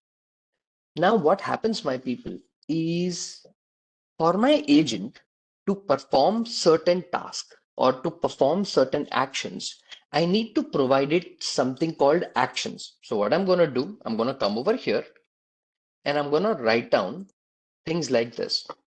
Actions equal to actions underscore RE, which is going to be the actions regular expression. And inside this, I'm going to write down something called find all and response. Now, guys, this is where I think it should become slightly clear to you that whenever a certain response is generated by the assistant, in that assistant, I am applying my action regular expression. This regular expression is written for what? It is written so that my LLM's response can be formatted in a certain way. How is it formatted? Where I'm going to check is actions or the actions generated or the actions calculated based on the response by the LLM, does it exist or not? So I'm going to write it like this. If actions, okay, if this particular value exists, I'm going to say the action and the action underscore input provided by the agent would be actions of 0. Now, this code is going to slightly be tricky without understanding what the output of the LLM is. So you'd be like, okay, but then why did you take the actions of 0, right? In a very simple term, what I'm doing, my people, is LLM is going to tell you what actions you need to take, or agent decides what action it needs to take, but it decides that this is the first action I want to take, this is the second action, this is the third action. I am preferring that I am taking the first action provided or recommended by the LLM itself to itself, as in, like how we humans, let's say you want to travel to a different country. Your mind must be thinking, can I take a flight? Can I take a bus? Or can I take a, let's say, a cruise, right? And then you're like, no, I think flight makes more sense, right? Let me go ahead and take my first decision was correct. So it's like this. You think by yourself, decide on your own actions, and you decide to say, okay, this is what I'm going to be taking. Okay. What I'm also going to do is action underscore input is going to be action input. Whatever action input I have, I am also going to strip that value, because here in the action input, I am also going to receive a string value, which is the value or the response generated by the text. Okay. When the output of this agent is going to be run, this code is going to make a little bit more sense. Right now, it might look like, oh, but sir, why have we taken it exactly like this? But don't worry, it will make more sense once you see the output. Okay. So I'm going to say another if condition, and I'm going to say if action, okay, not available in the known actions, meaning if the LLM by any chance generates or takes or tells the agent to take an action which you have not authorized, meaning the actions that the agent can take is only two things: either calculate something or either give me the average pill weight. If the action is anything that is not provided by you, then you need to raise some error, or you need to tell some kind of an error message to the value saying that, okay, I think this is a value error. Okay, unknown action. The action that you're recommending does not exist as a valid action. So we are going to write down unknown action. Hey, agent, you are performing an action which is unknown. Okay, I don't know how to kind of handle this. Okay, action. And here we come down, and in the same if condition, we write down something different, right? How will agent do unknown action, sir? As we are only defining methods, correct? Yes, but you have to understand. that as a Python developer, you always have to make sure that you write down the else condition or the error condition that every single time you're able to catch that exception. In Python, right? When we wrote the program, did you ever worry about writing something called try except, where you want the model to try something, everything it will try, only in certain cases you find an exception, correct? Right? You catch some kind of an exception. If maybe it will be a keyboard interrupt, if it's a value error, it's any kind of other error that apart from try, we don't know what kind of handling will my model do. So in that case, exceptions will be able to catch that, right? Rather than having an exception, I'm giving it something called raise a value error. So raise is yet another keyword in Python that will automatically give you an error if the exception has been caught. So I'm not using try and except, but I'm just using something called exception. So what I'm basically saying is I'm just using this keyword called raise and it'll raise the error, meaning I'm just catching that other else condition that might show up maybe in other case, right? Whatever the case could be. What if my LLM is not able to respond properly and I'm raising that exception? In order to make you understand the code well, you know what? Let me first do one thing. Let me write down the piece of code first, observation, okay? And then what I'm going to do is I'm going to take you through the line by line understanding, print everything in so that you guys can understand it even better. Because what happens now, sometimes let's say if I'm writing a piece of code according to the conditions, so output will make you understand it even better. So hold on, let me do this, right? Let me just write down the whole code and then let me show you how the whole thing works. Because what will happen is then I think the understanding will become even more clear, right? So give me 1 second. Let's say action input. Let me say print double quote of. Let me say observation. Okay, observation provided by the agent is, let's say, observation. Okay. Now let me go ahead and click if the observation is conducted. Let me put up a slash n here somewhere in the bottom. Next underscore prompt. Next underscore prompt is equal to f double quote of observation. Okay. Of observation. Okay. Now let me say this is what the observation I have found so far. Now I'm going to go to the else clause and see if the indentation matches with this if, and then I think the Python structure will become slightly clear. Okay. The indentation matches.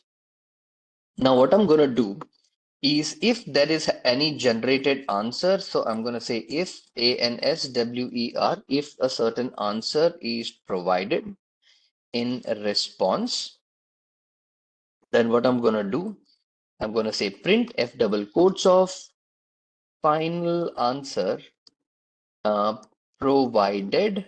I'm gonna come over here, write it down with an exclamation mark, right? I'm gonna break out of it. I don't need this. In the else condition, what did I take? Known action is already taken. Action in known action is taken. And then in the else part, I go ahead and print f double quote of no action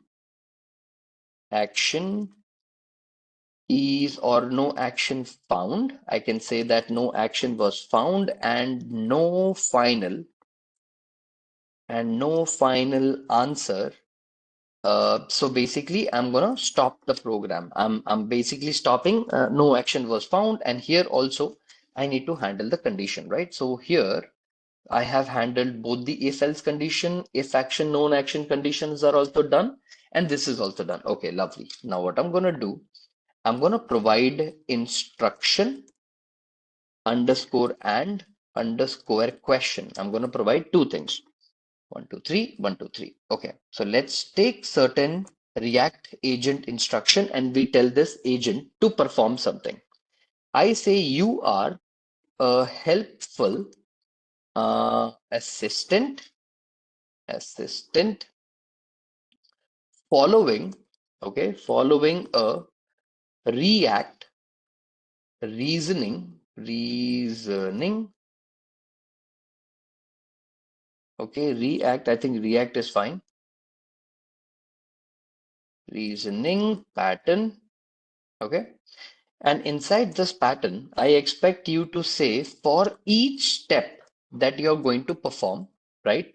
You are going to give me two things. Number one, you are going to use THOUGHT, thought. Let's take the T capital, right? You're going to perform something called as a thought. And inside this thought, to think step by step about the problem. I'm going to first mention this. And then in the second step, if you need more information, then use. Here, I provide something called as action. This particular action you're going to perform, and the action that you perform has to be action underscore name, whatever action you're going to recommend yourself with respect to the input of the model. So I'm going to pass it like this, and I'm going to provide this closure here, which is going to be based on my input. Right here, I can say on a new line. On a new line, I want you to give me a recommendation. So if you need more information, use action and action name with input on a new line. Lovely. And then what I'm going to ask you to perform or do is I want you to perform that after each action. So let's say you say after each action that you have performed, I will provide an observation. So close this and say observation. And inside this, I'm going to close this with a bracket here with WITH with the result. So here I basically ask that, okay, I want to be taking a certain observation with whatever the results are. And then eventually here, I'm going to write down the fourth step and I'm going to be like, continue thinking and acting until you can provide a final. And here also, I think I need to tell the user that until and unless you find the final answer, keep on operating and running in the indentation or whatever the operations are. So to you, available actions are going to be number one, calculate. Calculate is going to perform a Python calculation, which is going to be nothing but, let's say, example. If I tell the model that what you're going to do is calculate. Inside this, I write down or maybe write it like this, 5 plus 3 is going to give me the answer. So basically, I'm going to pass in the number and I'm going to be like, okay, calculate 5 plus 3. Lovely. And then I will be like average, let's say pill, PILLWEIGHT. Weight is going to give you, let's say, get the average pill weight. And what is the name of the average pill weight? Let me copy this. The average pill weight. Get the average pill weight of a specific average. Oh, yeah, average, right? Average pill weight of a specific pill. Let's say the pill could be anything. I think so far I have given multiple examples of a class where it could be aspirin or something like that. So I'm going to say example dot. I'm going to be like average pill weight. So let me copy the average pill weight and paste it here. And let's say average pill weight would be aspirin, right? So let me say aspirin, and this is going to give me my average pill weight, right? So average pill weight is also going to be provided. Now I want you to perform this task one by one. So let's give it a important understanding. Important for my agent that only perform, right? One, let me write it down in capital, action at a time, don't perform both of them together, then wait Or maybe we ask it to tell it that, okay, only in that condition, wait for the observation, and inside this observation, once it is provided to you, my question will be asked. Let's say if my question is, I have two pills, let's say two pills, aspirin and paracetamol. Paracetamol, okay. And what is their combined weight, right? This is the combined weight part of it, which is I have two pills, and what is the combined weight? So here, if I run this particular code here and we say run query, so run underscore query, and inside this I have instructions and question, and I run this, right? Okay. So everyone, just now I think it will start making a little bit more sense to you. And now I think everything will become slightly clear. Everybody, just observe the output, and I'm going to show you the code, and I'm going to make everybody understand what I did. Okay. See, first of all, ignore whatever I have taught you so far. Just focus on only one thing. Okay. The question. Just focus on the question, and now everything will become kind of clear to all of you. I told the agent that, okay, combined, okay, wait, none. Observation is being passed as none. So let's first fix that. Okay. First of all, we have taken the response, we have taken the observation as well, which is going to be run query part of it. Let's just check what the response none and why the response is none. Wait, it says average pill weight is paracetamol. Tool is not working. I cannot get the average weight of the pill. First, we need to check why the observation is not being generated. Where is the observation? This is the observation. Lovely. So the next prompt is generating the observation for me. Known actions are taken. Action and action input I'm taking. That's not going to be a problem. I'm also generating actions towards the top, which is going to be fine. I am also taking the next prompt, so there is not going to be any problem specifically with respect to the run query part of it. So that's okay, no problem. And let's check what seems to be the problem towards the bottom. Okay, action RE is going to be fine. Let's check whether we have taken the specific form of action first. Okay, this is fine. Run query for turn in range of maximum turns, which is fine. We are running through this. If action not in known actions, raise value error. Did it raise any value error somewhere towards the bottom? I don't think so. It did not do that. Okay, what are we going to do? We are going to check where the observation is generated. Wait. Use thought to think step by step about the problem. If you need more information, use action. Action name is taken on a new line. Continue with the action. Provide the observation with the result. Okay, which is fine. I think we generate the observation also with the result. So I think that is cool. And finally, we get an answer, right? So here we go ahead and we say, okay, use thought, think step by step, no problem.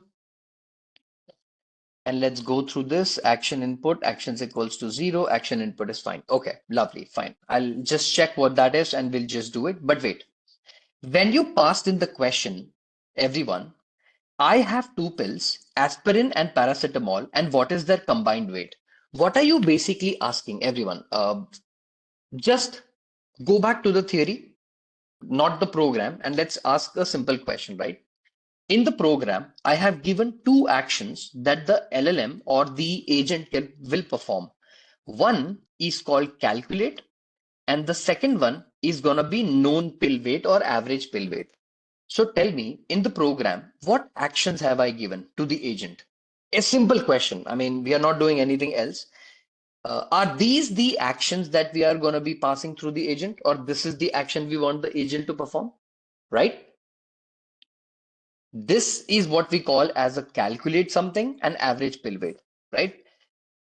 According to you, what does the average pill weight uh, is going to do, right? What is the task of the average pill weight? Like what is it going to perform, right? Average pill weight, if you guys are able to see it very clearly, it's able to perform a very simple thing, right? What is that simple thing? It's going to give me the weight of the pill. It's going to give me the understanding on, okay, let me go ahead and tell you that basically, I'm just going to go ahead and give you an understanding on what the actions are. So basically what I did inside the average pill weight, I just did that, right? And then I had a class called agent. Inside the agent class, guys, I gave the understanding on what the agent is going to be performing, right? So in the agent part, I'm just basically telling the agent that, okay, you know what, this is what the agent is going to do. It's going to perform certain operation. And that operation is very, very important and critical, right? So basically what's going to happen in this particular code or that I'm using right now is once I have determined what kind of, let's say, known actions I have taken and what this actions I'm going to be performing, right? At the end of the day, you're going to also write down something called as your agent here, okay? And the agent is going to perform something. But if you look at the output here, okay, I have two pills, and inside this, I have mentioned that I have aspirin and paracetamol, and what is their combined weight, right? Do I have aspirin's value written somewhere here? Right? Can you see I have given aspirin value 500 mg and paracetamol 650 mg. So basically, at the end of the code here, if you just observe this piece of the code, okay, nothing more, nothing less, I'm basically telling my LLM model that can you please pick up the weight from the average pill, the weight of aspirin and paracetamol automatically from the code. And once you take it from that particular code, all I want you to do is pick it up. And once you pick it up, all I want you to do is just give it to me. As in, towards the end of the particular code or this particular implementation, I just want you to return that particular output to me and just give it to me. That's pretty much all I want you to do. What's basically happening is by the time this particular code is running, it's asking the LLM to give it some thought and some observation. Okay. What these thoughts and what these observations are is, let's suppose I want the LLM to say, okay, if you have chosen aspirin and paracetamol, what should the LLM automatically do? Is it going to combine the weight of aspirin and paracetamol, right? If aspirin is 650 milligram and paracetamol is 300, I want the output of the code to be in a format where what I'm basically doing is telling the model that, okay, can you please give me the output in this specific format and give me the answer? Pretty much this is exactly what I want the model to do. So here in this piece of code, all we are doing is we are basically running this, run query. And in this run query, we are also passing this instruction that we have, right? So all the way from giving the piece of code to only asking it to execute itself from the beginning. So basically what we do is we run this piece of code, right? Now, with respect to observation receiving none, what usually you can do is wait for a little while for the LLM to regenerate it once again. But the output is what I'm interested in you finding it out. So first of all, everyone, in the turn number one, did the assistant have its own thought? That based on the question, I need to first find the average weight of each pill and then sum up the combined weight. So tell me, we asked a question. I have two pills, aspirin and paracetamol. What is their combined weight? What is the first thought of the agent? Is the first thought of the agent that to find the average weight, I need each weight? I need first each pill's weight. So first I needed to calculate the weight of aspirin.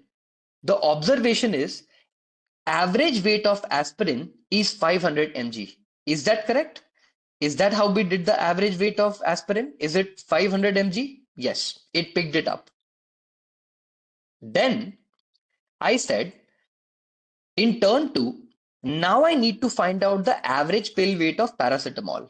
And then it picked up the paracetamol's weight. What is the paracetamol's weight, everybody? It is 650 milligram, right? It picked up 650 milligram. And in turn three, it said, now I have the average pill weight of both the pills. I can calculate the combined weight. How did it calculate the combined weight?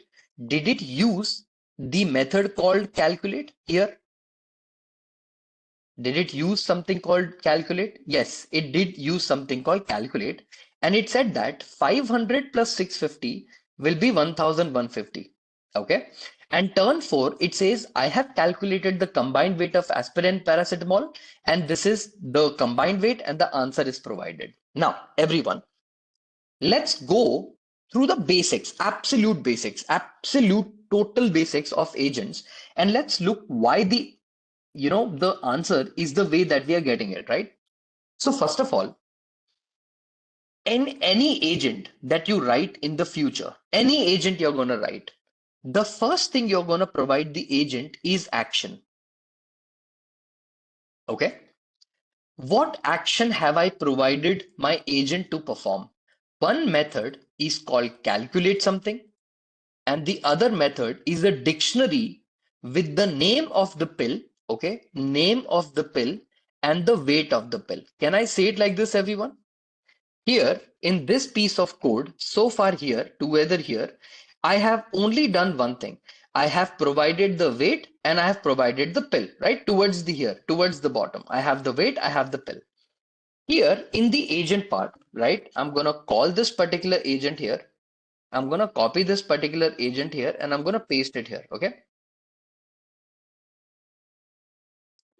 In the agent, inside the class agent, if you guys can see it carefully, I created an init message, okay? And inside this init message, whatever your message history is going to be saved inside the self.messages. I'm going to write down a call method, and inside the call method, my human messages or my content messages, they are going to be separate. And then I'm going to write down something called execute, and inside this execute, I will have a response, and I will have a response.content, more like response.text. Okay, think of it like this. Whatever your API's responses are, they are going to be dumped to me, right? What I did is, to my agent, I have already provided something called calculate, and I have already provided something called name weight. Are these Python functions or are these a normal natural language text? What kind of structure are these? Are these going to be a Python program or a Python function, or is it like a simple text saying that, okay, you need to do this and you need to do that? What kind of thing it is? Of course, it is a Python program, right? Your calculate is a Python program. Your average bill weight is also a Python program, correct? Both of them are Python program. If you observe carefully, right? If you observe carefully, both your calculate and average bill weight is a Python program, right? And here I am passing something called known actions, right? My people, the most important question that you're gonna have, right, is this.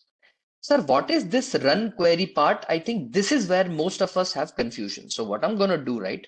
I'm going to zoom into it a little bit and I'm going to first take this particular thing. I'm going to take a screenshot of this from run query part from here all the way till else condition provided here. Or maybe if I can just zoom it out a little bit, right? A little bit until the instructions and questions. I'm going to copy this from here all the way till my this part. I'm going to copy this. I'm going to write this piece of code here. Okay. And then what I'm also going to do is I'm going to write down the instruction separately. Okay. So first of all, everyone, let's do one thing, right? Let's actually look at this piece of code and only just this piece of code and try to understand what in the world is happening in the run query part, or as in the run query part, what is it that we are doing and how it is actually working, okay, in just this piece of code. Okay, see here, think of it like this, my people, right? Every single agent that you're going to be working in the future, right, you are aware that every agent is going to generate two things. What is that two thing? Every agent is automatically going to consume something called as a task and generate observation and action. Is this clear to everyone? You pass in task to the agent and the agent will generate its own observation and its own action. Okay, lovely, lovely. See guys, here I write down the function called run query. Okay, just the run query part. I initialize my agent and I initialize my next prompt. Everyone, look at the chain of the task, as in how the agent is performing, right? What's happening here is I am taking the input to my agent like this. I'm telling the agent that, okay, can you tell me what is the weight of paracetamol plus aspirin? Whatever prompt you're passing, is it first going to go to this variable called next prompt? What is paracetamol plus aspirin together? And it went to my next prompt. Lovely. Now, when it went to my next prompt, have I also given a variable called this called maximum turns? This is my maximum turns part. If you can see here very carefully, maximum turns. Okay. For turn in range of maximum turns, right? Am I printing the index turn plus one? So basically turn one, what did happen? Turn two, what happened? Turn three, what happened? Correct? Each turn, whatever my answer is, I'm printing that, right? Whatever the response I'm supposed to get from the agent, I am saving that as a response here where I'm taking the agent and I'm passing the prompt to the agent, correct? And whatever response I'm getting, I'm generating that response. We write down something called action lines for the response. Everybody, what is going to happen is whatever your response is generated by the LLM, inside that LLM, am I applying my regular expression? Right? Am I applying whatever this regular expression that I wrote, no? Array.compile, check for something called action. So basically, what I'm doing now, my people, my LLM is gonna give me some response. And in that response, the keyword action is going to be mentioned. Am I picking it up where that action is mentioned here? Can you see here? Actions.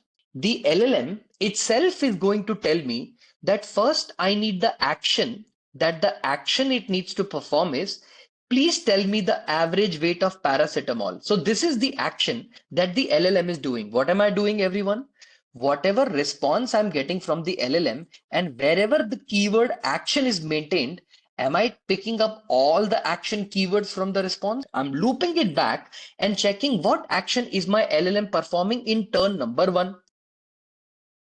If the actions exist or if the word action exists, what am I doing, guys?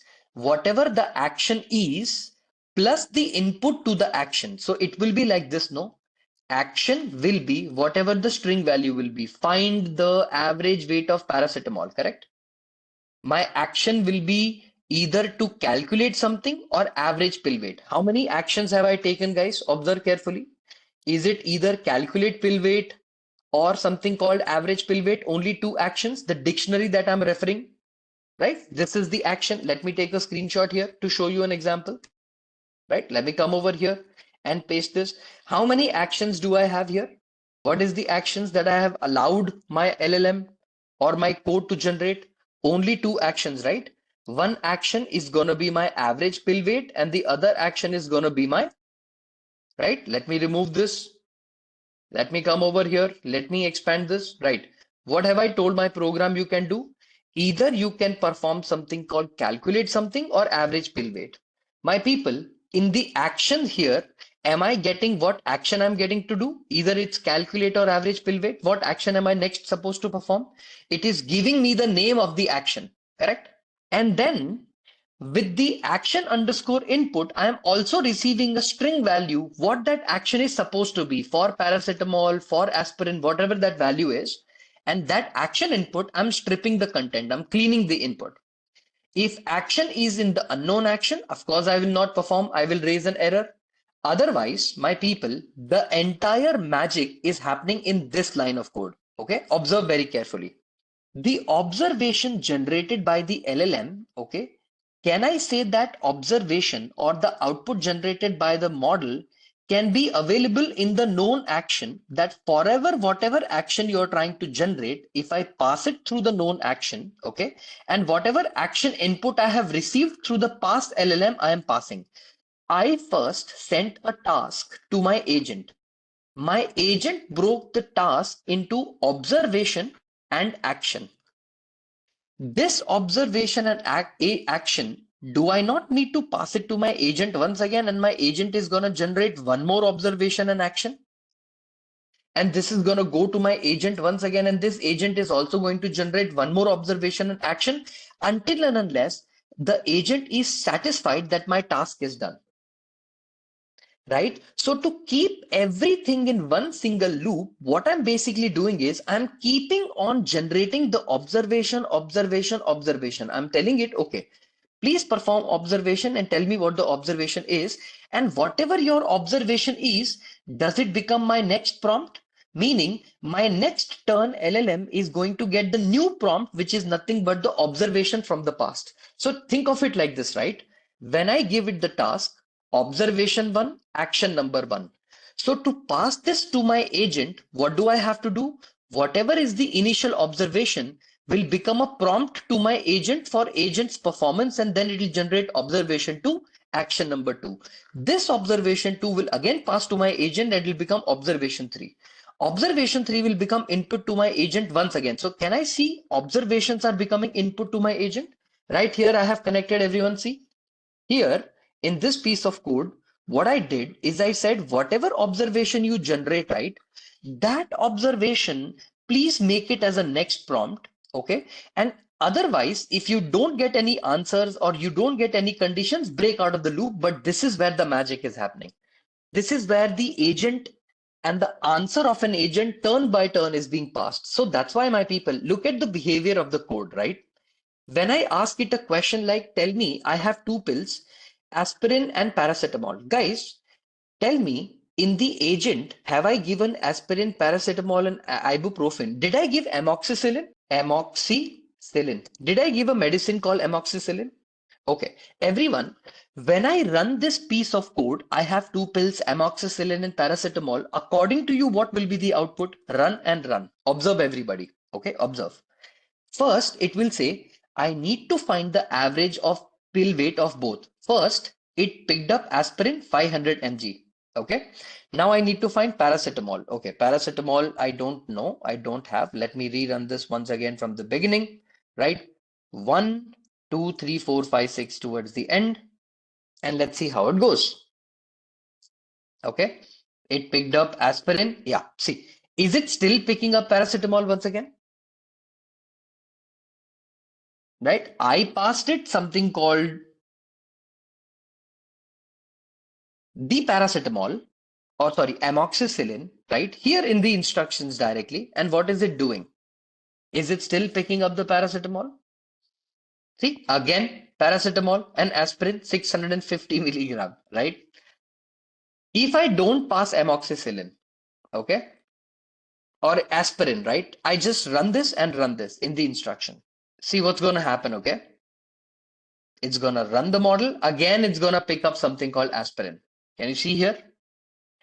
Even though that medicine did not exist, it's still picking it up. If I had aspirin here or paracetamol here, we combined everything, I got the answer, and my agent is saying that, okay, my task is done and I'm ending that particular operation. No problem, everything is good to go. Now understand one thing, guys, just letting you know right now so that in the future there are no confusions. Okay, understand one thing.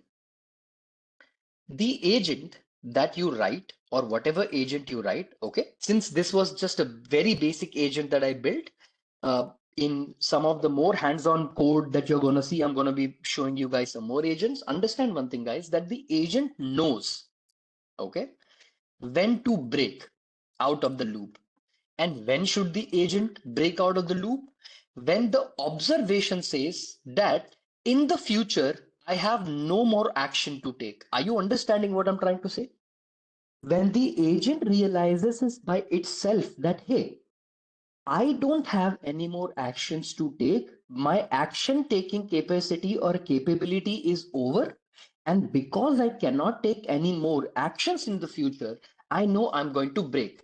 See, this is an internal understanding of the model. Can I say it like this, everyone? This is the internal understanding of the model that I have no more action to do and I'm done. But my people, just to be sure, do you also have external model like 10? We call this as maximum underscore turns equals to 10. Did we give both external condition and internal condition so that in any of the case, if internal condition is not met, at least the external condition will stop the model from performing the operation forever. Okay, remember, any agent that you write, you will be provided an internal condition and an external condition. And when both the conditions are met, successfully you can say that I believe I have performed the action and there is nothing to worry about. As in, my performance is not going to degrade, but my action by the agent will be performed in sequence and it will be completed once all the properties or once everything that I wanted my agent to perform as a goal, they are all complete. Okay, so understand, guys, what happens in any agent that you perform or any agent that you write. You will have either an internal discord or an external discord to stop the agent all the way from executing. Okay, is there any external condition to reduce? The answer is yes. See, since this is a very good question about hallucinations, let me tell you guys a little uh, hallucination idea. Okay, I'm going to give you this with a little practical understanding. Okay. I'm going to explain hallucinations with an example that will make more sense to you. Everybody, very recently, I finished a small project. Okay. This project was to build an agent for my company. Okay. And the project was very simple. I mean, not very simple, but yeah. Imagine you have a bank statement, you have a pay stub. Okay, you have a IRS form. IRS is an organization within US that helps you manage your taxes, as in you have to pay the money to IRS. Okay, so they have multiple different kind of forms like 1099, 1042, and couple of stuff like that. Let's take an example of a very simple form. Let's say bank statement. Okay, now everybody, if I show you an example of a bank statement, okay, with an example, let's say bank statement, and copy this. Let me go to internet and let me take one sample. Let's say this is a bank statement. Now, everybody, whenever you take a bank statement, does every single bank in the world follow the same format of generating bank statements? First of all, let me ask you this question. Does every bank in the world follow a standard pattern of bank statement, or every bank has a different bank statement? Every format is different. Will you agree that every bank statement in the world, their format is different altogether? And not just that, for certain type of bank account, the bank statement is different. For a certain kind of bank statement, the bank statement is different, right? Meaning the bank statement is not standard no matter where you go in the world, whether you go to India, America, be it any other banking system, specifically as crazy as Singapore, it's different. Now, everybody, I want to parse this bank statement. What do you mean by parse? Whatever information you are giving in this bank statement, I want to extract each and every one of them. So first of all, what can you do? What is the name of the bank? Am I getting that detail? The name of the bank itself. Do I have that information anywhere? They can mention the bank detail towards the end. They can have a logo of the bank statement in the background somewhere. So first of all, I got the name of the bank. Lovely. Do I have the information about the bank? The contact information about the bank? The information about the bank itself? Yes, I am getting it here. I'm getting it here. No problem. Who is the customer of the bank? This is the customer of the bank. This is also provided. Okay. Do I have the account summary information? Right here is the account summary information. Right? Lovely. Can you see here? If you observe very carefully, this also can become a part of your account summary, right? What is your branch identification code? What is your bank account number code? So tell me, everyone, the question is, will every bank statement provide this? Or can some bank statement avoid also, and they can write it in a different format? They can write it in a different format, no? Depending on country to country, code to code, they can give different kind of code. Lovely. Now, everyone, can you also see transaction 24th November, 25th November, 26th November, 27th November, 28th November, 29th November, on and on and on.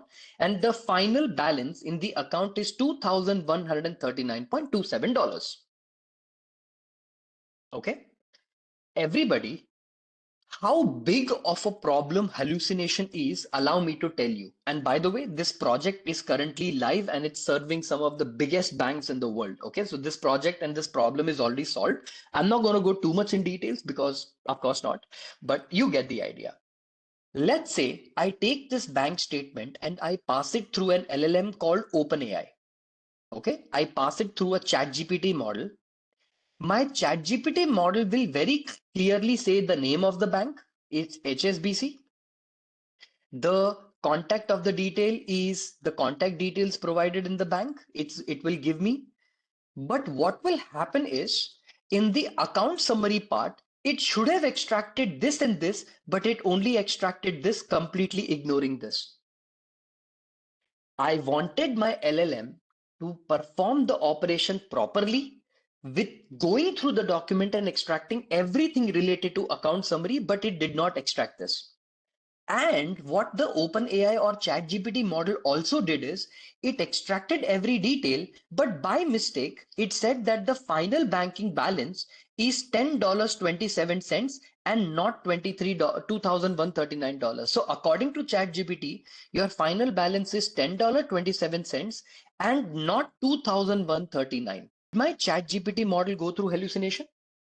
I tried very hard to give it proper prompt, to give it proper structure, everything possible I did to let it know that, look, man, I want you to extract all this detail. I even gave it the schema, right? What am I expecting you to extract? I want the name, the contact, the customer, and final account in the money. Now tell me, everyone, how would you reduce hallucination in this? How would you decrease or reduce hallucination in this? What I'm about to tell you is very important. The most easiest step to take is maker and checker. What is maker and checker? You allow OpenAI or OpenAI to extract all the information like the name is HSBC, the account summary is this, the detail is this, and the detail is this. But also simultaneously, you allow one more other LLM like Gemini to do the same task. Okay, according to Gemini, what is the name? What is the account summary? What is the stuff? Tell me, my people, whatever OpenAI doesn't pick up, will my Gemini pick up? And wherever there is a difference, I can say extraction did not happen properly.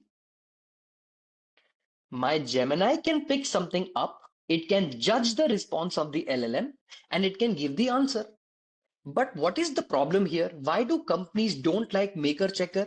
My people, every single call to an OpenAI API or a Gemini API, is it costing you money? What you could have achieved in one single API, are you now achieving in two single APIs, correct? Meaning now you're paying two times the money for one single document. Will every company expect or accept you to pay double the money? No, no company would be okay with it. So, sir, what is the best way? The best way is whatever is the HSBC's template. Do you want to let your open AI or whatever your AI model is have a look at maybe 100 such samples? Do you think this is a good idea? Yes, absolutely. I'll tell you why this is a good idea. Guys, I understand every bank statement or template is hard or different in the world, but my people, at the end of the day, bank statement will not have the information like my hobby is I am a teacher and I'm a dancer. Is it going to include my hobby? Is bank statement going to give me what my hobbies are? Sir, I love cooking. I have been hiking since the last 4 years. Is it? No, no, right? Meaning every template that I pass inside my model to show that, look, I want you to become an expert in just the bank statement template. So no matter how many templates I pass, is my OpenAI model going to become very specific to extracting templates? Only and only bank statement templates, meaning I am asking ChatGPT to ignore every other knowledge it has, but only become an expert in only bank statement recognition. So what will happen? is when you provide any other template in the future, the chances are the accuracy will increase even higher. Understood what I'm trying to say? So what did you do? Either providing it some data sample to increase its accuracy, or providing maker checker for it to become accuracy or to become accurate. But everyone, at the end of the day, can I achieve 100% accuracy? The answer is no, guys. Let me tell you right now, you cannot achieve 100% accuracy. That is simply not possible. It is not possible. But what I did is I reduced my hallucination significantly, meaning out of 100 documents, maybe one or maybe two documents will be bad. But can I say then I can pass it to the human in the loop? A human can then look at this, and the rest 99 or 98 documents can then be automated. Understanding what I'm trying to say? Did you understand how the problem is actually solved? Now, everyone, sir, how do we solve this? There are many different applications in the world to help you solve this problem. Okay.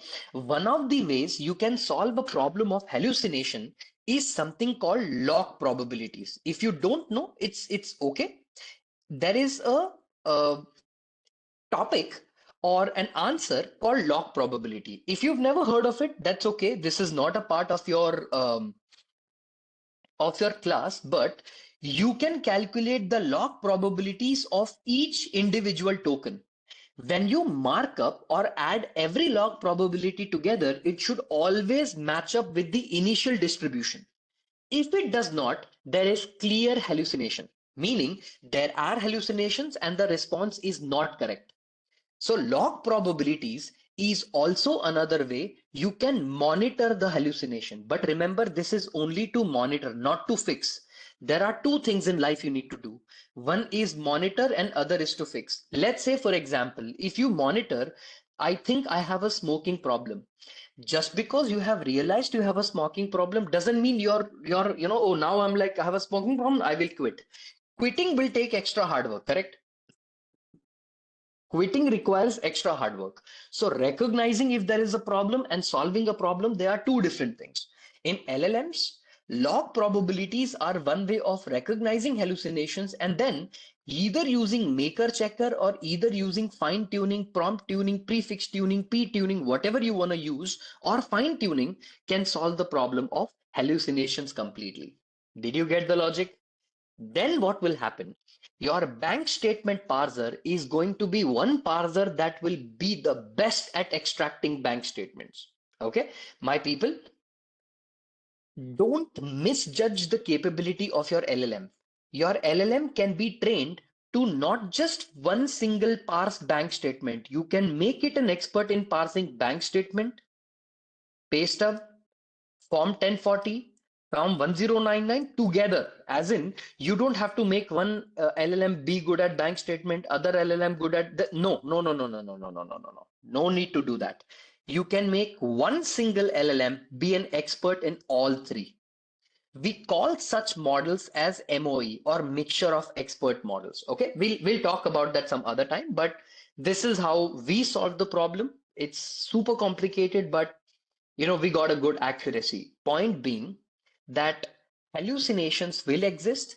The most simplistic problem in the industry that's taken up is either maker checker or either fine tune the model to give you the relevant answer.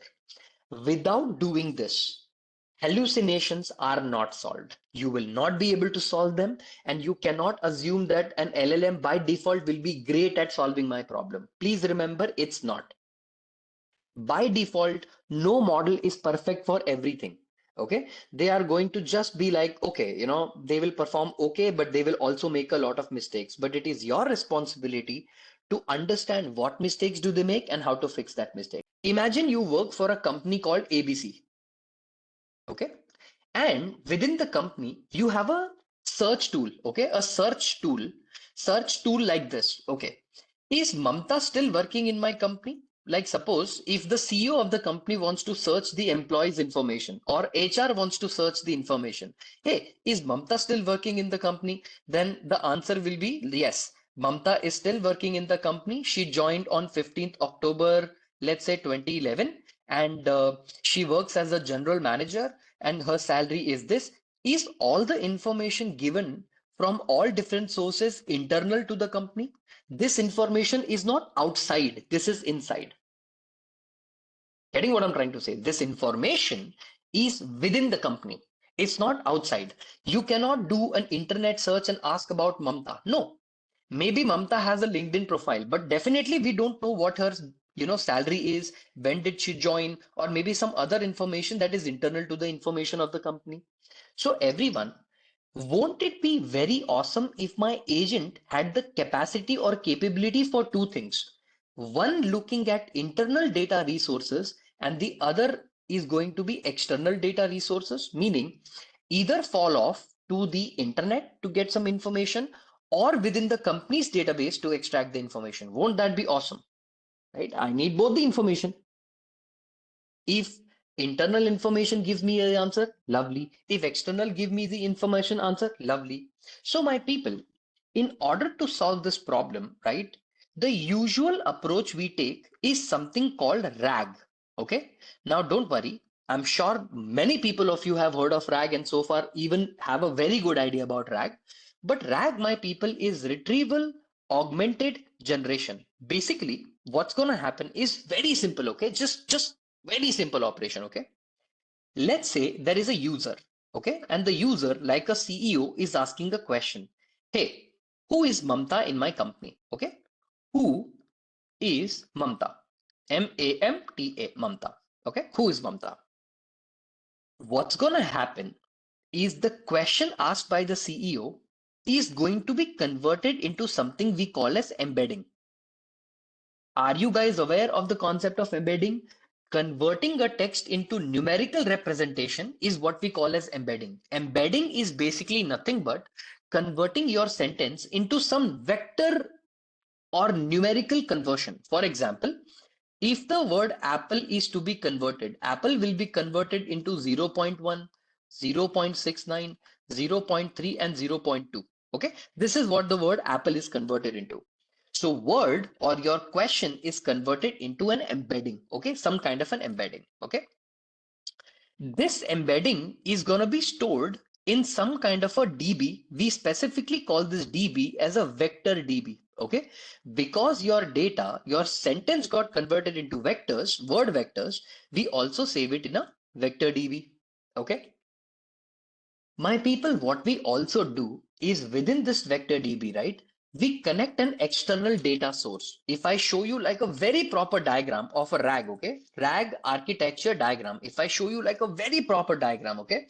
Let's show a very good diagram to you. Yeah, I think this looks much better, but it will be complicated for you to understand. So rather, let me show like a very simple diagram. This makes sense, but this is databases, online sources. No, no, no, no, no, no. Yeah, this is a good diagram. Very good. Okay, let me copy this and let me show it to you, everyone. Okay, look at this. Everyone, observe, okay? Whatever the user document is, okay? The Mamta's internal information is here, okay? This is all the employees within the company, their information is stored in anything. You can call it DB, you can call it PDF files, whatever you want to call it, all that information will be stored here. We take all the information of the company and we convert it into an embedding. Okay, we are going to use an embedding model and we are going to convert it into embeddings, and all the embeddings of the company information will also be stored in a vector DB. Okay, this is going to be stored in the vector DB, all the internal information within the company. Then when the company CEO asks a question, we take the query, again use the embedding model to convert user's question into embedding, and we save the question also in the vector DB.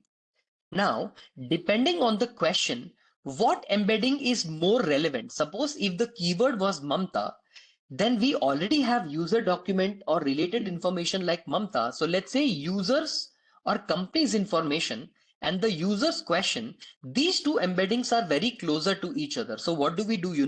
We retrieve or we give the internal information embedding of the company and the user's query about them together. We match them and we send it to both the model. We call this augmentation stage, where query and context both are passed.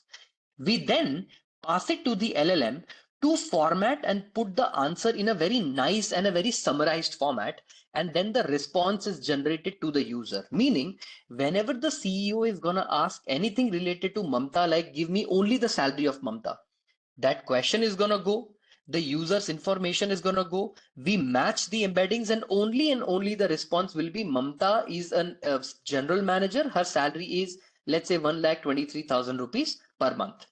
Meaning, RAG or retrieval augmented generation, the beauty of RAG is only one thing. If you can see here, RAG performs only three steps beautifully and perfectly. And what it does is it basically retrieves the data. Retrieval step means within the company's internal information and the user's question, depending on it, it retrieves the context. It will augment the context, meaning augmentation, okay, is going to basically combine the user's question and the internal information together in one single object and then pass it to the generation.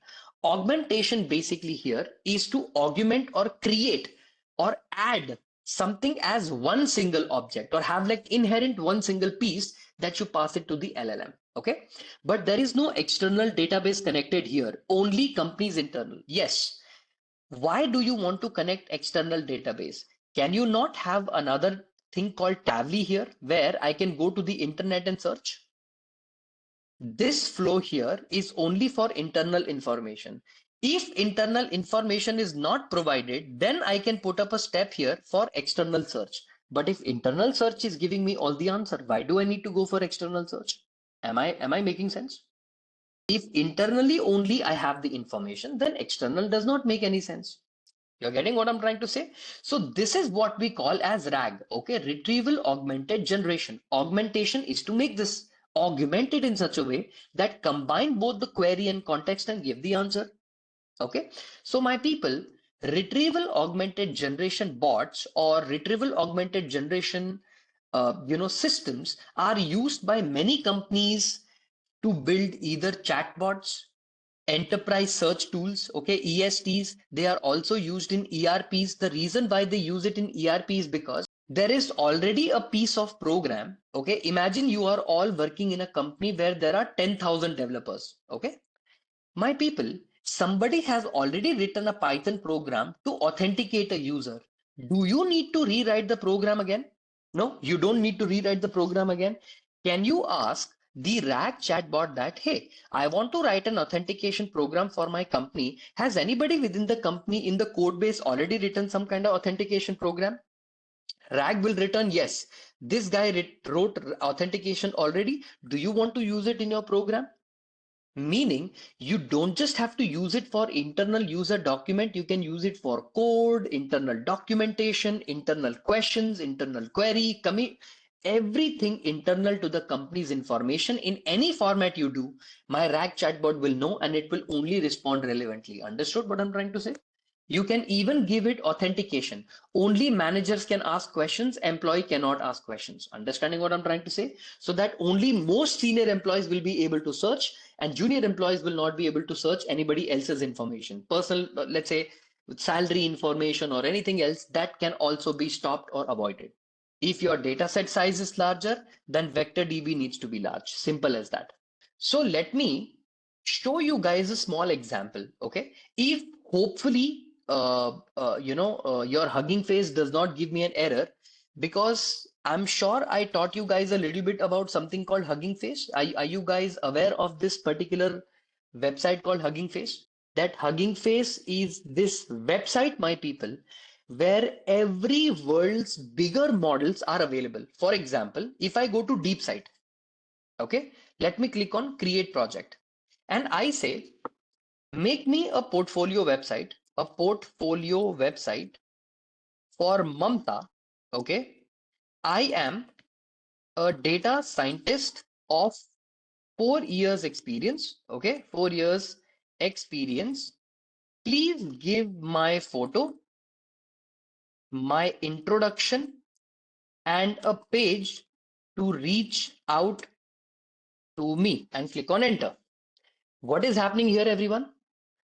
I gave it a prompt that, hey, my name is Mamta. I am a 4 years experienced data scientist. generate a website for me that can give me my information like just my photo, my stuff, and stuff like that, right? What is it doing? Is it generating a website for you? Is it generating a website for Mamta? Right? And where am I running this website? Or where am I running this particular application? Am I running this application within Hugging Face? Everybody? Are you understanding what I'm trying to say? See, I'm going to shift to desktop. I'm going to shift to mobile and desktop. What is happening here? It's basically running the website for me. So see, it generated. Hi, I'm Mamta, data scientist, AI enthusiast. It filled my value. It is now adding my expertise here. So see, if I go towards the bottom, it is also adding home, about, contact. It's updating one by one by one by one, and like the code is being written right now. Now, where am I running this piece of code? Am I not running this piece of code, or am I not running this particular application on Hugging Face? So Hugging Face is a website where literally every model in the world, every company, including Google, Meta, everybody, they upload their model here first, so that anywhere in the world, they are able to access the model and you can check what is currently happening in the industry. Understood? So you can run the model within the particular thing, meaning you can run the model within this particular, application or website, and you'll be able to get, I mean, whatever you want to generate, basically you can generate, right? So see, here it is generating a website which is mobile friendly and both desktop friendly. And this is completely free. You can just copy this and paste it, and you can today create your own website for absolutely free. So, right, this is the entire website it generated. So if I click on contact, if I click on home, if I click on about, if I click on this, it will, take me to a specific application. If I close this, right, if you can see here, you can basically edit this also if you want to edit it. Like say, for example, if I click on edit, right here, if I click on edit and click on this and say, make this, red in color, you can do that. You can enhance it. I mean, many things, right? You can try this out whenever you guys want it, right? So Hugging Face is a package where everything is available. Okay, right? So all these are done using Hugging Face. Okay, so what I'm gonna do right now, right? I'm gonna write down import, okay, Google dot generative AI, okay, as Gen AI. What I'm gonna do, I'm gonna write it as Gen AI from LangChain. Okay, I'm gonna write it like this from LangChain. I'm going to import something called LangChain underscore Google generative AI. I'm going to import, as you guys are aware, I'm going to be importing a couple of stuffs like chat, Google generative AI and stuff like that, right? So I'm going to say chat. I'm going to come over here, import chat, Google generative AI from LangChain. Okay. I'm going to use something called embeddings. And inside this embeddings, I'm going to import something called Hugging Face embeddings. Okay. So I'm going to import something called Hugging Face embeddings. And I think this is pretty much okay. Let me first check one of the problems. Now, everyone, one of the bigger problems when you only have this amazing library is every single week, what this library makers are doing, no, they are changing their libraries every day so that sometimes today, if the model is working, tomorrow it will not work. This is one of my biggest complaint with the Hugging Face API, that it's like, when suppose today I am using, suppose I'm going to show you an example. Okay, so let's say embeddings is equal to, let's say, Hugging Face embeddings, right? Let me call Hugging Face embeddings, and let me say model underscore name is equal to, let's take an example. Okay, my people, in the graph here I showed you something called embedding model. Let me remove everything here, right? Embedding model and embedding model that I've highlighted. Do I have a free version of the embedding model? You have an embedding model. One of the famous embedding models is all mini LM V6, okay, L6 V2. This model right here is a model that is called as an embedding model. So what you can do is you can just copy this, come over to this particular thing and paste it. Okay. So if I run this piece of code, right, what it's going to do is it's going to tell me that whether that embedding model will be downloaded or not downloaded. Sometimes what happens, the embedding models are not downloaded. Sometimes it will download. There is, I mean, Hugging Face is a weird library. I mean, the way to use these embeddings are also a little, technically crazy. So what am I basically doing is just loading this particular embedding and working on it. What is a transformer? Oh, worked. So see, this is working. Lovely, lovely, lovely. Perfect. Let me show you a project on how embeddings can be used and how do we solve that. Okay. So what I'm going to do is I'm going to show you how to use a vector DB also from LangChain. Okay. Dot, let's say vector stores. Okay. I'm also going to import something called as Fias. This is the cheapest, the most freest, the most amazing vector DB that you can use, and it's completely free forever. Okay. So let's say Fias is something that I'm going to use from LangChain. Okay, from LangChain, I'm also going to import docstore. So LangChain, complete the auto completion dot docstore. Okay, I'm also going to import something called document, and from this document, I will import something called document. And what I'm also going to do from LangChain, everyone, from LangChain, everybody, I'm going to ask you a simple question, right? I'm going to call something called agents. And here I'm going to import directly a method called initialize agent. Okay. So there is a method called initialize agent, and there is a library called tool, and there is a library called agent type. Everybody, in your real life, you do not need to mention agent like the way I mentioned it here. You don't need to write it like this. It will automatically be provided to you by default here. Understood what I'm trying to say? I'm going to show you how to do that. Everyone, first of all, let me highlight this, uncomment this, and run this. Okay. And also remove this and run this. Okay. Everybody, is it okay if I show you line by line what am I importing and why am I importing? Let's do a condition, okay? In this particular library, what am I importing? First, I will explain this, and why am I importing? We will do this. Getting what I'm trying to say? What and why I will very clearly explain. So that in the detail, in the process of learning it, you guys will be absolutely clear. 100% clear, koi confusion nahi rahega, no confusion at all. Okay, everyone. I have taken, okay, my Gemini API, which is right here. I'm going to copy the Gemini API key, okay, from here all the way till here. And I'm going to come over here and I'm going to paste it here. Okay. Have I instigated or have I initialized my Gemini API key? I will take some internal question. Let's say I'll ask a question like this. Okay. Let's take the data like this. I will say internal information. Information. Okay. Information. Harish. Harish loves to eat apples and oranges. Okay. Oranges. Lovely. Point number one. Point number two, Harish is an extrovert, right? Loves to travel and has a dog or a puppy named Casper. Okay. Harish, Harish, Harish, let me write it like this. Harish is uh, a person of good character, let's say like this, good character and high integrity. Okay. Integrity. Okay.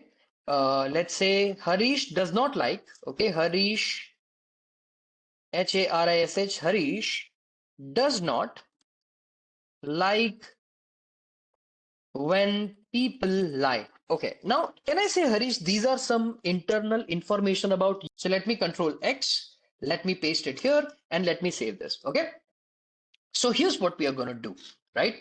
I'm going to hide this information and I'm going to configure my API. Everybody, okay? Have I configured my API? Basically, this is the library import. This is the configuration that I have called. I have configured the API and I have called the API here. Now, everyone, in order to run my API or my LLM, I need to initialize the LLM. So can I say I can initialize the LLM like this? I have already initialized it in the past, and I will take the same logic and I will initialize the LLM. Correct? I'm using Gemini 2.0 Flash. I'm using the Gemini API key. I'm keeping the temperature to, let's say, for fun 0.6, and maximum output token is 512. Is my LLM now processed and initialized? My people, copy and paste. Can I say this is the internal information of Mr. Harish? This is the information about Harish. Nobody knows this. Only Harish or internal database related to Harish knows this, right? Rather than calling it internal information, can I call it documents?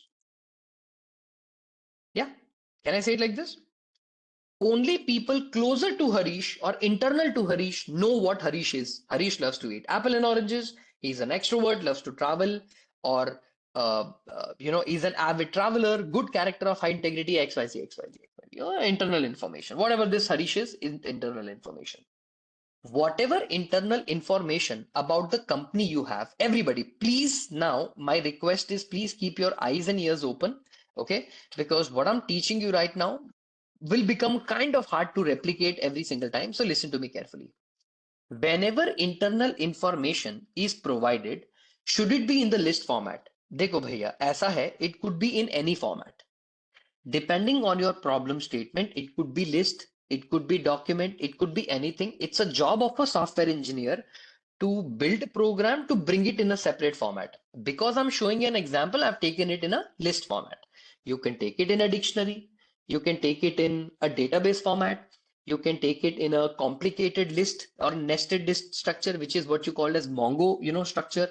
So internal document could be anything, right? Like let's say, for example, what if I did before taking user document, every information about Harish, Mamta, everyone is a PDF file. I converted the PDF file into string and string is converted into list. And this is the list I have taken because I don't have the time to write a program for PDF conversion to string and string to list. So what I've done is I've taken it in a list format, right? So remember, as a software engineer, you will be asked this question that, sir, what format do I take? Well, the beauty of life is, as a software developer, it is your comfort and you can take it in any format. It's absolutely up to you. Okay. So you can take it in dictionary also. That is also all right. So everyone, I have taken the information about Mr. Harish. Okay. And Harish, let's write down H so that we have the proper name of Harish towards the end. Lovely. Okay. So everyone, here, whatever and whenever you want to build RAG, whatever internal user information you have, do you need to first convert it or use an embedding model to convert it into embedding? Please remember, isn't this step number one as per the diagram? I just took a random diagram from the internet and I'm showing it to you. What are we going to do? Can we do the same thing? Everyone, observe carefully. What I'm going to do, all the doc that I have, I'm going to convert it into docs. I'm going to say document, okay? I'm going to say page content, okay, is equal to doc for doc in documents. Everybody, I'm going to print docs for you. Did it take my list data? Observe carefully, guys. Okay. Did I take line by line multiple different information? Harish loves to eat apple and oranges. Everyone tell me, did I convert this simple string value into an object called document object? This is an internal structure of a LangChain called document LangChain. We have taken something called doc. What do you mean by doc? Everybody, we have taken a document object. Now, where in the world did you get the document object? Everyone, did we get the document object from a library called langchain.docstore.document? I'm importing something called document, correct? Now, the question you must be having in your head is, but sir, why can't we just directly take it as a text? I should be taking the whole thing as a directly as a text. Why is there a necessity to convert it into document? Well, this is where you need it very, very badly. Everyone, let me ask you a question. Suppose if the question, or suppose there is a text, I love ice cream, example. Okay, I love ice cream. My people, with the question I love ice cream, don't you want to share some more information? Like who asked this question? On what time was this question asked? Was the person who asked the question male or female? Is this question asked through WhatsApp, through Instagram, through Facebook, through Twitter? What? Can you see? Not just the question, I am also saving the metadata of the question. Are you guys understanding? In software engineering, you don't just take the question, convert it into embedding, and your job is done. In your practical application, okay, let's take a practical application. Okay, let me also show you guys a practical example. Okay, imagine you work in a finance company, everyone. Okay, you work in a finance company. Let's call it Rudra Finance. Okay, let's say you all and we all work together to build my company called Rudra Finance. Now we give loan to all the customers. Okay, we are giving loan to customers. The customers can reach out to the department, or the customer can reach out to us or the company either through WhatsApp. Either the customer can send me an email, or either the customer can send a phone call to the agent and the agent will type the message. Everyone, am I taking three different ways the user can reach out to me? Point number one. Okay, lovely. And then can I say that the user can ask me questions in three different types? What are the type? Either the question is going to ask me a query, either the customer is calling me to complaint, or either the customer is asking me for request. Can I say every interaction with the customer can be broken down into three things? Either it will be a query, either it will be a request, either it will be a complaint. Query, request, complaint. Query, request, complaint. Can I say it like that? Okay. Suppose the customer says, your app is not reflecting my balance, my BALANCE, my balance. What do? Are we converting this particular sentence into embedding? 0.1, 0.96, minus 6.23, what dot. Did we convert it into embedding directly? But as a data scientist, you know, right? Data science does not mean anything if you are not solving the business problem, correct? You could be the world's biggest data scientist. You could be the world's most respected data scientist. But if you are not solving the problem of the company is gonna throw you out in a second because company hires you to solve a problem. So tell me, as a software engineer and a data scientist, are you also not going to save a metadata in your database? Okay, where did the query come from? The query came from WhatsApp. What is the name of the customer? Rawat Chaudhary. Okay, is it a query, request, or complaint? It is a type is equal to query. Are you not saving your data, your original string value in the database? So for example, your database table will look like this: the original text, the embedding of the text, and the metadata as a dictionary. Are you understanding what are we doing here?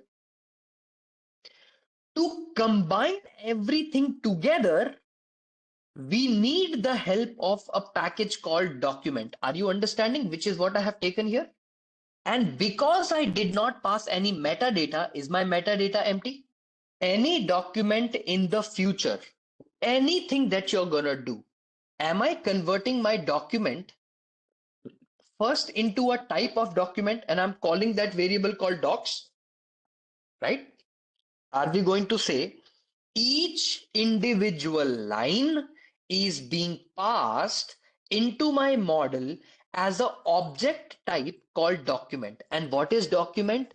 Document is the internal data structure of a library called LangChain. Now that my document is converted into document type, what do I do? Can I take embedding is equal to this, my people, everyone? What model of embedding am I importing here? Am I importing a embedding model called sentence transformers all mini LM-V62? Can I say this is the model or the embedding model that I will use? This is the model that will take my text input and it will convert that into embedding, correct? If I run this, am I importing my embedding?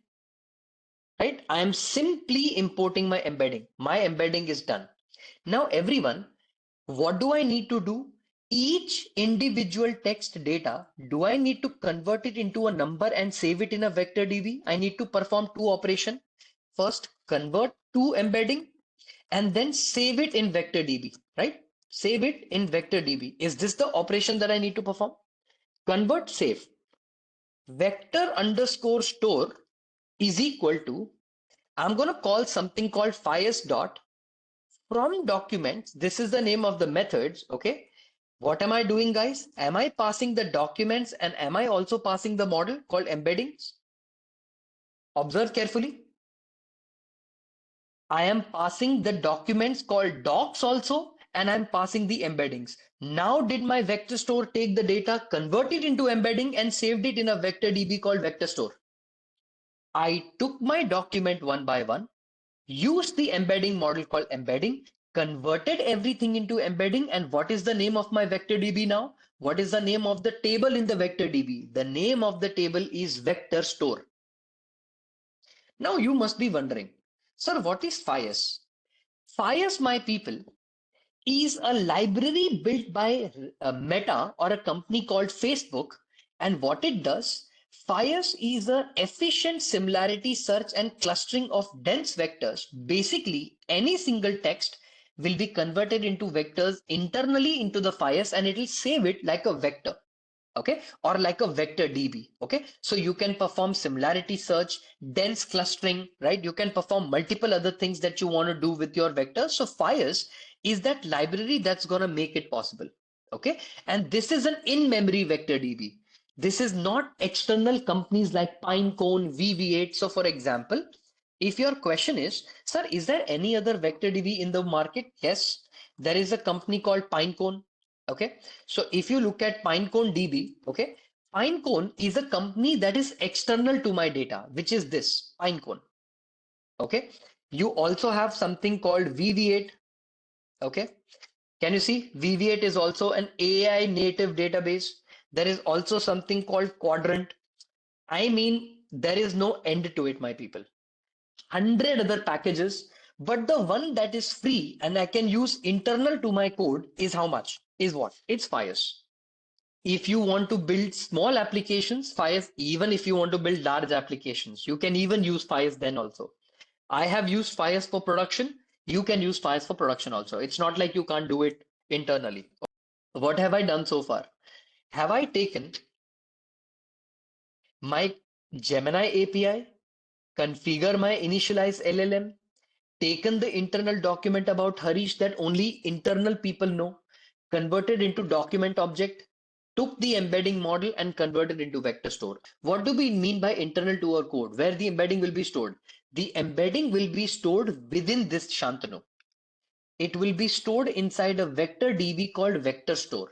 When I say internal, I want you to understand, Shantanu, that whenever you use any database, doesn't that database exist in some kind of other server or other cloud which is not internal to your code? You have to hit that cloud by user ID and password and then get the result, right? But when I say FIAS, FIAS is going to be within the same server where the code is written. So it's internal to the code. You're getting what I'm trying to say? You can even save the vector DB like vector db.idx or .index file. Okay, .index, you can write it like this. I took you guys through a very important concept. We completed a very simple agent. We completed how the agent uses something called as input in a form of a task. Then the agent generates objection, or which is an objective, right? That objective then defines what kind of action the agent is going to take, right? A very simple agent we wrote, and then pretty much we moved forward with understanding what exactly is going to be one of the systems of working. What is lang indexing? Okay, so understand one thing. There are multiple frameworks, right? In say natural language processing, right? So Lang index, which is called language index, there's actually basically a concept in LangChain, okay? And what happens is you have a set of chain operations. And what these set of chain operation, or basically think of it like a pipeline. My input text will be converted into a token. The token is going to be converted into a sort of index. Index will have a memory creation. Memory creation will go for a retrieval. Retrieval is then going to give me an output, and that output is going to serve a certain purpose. So indexing basically in LangChain means you are defining and telling the object that all these processes have to be completed in order for my final output to arrive. So rather than writing a program in LangChain, we have a concept called function calling or tool calling. What you do is you write down all the tools like the Python programs, and then you take all of them as a pipeline. Number one, number two, number three, number four, number five, and then basically call them up one by one by one by one. Okay, so that's what we call as line chain indexing. It's a very simple thing. It's a very simple concept, right? Okay. So everyone, I took you guys through an example where, yeah, so this program is going to show you that. Can you see here? I'm using something called tool. It's going to show you how do we do tools or how do we utilize tools. So I'm kind of implementing sort of like indexation behavior here when I'm calling something called tool. So in this particular program, you'll see the behavior on how the tool calling works. Okay. So within the same program, you're going to get the behavior and as in how the indexing behavior works and what is the first operation, what is the second operation. Okay, so you're going to see everything here. Just hear me out. So see guys, in the example that we have done, we need to also load certain packages because without this it will not work. Let us load couple of things, specifically all the libraries that you guys know for a fact that we need them, right? So we are going to install all of them. Unfortunately in collab nothing stays consistent, so let's kind of load everything, come over here in the bottom. Okay, still taking time. Okay, run. Perfect. Come towards the bottom. Run this. Run the configuration. Lovely. Okay. Now everyone, I'm telling you, or I was telling you that I'll show you a way of writing a program where within this piece of program, what you can do, you can assume you have an internal information. For example, right? Let's take artificial intelligence. Artificial intelligence, let's come over here and let's write it like this. Let me remove this, double quote and paste it. Okay. Artificial intelligence is the development of computational systems that can perform tasks repeatedly or typically associated with human intelligence, such as learning. Okay? What is artificial intelligence? What is machine learning? Right? Machine learning, Learning. So let's say machine learning. What is machine learning? I'm taking the definition of machine learning. I'm coming over here. I'm pasting the definition of what is machine learning. So I'm pasting machine learning. Let's also take reinforcement learning, right? Reinforcement learning and click on reinforcement learning. Let me copy the whole thing. Let me come over here and let me paste the definition of reinforcement learning. Example. And let's say one last thing. Let's remove the word agent. Let's write it like this, Agent. Yeah. And let's say one final thing as large language models, right? So let's say LLM definition, and let's take the definition of what large language model are. Let me copy this until here, till here. So let me come over here to this piece of code, and then what we'll do, we'll put down one more definition for large language model. Lovely. Now, everybody, observe this piece of code and this piece of documents. Okay, we have an internal document where I have some definitions. What is artificial intelligence? What is machine learning? What is reinforcement learning? And what a large language model is. And what I did, I converted each individual definition as a part of my document type. Okay, this object is a document object which is already taken as a part of the LangChain. Now, what am I doing? I'm downloading some embeddings and I'm downloading some vector store or creating a vector store basically. I have already explained how do you convert and create your embedding, and the embedding model that we are using today is going to be called as all mini LM, and this is one of the most utilized or heavily used embedding model. Okay, so we've also converted something called vector store, right? Now, everybody, what I want you to do is look at this, right? Whenever you want to conduct a query, okay, or whenever you want to conduct what query and what answer are matching. So first of all, let me ask you a question, okay? In your internal information within the company, or in the internal database, you had the definition of AI, you had the definition of machine learning, you had the definition of, let's say, deep learning or reinforcement learning and large language model, okay? Now, what you do, you convert your definition of AI into an embedding, everybody. You convert your definition of a machine learning into an embedding. You convert your reinforcement learning into an embedding. You convert your large language model into an embedding. Now, see, what you have done is embedding number one, embedding number two, embedding number three, and embedding number four. Okay, you have four different embeddings within your vector DB. Okay, think of it like this. You have four embeddings with the original input plus the embedding, you have it in your vector DB. Think of it like this, right? Now, everybody, whenever the user asks a question, suppose the user's question is, what is artificial intelligence? Okay. Whenever a user asks a question, we convert user's question also into an embedding. Please remember, the embedding that you do here is the same exact embedding model you have to use here. If you use different here and if you use different here, you will not be able to perform the task. If you have converted this embedding as a 384 dimension embedding, please make sure that you also convert this into 384 dimension. Until here resolved, lovely.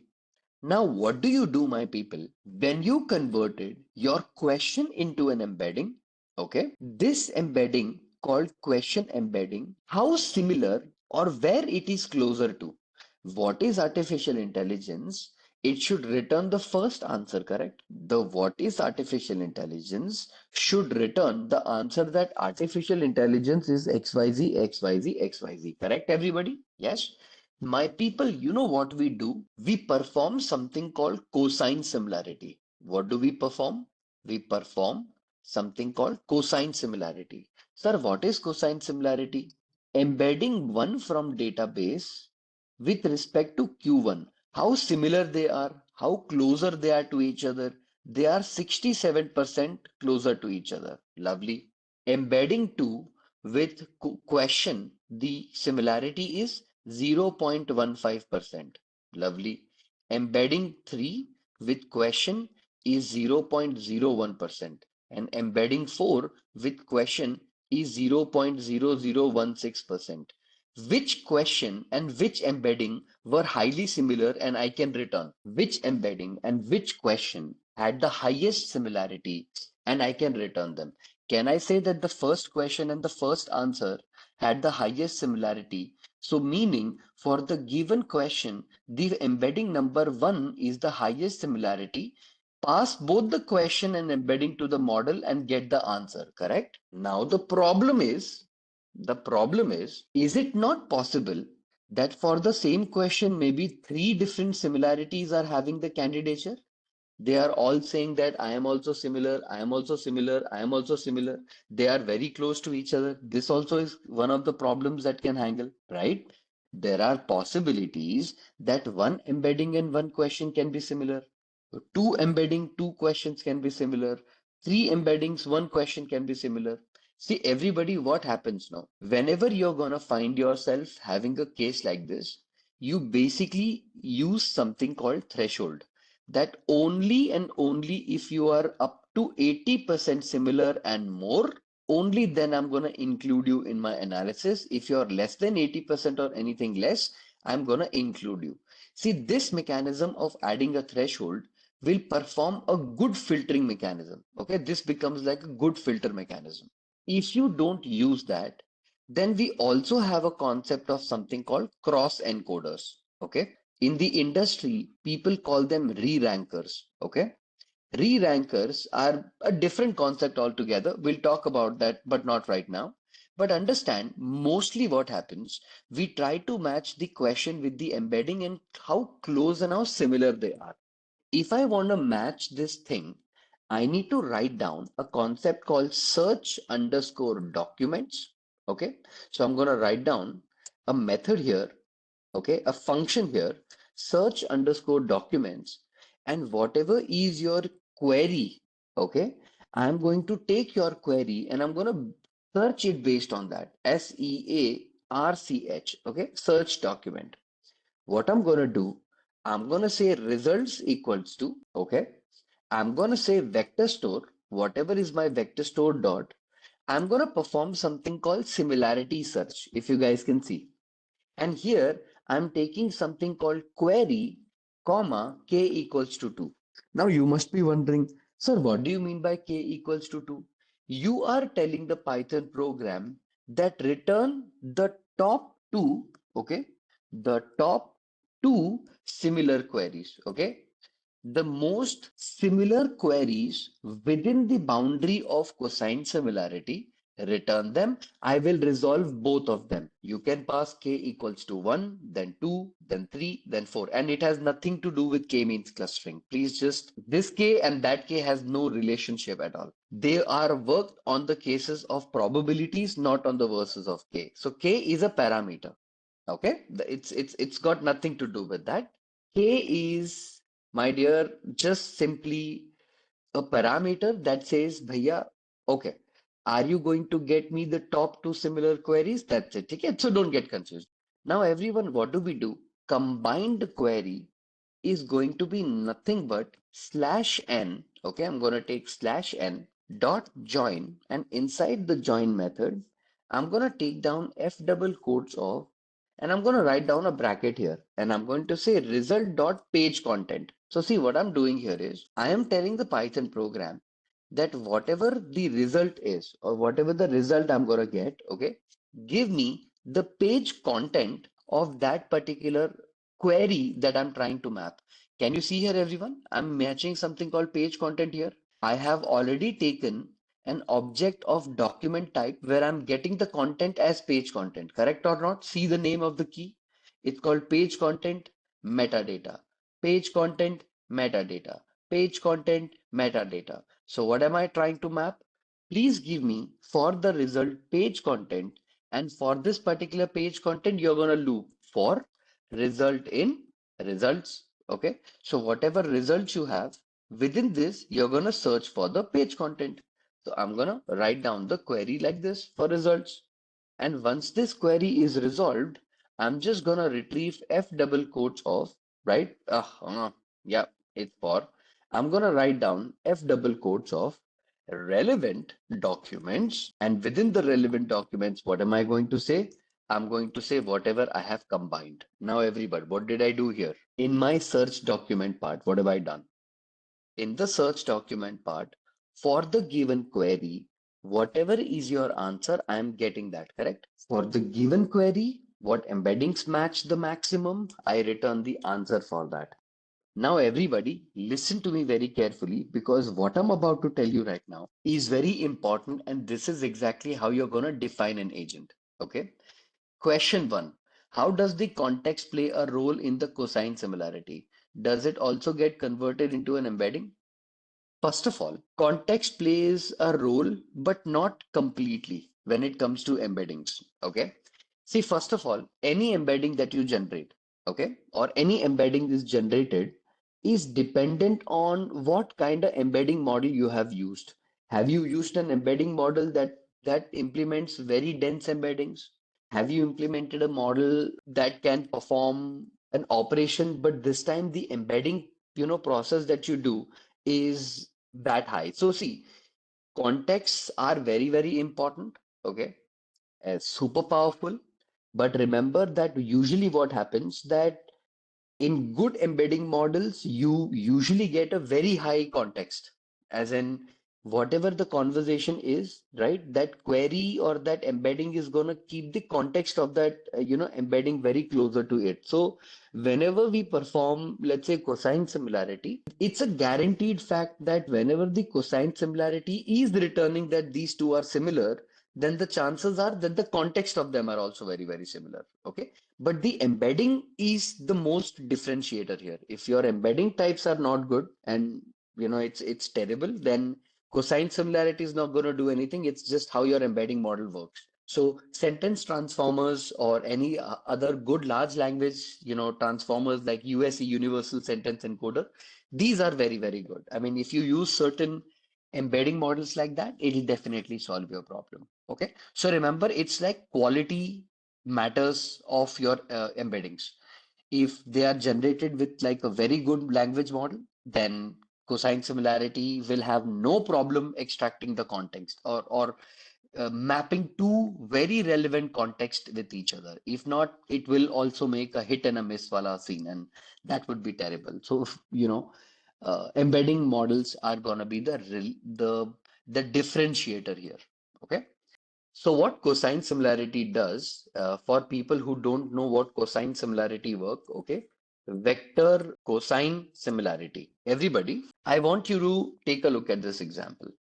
Okay, and let me copy this and let me paste this here. Everybody, have you seen this thing called as a dot product similarity of A and B, right? Now see, when you look at cosine similarity, okay, I'm just gonna write down something called cos theta, right? Everyone, when I perform cosine similarity, is this theta or this particular angle for two words apple and the other word orange, are they gonna be close to each other? If they are similar objects, the values are gonna be closer to each other. Let's say I have another vector here. Let's call that vector, let's say car. Please tell me that the angle, let's say alpha, and the angle theta, right? The orange and apple, are they closer, or the orange and the word car, are they far away from each other? Like I'm asking you whether they are closer or far away. Of course, they are far away, right? See, what cosine similarity does is you got to understand everything. Whatever you're seeing right now, is it a part of vectors and scalars? Do you remember we had covered something called dot products? We had completed something called cross products, and I told you dot product between two vectors always returns a scalar value. It also tells you how similar two objects are with each other, not just similar directly, but in the same direction, right? We kind of implement the same implementation where cosine similarity basically tells you in the vector space, right? Let's say you have a vector 1, you have a vector 2, and you have a vector 3. Of course, dimensions matter, but even though the dimension are resolved, how closer or far away they are from each other. Cosine similarity is a very simple mathematics to identify whether two vectors are closer to each other in vector space or are they far away in vector space. The reason why we work with cosine similarity is because if two vectors are closer to each other in vector space, then they are farther, or as in they are kind of relevant to each other. If not, they are far away from each other. The similarity is determined by the theta's angle being closer to each other. As in, if you take this angle theta, right, and if you want to call two angles or two vectors as being closer to each other, right? You need to tell the model that, okay, smaller the angle, higher is the similarity, larger the angle, lower is the similarity. So 0 degree and 0 degree is completely identical, 100% similar.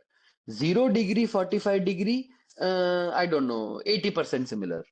90-degree difference, completely unrelated with each other. Orthogonal vectors, these are called as. Do you remember in your linear algebra class, if you have attended the class, you can also have orthogonal vectors which have a degree of 90 degree within each other. They are completely unrelated, right? And you also have completely opposite angles, as in opposites, completely opposites. One is 0 or the other is 180, right? So it starts 0 to 0, 0 to 45, 0 to 90, and 0 to this. Understanding what I'm trying to say? So if their angles are closer to 100%, complete identical. So if they are far away, then they are going to be 0. They can also go into negative angles, as in completely unrelated, makes no sense. See, when the context is red color car and your answer is also car is red, then they match with each other, no? Because you're basically trying to represent the context with respect to color. है ना? If you would have asked me a question, car is red color and my apple is also red. Now, are they matching in context? Because there you have a color and a car and you have an apple and a red. You're getting what I'm trying to say. If your contexts are matching, then the answer will also return. If the contexts are not matching, it will not return that. The context that if don't match, embeddings don't return that. Usually they don't return that, but there are always leakage issues and it might return something with respect to red, but again, depends on the embedding network. Like if the embedding layer or the embedding model that you've used is good, then this problem will not arise. Okay. Because pre-trained models, the more they are trained on, the more they understand the difference between car red and apple red. So they'll keep it separate. Got it? To find out the closer or the similarity between the question and the answer. Let me show you the program you will understand. Okay. Tool of everybody. Observe. Listen to me very carefully. Everyone, I want the agent to be capable of performing what? Do I want my agent to look up the vector DB? Okay. What do you want my model to perform? Name is equal to what is the name of the action that you are saying? I am telling the agent that you need to perform something called vector store lookup. Everyone, what authority am I giving the vector? What am I telling the agent to perform? To search. What do I want the agent to perform? To search, right? And what is the description? The description that you're giving in this particular model is to do what? Useful for when, okay, for when you need to find information about a specific context from documents. Okay, let's put up a comma and let's say the function that I'm going to be using is something called search documents. Everybody, did I use a method called tool? I want you all to very patiently look at my screen and try to get the understanding what exactly I'm trying to teach you. Can you see this thing called tool right here? This thing called tool, right? Sir, what is this indexing in LangChain or this LangChain indexing, operation that we perform? Let me explain. Guys, in our previous agent, were we not irritated by the fact that we had to write down agent's action in a very simple Python dictionary and then somehow write this complicated piece of code by calling it, letting it perform observation and all that nonsense, right? What if I tell you, you don't have to do that? You can define multiple tools in just one operation. Everyone observe. Have I only written one tool because that's all I'm doing?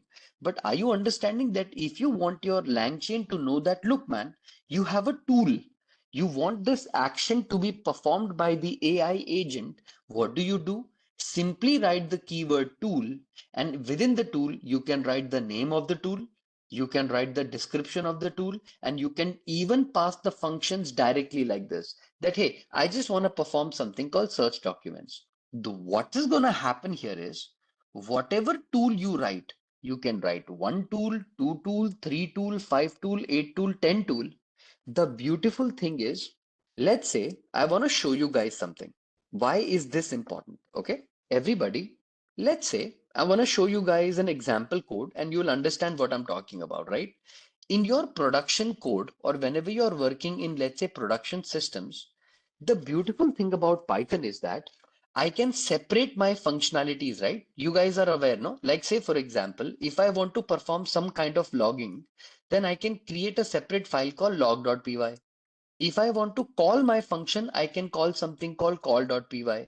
If I want to perform OCR operation, I can perform PDF OCR, meaning, can I split my responsibility separately? If I want to perform tool operations where my agent is using not one, not two, but 100 tools, can I implement it in a tool.py separately? Like I will be able to call a simple file called tool.py, right? And in the tool.py, I will have all the tools mentioned, right?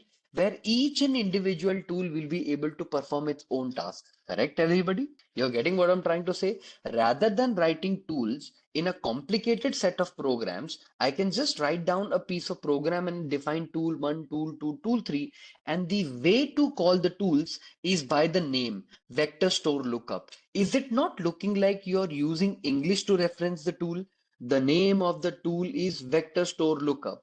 The name of the tool is search internet. The name of the tool is access Gmail account. The name of the tool is respond to WhatsApp query. You're getting what I'm trying to say, right? Now it becomes very easy to manage things. This is what you're looking for as a developer. Okay, as a developer, this gives you immense happiness because the chances are this is going to make your life easy. Okay, the prompt can also be passed. I'm going to show you how to pass a prompt also. Okay, so I'm initializing an agent or a React agent by something called initialize agent. Everybody observe. Did I initialize the agent by using the library or a module called initialize agent? Correct? Now everyone listen to me. In the initialize agent part, to the agent, what tool do you want to provide? What capability do you want to provide?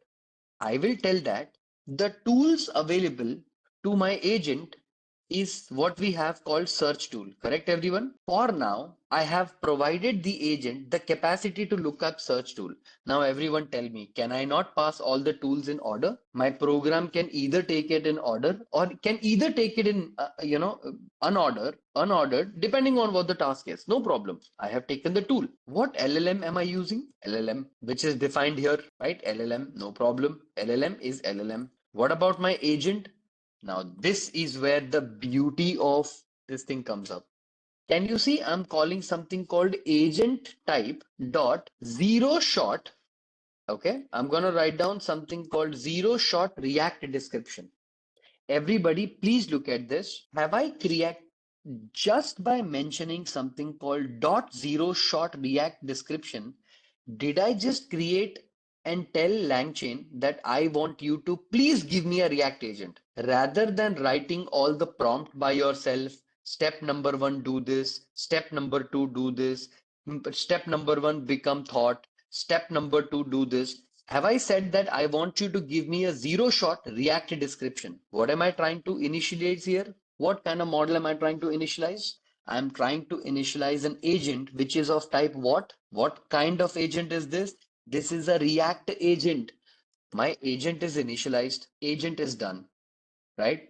Okay. Now, once this is done, I'm going to provide some instructions. Instructions are going to be looking like this. Everybody, please observe. You are a research assistant for AI or using AI, whatever you want to pass, you can pass it like this. You can say when, okay, when asked a question, think step by step, okay? You are making sure that you are passing one kind of React behavior by yourself also, okay?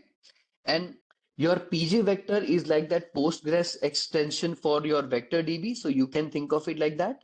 And the beautiful thing about this is PG vector and LangChain, they are built for each other. As in, they have good connectivity, sort of like a relationship with each other. So if you want to use PG vector, amazing, no problem at all. You can integrate PG vector here, live sorted.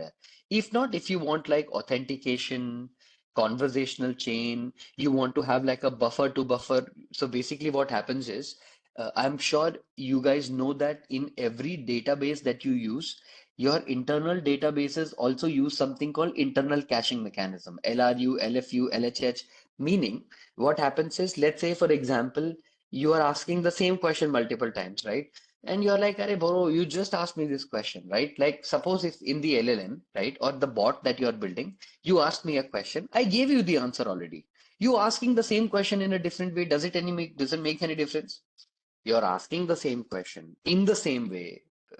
Why am I going to spend my time, energy, and effort to go to the database again, search and get the query, and then return the response to you? No. So I might return maybe the top 10 relevant responses to you already given.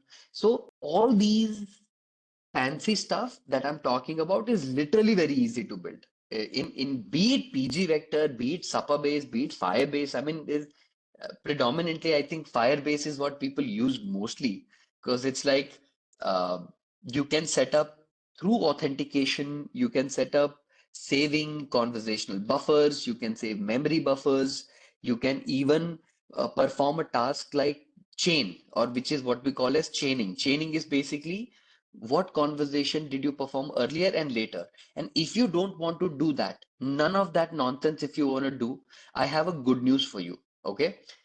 Can you see message store LangChain? Can you guys see here? Inside the LangChain itself, there is a method, something called messages. Can you see here? Messages are a unit of communication in the chat model. They used to represent the model of input and output chat. Guess what?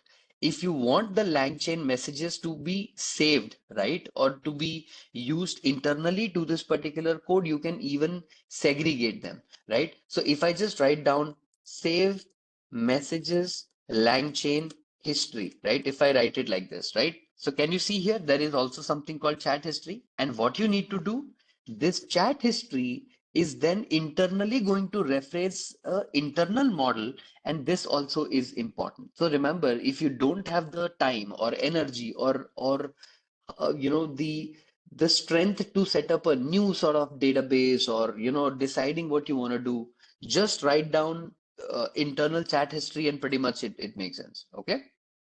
If you need more info, use the, let me go over here, double click on vector store lookup, use the vector store lookup tool by, let's say, writing, writing your thought, your THOUGHT thoughts, okay? Or we can also mention that, okay, if you can perform, uh, like a tool by tool operation, that is also perfect. So writing your thought, uh, let's say thought process, I can say maybe thought process, then maybe call the tool, right? Maybe call the tool later once the thought process is sorted.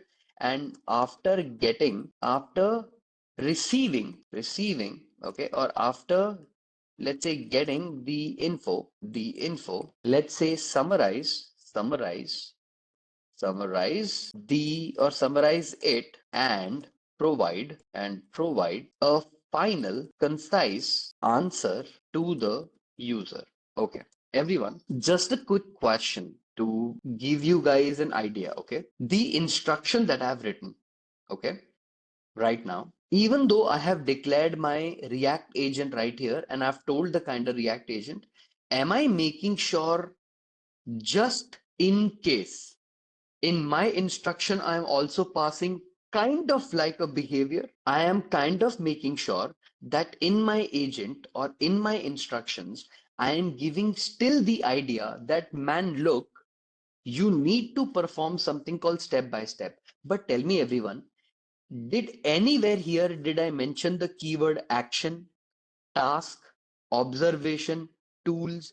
Anywhere have I mentioned anything? I have just mentioned only tool here, that hey, you have an action or you have an operation called tool. But anywhere here have I taken the four properly written action, perform, do action, do this, observation? None of that. But have I just made sure that some kind of behavior I expect from the model? Yes or no? Yes or no? In the instruction, everyone, right? So let's say if I have a query, okay, and the query is whatever instructions I have, okay, whatever instructions I have passed inside the model, that instructions, or with that instruction, I am passing what is reinforcement learning. Can I say, everybody, this is my question? I am passing the instructions with my question, what is reinforcement learning? And can I get response is equal to agent dot run? And inside this, can I pass something called query? And if I run this, okay, I'm going to get a specific response, right? What is that response, everyone? So if I just go ahead and print the response right here, okay, whatever the response that we generated here, copy and paste. And what response did we get? Reinforcement learning is a machine learning method where the agent learns. Everyone, listen to me very carefully. My question was related to reinforcement learning, and from the internal database, did I also get the relevant answer? My internal database had this definition: reinforcement learning is a machine learning method. For my given question, is my answer relevant to the DB? Correct? Are you getting what I'm trying to say? If I ask a weird question, a wrong question, what is India's Oh, okay. Who won Indian World Cup? And run the answer and run the answer, okay? And run the response. Okay. What did it respond? India has won the Cricket World Cup twice in 1983 and 2011. Now, everybody, why did this answer come? Because internally it could not find the answer within the internet or within the database. The LLM provided the search result for you automatically. Understood, everybody? The LLM's behavior or the Gemini's behavior was, if the question has nothing to do with the internet or internal answer, it automatically gave you a summarized answer towards the end by itself. Did you understand the fallback behavior? I tried to search my internal DB about Indian World Cup, but in your database, you have not mentioned anything about, anything about, let's say, Indian World Cup. Because you have not given, but I gave the answer right here. We do return the top two, but we only consume the one. We return top two. Returning of the top two is to check whether more than two similar words exist. But we only consume the one that is the highest available or the one which has the highest similarity. Returning two doesn't make much of a difference. We just want to get the difference or analysis. If I even mention five here, I'm only going to be using one. Got it? In large language models, okay, there are few principles of prompting. Okay, sir, what is the free principle of prompting? There are five kind of prompting you need to think about. Okay, RTF prompting, tag prompting, BAB prompting, care prompting, and rise prompting. Okay, please remember these are the types of prompting techniques that you can use or you should use in order to give certain behavior or personality in your model. Okay, what usually happens is you run them, you implement them, and you kind of process them, right? You kind of, how do I say this? Run it in a process or a format where what will happen is you try to implement it by giving it a certain personality type, and that personality type is then later on used to run. RTF is basically role, task, and format. Basically, role, task, and format का मतलब होता है you take as an, so basically role is act as a research assistant. Your task is to perform research, and the format I want the answer in is in this format. So see, did you perform something called RTF formatting? Meaning you gave it a role, you gave it a task, and you got the answer, right? How to choose LLM for the task? We need to evaluate LLM. LLM evaluation also is a little tricky business. You need to understand depending on the use case that you have to do. Okay. Sir, but sir, we have taken the combined part of it in this. Of course we did. See here in the page.content, if I print it, I am taking the top two similar queries. In production, we don't combine the queries together and get the answer. We only take the first one relevant. Okay. In our case, we have combined, but this is only to make sure that the confidence become better. We don't do this in reality. Because tell me everyone, isn't it very stupid to do this where one embedding and one answer is different, other embedding and other answer is different because both picked up the color red. If you make both of them add as one single combined query, then won't your LLM be like, हाँ, red car bhi, red apple bhi, both of them will pop up together. So I have shown you a combined query here, but usually you control this behavior with a probability threshold that if you're only greater and more confident up to 70% and more, pick it up. And even in 70%, if there are two 72 and 77, we pick up the highest one. We don't usually combine them together like the way I have written here. That's the difference. Sir, why did it not count the T20 World Cup? Correct, everybody. I asked a question, what won or when, okay, India won World Cup, okay, when India won World Cup, okay, Control Z, India won, when did, okay, India win, okay, the World Cup, the World Cup. Now, everybody, if I run this and if I run this, okay, see, what's going to happen? Did the LLM itself respond back? Sorry, I cannot answer because the tool access is not available to me. Let me ask again. Let me ask another question. Give me 1 second. Who is the Prime Minister of India? Who is the Prime Minister of India? And run this. And run this. If you run this response, what is it answering every single time now? I'm sorry, I cannot answer the question with the available tools. Let me ask one more question. Let me ask one more question. Let's say, why is Earth flat? Okay. Why is Earth flat? And run this and run this. Okay. I'm basically instigating the model to give me some response. Now see, it responded. The Earth is not flat. It's a sphere. The belief that Earth. Sir, why is this happening? This is happening because, first of all, there is no guardrail in my model. Please understand. I have not specifically, explicitly defined any guardrail, have I? Did you see me define any guardrail? This is all leaking. Kahan se? Who is the leakage? Who is the culprit? Your Gemini. Your Gemini is the culprit where it is giving you a behavior in a very terrible way. Okay. Now, this is not the fault of your large language model because your large language model is always built to serve your answer or serve your question. So it is not doing a bad job. It's just that you have not implemented guardrails. Everybody, if I implement guardrails, what will happen? If I implement guardrails, will it respond back with the answer? Right? If I implement a guardrail, will it implement? What is the basic guardrail? Let me show you. If the user question has nothing to do with, okay, has nothing to do with the tool or relevancy, do not respond. Do not respond and say it's irrelevant. Example. I run this, I run this, I run this. What is it returning? Did it say it is irrelevant? Okay. Why is Earth round? Run. It's irrelevant. Why is the world so nice and run? That's a subjective question and not something I can answer. Did I still break it in front of you? Even though I mentioned the guardrail, like, how you think guardrails are added, I still broke the LLM, right? So, see, what I mean is, this is the fun thing, right? When people think LLMs can do wonderful things, you got to understand that LLM is not magic, right? It's science. You can break it very easily and it feels so good. See, now without this particular thing, it's able to be like, no, I'm sorry, I'm unable to answer. So see, jiska kaam, as in without guardrails, if you want to do all this jugaad, it will not work. You have to properly add a guardrail so the answer can always respond back saying that no, okay, I will not give the response back. So my point is that sometimes you got to understand that we have to implement a guardrail for the bot to not respond back with an irrelevant question or irrelevant answer. Okay.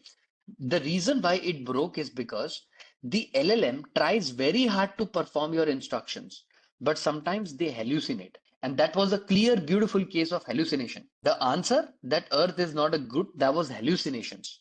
Hallucinations, not because it didn't give the wrong answer, but it did not follow my instructions properly. And the response it gave was also small. Okay. See, I have a variable called results. Yeah. In my example, in my case, I have a variable called results. Okay. Am I performing a loop here?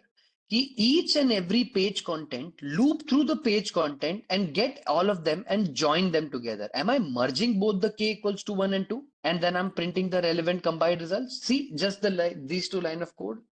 In actual production, no matter what your k is, you only get the relevant one. You don't combine them. You don't merge them. Because my database is chota na, it's small. I'm just kind of merging them. Okay. But merging is not something you do. In prod, you don't do that. Because this is an example, this is fine. But you don't merge. You should never merge. Okay. Can you see this data here, right here? Do you think this is a bank statement, right? This is a bank called M&T Bank. Okay, let me reduce it a little bit further, right? And the bank statement has multiple different transactions. Okay, I'll show you another statement, accident statement, auto purchase agreement, claim form, mortgage plan, right? Multiple different forms. Now, can I say that this is a complicated form, everyone? I have a different table, complicated part about loan number, who's the name of the creditor, address, term of the loan. Did he click on the month or the year? What amortization period did he agree to? What is the name of the insurer? Can I say this is the PDF file? Or a database, right? Now, writing a program specifically to either a PDF document or a database would be very complicated and also something that would not be possible in any case because what happens now? Every use case is complicated. So for example, if I show you how would I run it, right? Like if I take the terminal, right? And if I, let's say, run task, right? And actually, let me just go ahead and put the terminal because I have not configured it, right? Terminal, new terminal, and let's just call this terminal here, right? Let's call it ls. Let's do clear. Okay. Let's do Python and let's call.py, right? Let's do call.py and I'm going to run this, right? Processing complete. Now, if I go to output, and what was the name of this? Claim form. Okay. So what I'm gonna do, I'm gonna open up claimform.md. Okay. I'm also going to open up this claim file here. Okay. I'm gonna show you the difference between both of them, right? Let's open claimform.md somewhere here and also a claimform.md, right? Claimform, or what was the name? Mortgage plan. Yeah, mortgage plan and mortgage plan. Lovely. Okay. See, this is my mortgage plan, and this is the extraction I did uh, in the markdown format. Okay. Is the loan number correct? The loan number is correct. Okay. Can you see here? Loan LOAN1, right? Amount of the payment is 850 cents, correct? Can you see monthly is also marked, right? Can you see that the here, if I zoom in, can you see amortization period was 30 and here also it is weekly, bi-weekly and monthly. So I have taken something called month here, right? That is marked, right? Terms of the loan is also marked as month, right? If you can see here, right? So if I show you the program for this, right? If I open up the program for you here, it will be very complicated in the beginning to see. So for example, see here, if I open up call.py, you have Gemini API key. I'm also using Gemini API here. So this is the list of the program just for the PDF extraction. This is the logger file. This is the PDF OCR logger, and this is PDF OCR file here, right? See? So basically what happens, what I'm basically trying to say here is that building the application specific to a specific, let's say, a database or stuff like that becomes slightly complicated. But what I'm saying is key, it is not so complicated that you cannot approach it, right? Of course, nobody hard codes a data directly into the model. Like, for example, sir, if we take it like this, can we hard code it? No. If you want specifically to for me to like instruction wise teach you how to do that, definitely we can do that. But I believe now that you know that a data can be taken in any form, all you have to do is search it. Because see, at the end of the day, when you're going to be working in an organization, sometimes not everything that I may have covered in the class, they would ask you the same thing. They might ask you, hey, can you, do this for me? And then you might have to do some internet search. So getting the understanding from me and trying to get the reference from that and then doing it by yourself, I would be very happy for that. If not, I can also show you how to connect this to a DB. Very, very simple, right? So basically all we'll have to do is we'll have to set up like a simple sandbox or an instance of a DB like say Postgres or maybe we can take Mongo, and all we need to do is we need to take that Mongo's URL and ID and password. Okay. So every Mongo instance will be either you will be passing an URL of the Mongo instance with the password, or you also have a Mongo ID and a password. Once you pass it, once you log in, you have to do something called as a dump of the data. So everything will be in the form of a dictionary. That dictionary you need to pass inside the model. Okay. The reason why it did not count the T20 World Cup is because is your LLM deciding what information it needs to show and what information it needs to hide? Made the whole thing visible and I made the whole thing hide. My LLM was able to show the answer. My LLM was not able to get the answer. As in, I'm able to get the answer and I'm also able to show the answer. Your LLM decides to do that, which is a bad thing. The reason is, let me ask you a question. If I ask a question, when did India won the or the World Cup, let's say, should it not return all the sources that in 1996, 2006, and whatever year India won the World Cup? India also won the T20 World Cup, also Test cricket. Should it not return everything and I will decide what information I want to take? Correct? Should the LLM just internally decide all by itself that no, I want to only show you this information and I will not show you any other information, not even a single source on how did you find that information. If that is the case, then LLM is not performing a very great task. I wanted to know where did you get this information? Why did you not mention something called T20? So remember, your Gemini as an LLM is very powerful, but sometimes it acts like it is so stupid and dumb, and it returns something that you didn't expect. And that behavior modification of LLM is very much required. You don't want your LLM's default answers by returning some random values. You want it to act intelligent and smart, but you want that intelligence to work in your favor and not against you.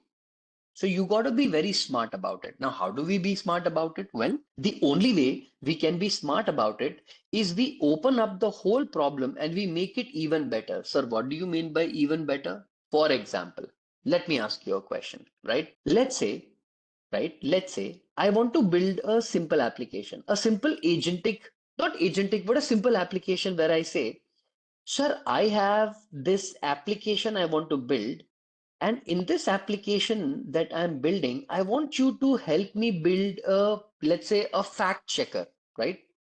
Do you guys know what is a fact checker? Let's say why it didn't count T20 World Cup. For example, if you ask a question, India won a World Cup in 2021. Is this statement true or is this statement false? There was no World Cup in 2021, correct? This is a false statement, correct? Okay. India, country with higher GDP, country with highest GDP per capita. Okay, GDP. Now, is this statement true or false? This statement is true, but it was true. Now it is false. Back, if I consider the age of the golden age of India, this statement was true, but currently this statement is false. So, can I say that the information is old and is misleading? Right? Can I say that the information you're trying to give was there was a golden period once, but it's no longer that golden period. The information is misleading, it's incomplete, unverified, or I can pass exactly unverified information like, for example, a country claims, okay, that they have found gold in their country or oil in that country. Now, is there any news agency talking about it? No news agency is talking about it. So this is unverified claim. Nobody can verify this. And then we have a true and a false. So let's say for example, why didn't it count T20? The reason why your Python or your LLM didn't count is because it internally decided what it wants to show, what it does not want to show. Do you want to let that control go to the LLM like that? Do you want LLM to decide what it needs to answer, or you need to be the decision maker what it should not respond, correct? Does that make sense? You have to be the decision maker for deciding what it should respond and what it should not respond, right? So everyone, let's do one thing. Let me help you build an application. Together, let's do this, right? Let's say we want to build a fact checking algorithm, okay? Or a fact checking app. How do fact checkers work, or how do fact checking works? Whenever you make a claim, do I perform something called as an internet search? You already know there is something called Tavli, right? But Tavli also works in a wonderful ways, right? We have not just the maker checker, we also do something called fallback mechanism.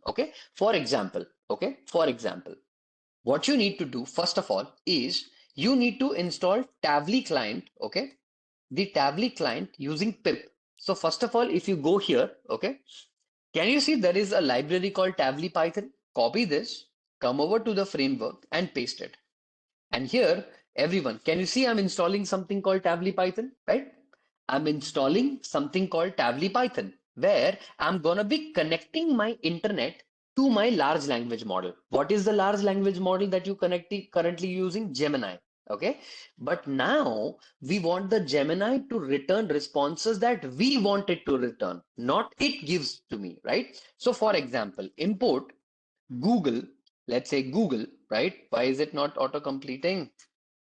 Google dot generative AI, right? As Gen AI. Let's say this is one of the tool that I'm implementing from Tavli. Okay, I'm going to be importing this client called Tavli, and from this Tavli, I'm going to import something called Tavli client. Okay, so here I will import something called Tavli client. Okay, this is going to be one of the packages I import. I'm also going to import JSON because I think I might need it. And I think that's pretty much it. Now, everyone, observe carefully. All I want you all to do is, do you remember we went to the Tavli application? Or do you remember that there is an application called Tavli? Let me open the link and show it to you. Do you remember I asked you to generate a Tavli API within the Tavli itself? Let's say if I continue with my code, I asked you to generate a Tavli API. Somewhere towards the bottom here, you're gonna find, let's say, a certain answer. Let me just go ahead and authenticate it here. Give me 1 second. Yes, this is me, 68, lovely. So here you're going to find the minute you log in or sign up, do you see API keys in the bottom? You need to generate one. I have already generated one. You need to generate one. Okay. Can you click on API key plus? It will tell you the name of the key and you can create and it will create for you. Like, see, if you click on here, it will tell you what do you want to make the name, whatever name you want to give, Deepak, Harish, Anil, Kumar, whatever you want to do, and click on create. Will you create an Tavli API? Okay. So can I very happily and successfully go back to my code and continue writing code? Is that something that I can do that? Now you have successfully created your Tavli API. I'm very happy and very, very proud. Okay. What are you going to do? You are now going to give your LLM what? You are going to give your LLM the power of, what are you going to give? You're gonna give the LLM a power of internet search. Lovely, lovely, lovely. Now observe, everybody. What we are gonna do, okay? You need every application to be super powerful. Any LLM can be connected to the internet. And when I say any, I mean literally any. Any means any. Okay. Now, everyone, in our application, did we had the Gemini API key here? I have taken the LLM and the configuration and everything, right? Let me copy this. Let me paste it here, right? So this is the Gemini API. What I'm gonna do, I'm also gonna take something called Tavli, okay, underscore API underscore key is equal to, and I'm going to call my Tavli key like this. Okay. Usually I need to store it, in a secure environment, but I have nothing to hide from you guys. So I'm going to take it like this directly, my Tavli API key. Okay. Now to initialize the model, I can say that Gen AI, okay, dot, I can pass something called generative config, or actually generative, not generative model, it's generative config, generative model. Inside this, I pass in something called Gemini, okay, 2.0, okay, Flash. Now, everyone, why do you think we are using something called Gemini 2.5 Flash or 2.0 Flash? What is the reason behind it? What did I tell you? Why is Gemini 2.0 Flash very, very important? Because, yeah, not just the fast part, but the token limits get resets every day. Got no? Tavli client, inside this, the API key is gonna be my Tavli API key. Your reset limit for 2.0 Flash is better and much better than the Pro. Pro doesn't get reset every day. Flash gets resets every day. Or Flash's context window length is also larger. Okay. If you purchase the API or get the API from the Google AI Studio. If you use a third party vendor, you don't even have that facility. Okay. So everyone, run this, run this, run this. What did we do so far? Did we set up my Tavli client, my model client and everything? Everything is done until here, right? Now, everyone, I want to perform what operation? Let's say fact checking, right? We were talking about fact checking. Why did we come to why did we do fact checking? Why didn't we do T20 World Cup? Yeah, correct. So let's say fact check. Everyone, whatever claim you will pass, can I say I want to fact check your claim? If Anjaneulu will ask me a question, the Prime Minister of India is Anjaneulu. Is the fact correct or is the fact false? False. Anjaneulu is not the Prime Minister of India, right? Somebody else. Modi ji is the Prime Minister of India, right? So let's say print F double quotes off. And let's say if I write down fact checking, okay, CKING, fact checking the claim passed by the user. So are you passing this information to the user? Hey, performing fact checking on your claim. 1, 2, 3, 4, 5. This is what I am fact checking on. I will print it to the user. What I will also do is print, write down and make it a little bit neat and nice, multiply by 60. Okay, this is going to give me like a list of, like a line. It will give me like a proper line. Now I want to try something. pass, okay, except, okay, except, exception, okay, as E, and I'm gonna print F double quote of, I can pass down F double quote of error, okay, error. And exception can be converted into a bracket string of E. Now everyone, what am I doing here?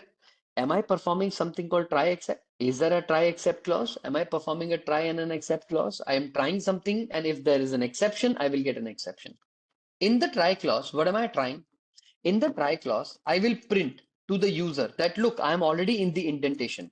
Searching, okay, searching for evidence. Okay, searching for evidence. Search underscore results is equal to my people. This is the beauty of your tabby.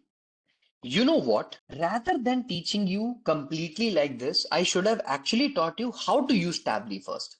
Okay, everyone, just patiently look at what I'm trying to teach you. Okay, because what I'm about to teach you right now is going to make your understanding on everything absolutely amazing. Okay, what I'm doing right now, okay, is a very simple task, not at all complicated, very simple task. Okay, what I'm basically asking my model to do now is to perform some kind of internet search. Okay, a very simple kind of internet search. I'm basically telling the model that, sir, I want to like perform an internet search, and I want to get some answer. Now how do I get that answer? Like how does Tavli uh, support that? Or how will I be able to make a Tavli return a response? So first of all, everybody, you got to understand one thing. Okay, Tavli has a very simple way of returning a response. Okay, but the way it returns a response, no, is also slightly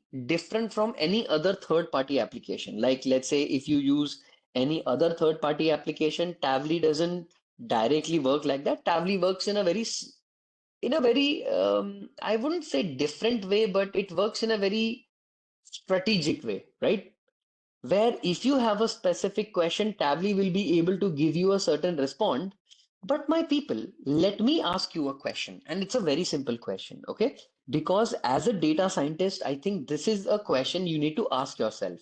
Whenever you do internet search on anything, according to you, what makes the difference in your internet search? Like, what things do you look for in an internet search? Can I say whenever you search about a topic, let's say death in train accident, example, in India, do you have the keyword what you're searching? Sir, yes, I have the keyword I'm searching. Do you have the title also, the content also, the URL also? You have all these. Getting what I'm trying to say? You have all these. For example, see, I'm going to give you a simple example, okay? You're going to understand what I mean, okay? I come over here, I generate a text, okay? Tavli underscore result, okay? Result is equal to, okay? I'm gonna call something called Tavli client, and inside the Tavli client, I'm gonna call something called search. And inside this search, I will write the question AI trending topic in AI, trending TRENDING, trending topic in AI. Can I say when I go to internet, I can write a question like this, trending topic in AI, and it will give me the URL. For example, if I write like this, trending topic in AI. And when I click on it, what did I get? Did I get multiple different URL, URL number one, URL number two, URL number three? And if I click on the URL, I have a lot of content also, URL number four, URL number five. Are these ranked URLs? Are these URLs ranking according to the relevancy? Google is also acknowledged that they have been visited so many times. A lot of people have looked at it. And so they have ranked and indexed these pages, right? Okay. Now Tavli is going to perform something very, very similar. What is Tavli going to do? Tavli is going to look at this particular piece of code, and it's going to ask a question that Tavli client, the one that you have implemented, did I call it Tavli client? Tavli client is Tavli client. I have done that. Let me call it like this, right? Okay, Tavli client. What did I call it? Tavli client, right? Tavli client is already sorted. So Tavli client, why is you showing me this thing? Okay, copy this. Actually, let me control X this here, control X right here, and put it somewhere here in the top and paste it. Okay, until the generative AI Gemini Tavli client and this thing. Okay, lovely. After you have searched the result, what you need to do, or whatever question you're asking, you also can parse something called search depth equals to advanced. Okay. Basically, what happens, there are two kind of search results it return, basic and advanced. Advanced basically means it will be able to perform a lot of good indexing. It will go through the page, rank them, and it will give the result. And how many results do you want? Maximum result equals to 5. What have you done here, everyone? You are telling the program that I want you to search for the topic, trending topic in AI, search it deeply, and once you search for it deeply, I want you to return 5 responses to it. Okay, 5 URLs to it. Now, if I run this and print Tavli result and run this, okay, what's gonna happen is, can you see that the content is so tricky and so terrible? Like it's not giving you the answer in the right way. Are you also able to see URL is provided to you? What was the title of the website and the content of the website also it is providing, right? It is also providing you the title of the website, the URL of the website, and the content of the website. Can you see it returned for the query trending topic in AI? It returned no images. If you want images, you can also get images, right? It returned the first link called McKinsey and the title and the content of the website. Then you have something called as title, then the content of the website, then the title and content of the website. Now, see, this is how simple it is to hit a Tavli client. Understanding what I'm trying to do, right? I wanted to just show you how the Tavli client is actually extracted, just to show you a simple example, right? The Tavli is extracted. So if I remove this and if I remove this, right, in my fact checking claim, everybody, what am I going to do? I am basically going to tell the program that the search result is nothing but Tavli client, same exact piece of code, and I will paste it here. That Tavli.search, I will uncomment this. And inside the Tavli.search, what will be the question? The question will be whatever is my query will be the claim passed by the user, correct? Whatever claim is my user passing, can I not pass it like this? That whatever claim the user has passed, please make this as your query, do the advanced search and return 5 maximum results. Can I say it like this? Right? Okay.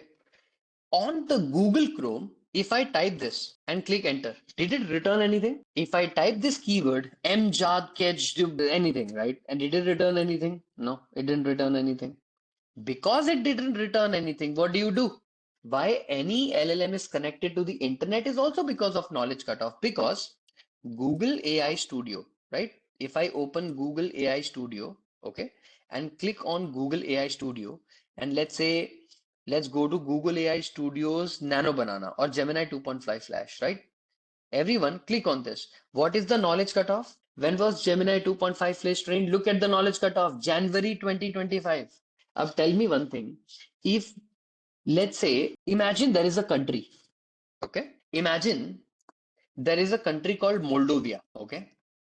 This country existed in January 2025, but this country no longer exists in October 2025. My knowledge or my model is trained on Jan 2025. So will my model agree that Moldova is no longer a country anymore? If I ask a question to the LLM in October 2025 that, hey, Moldova is no longer a country, LLM is like, no, as per my knowledge, Moldova is still a country. You're getting knowledge cutoff is a dangerous thing. To handle knowledge cutoff, to augment your knowledge further, to get certain facts validated and verified, you implement something called as a search, an internet search. So everybody, is it not possible that sometimes the search result can come back empty? Like for example, this, or if I write it like this, the search result might come up empty. Why is it? Yeah. So see here, the search result is also coming up empty, meaning in my program, I also need to write a condition that if not, okay, if you did not find search results, okay, in the search results, you did not get anything. So I'm going to copy this, I'm going to paste it here, and I'm going to be like, if dot search results, you did not get any results, okay, any results, results, any results you did not get. In that case, also, I need to throw an error. No, I can write down a statement called print no search results found, right? Results found. Can I say it like this? I tried very hard, but I could not find it. Everyone. Okay. Now, everybody, once you have created this piece of code until here, you will write down a keyword, an empty list called evidence.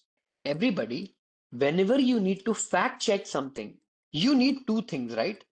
The source and the evidence, correct? If you go in a debate, if you go sit in a debate, why do people win debate and why do people lose debate? Because of the two simple things, evidence and sources, evidence and sources, evidence and sources, right?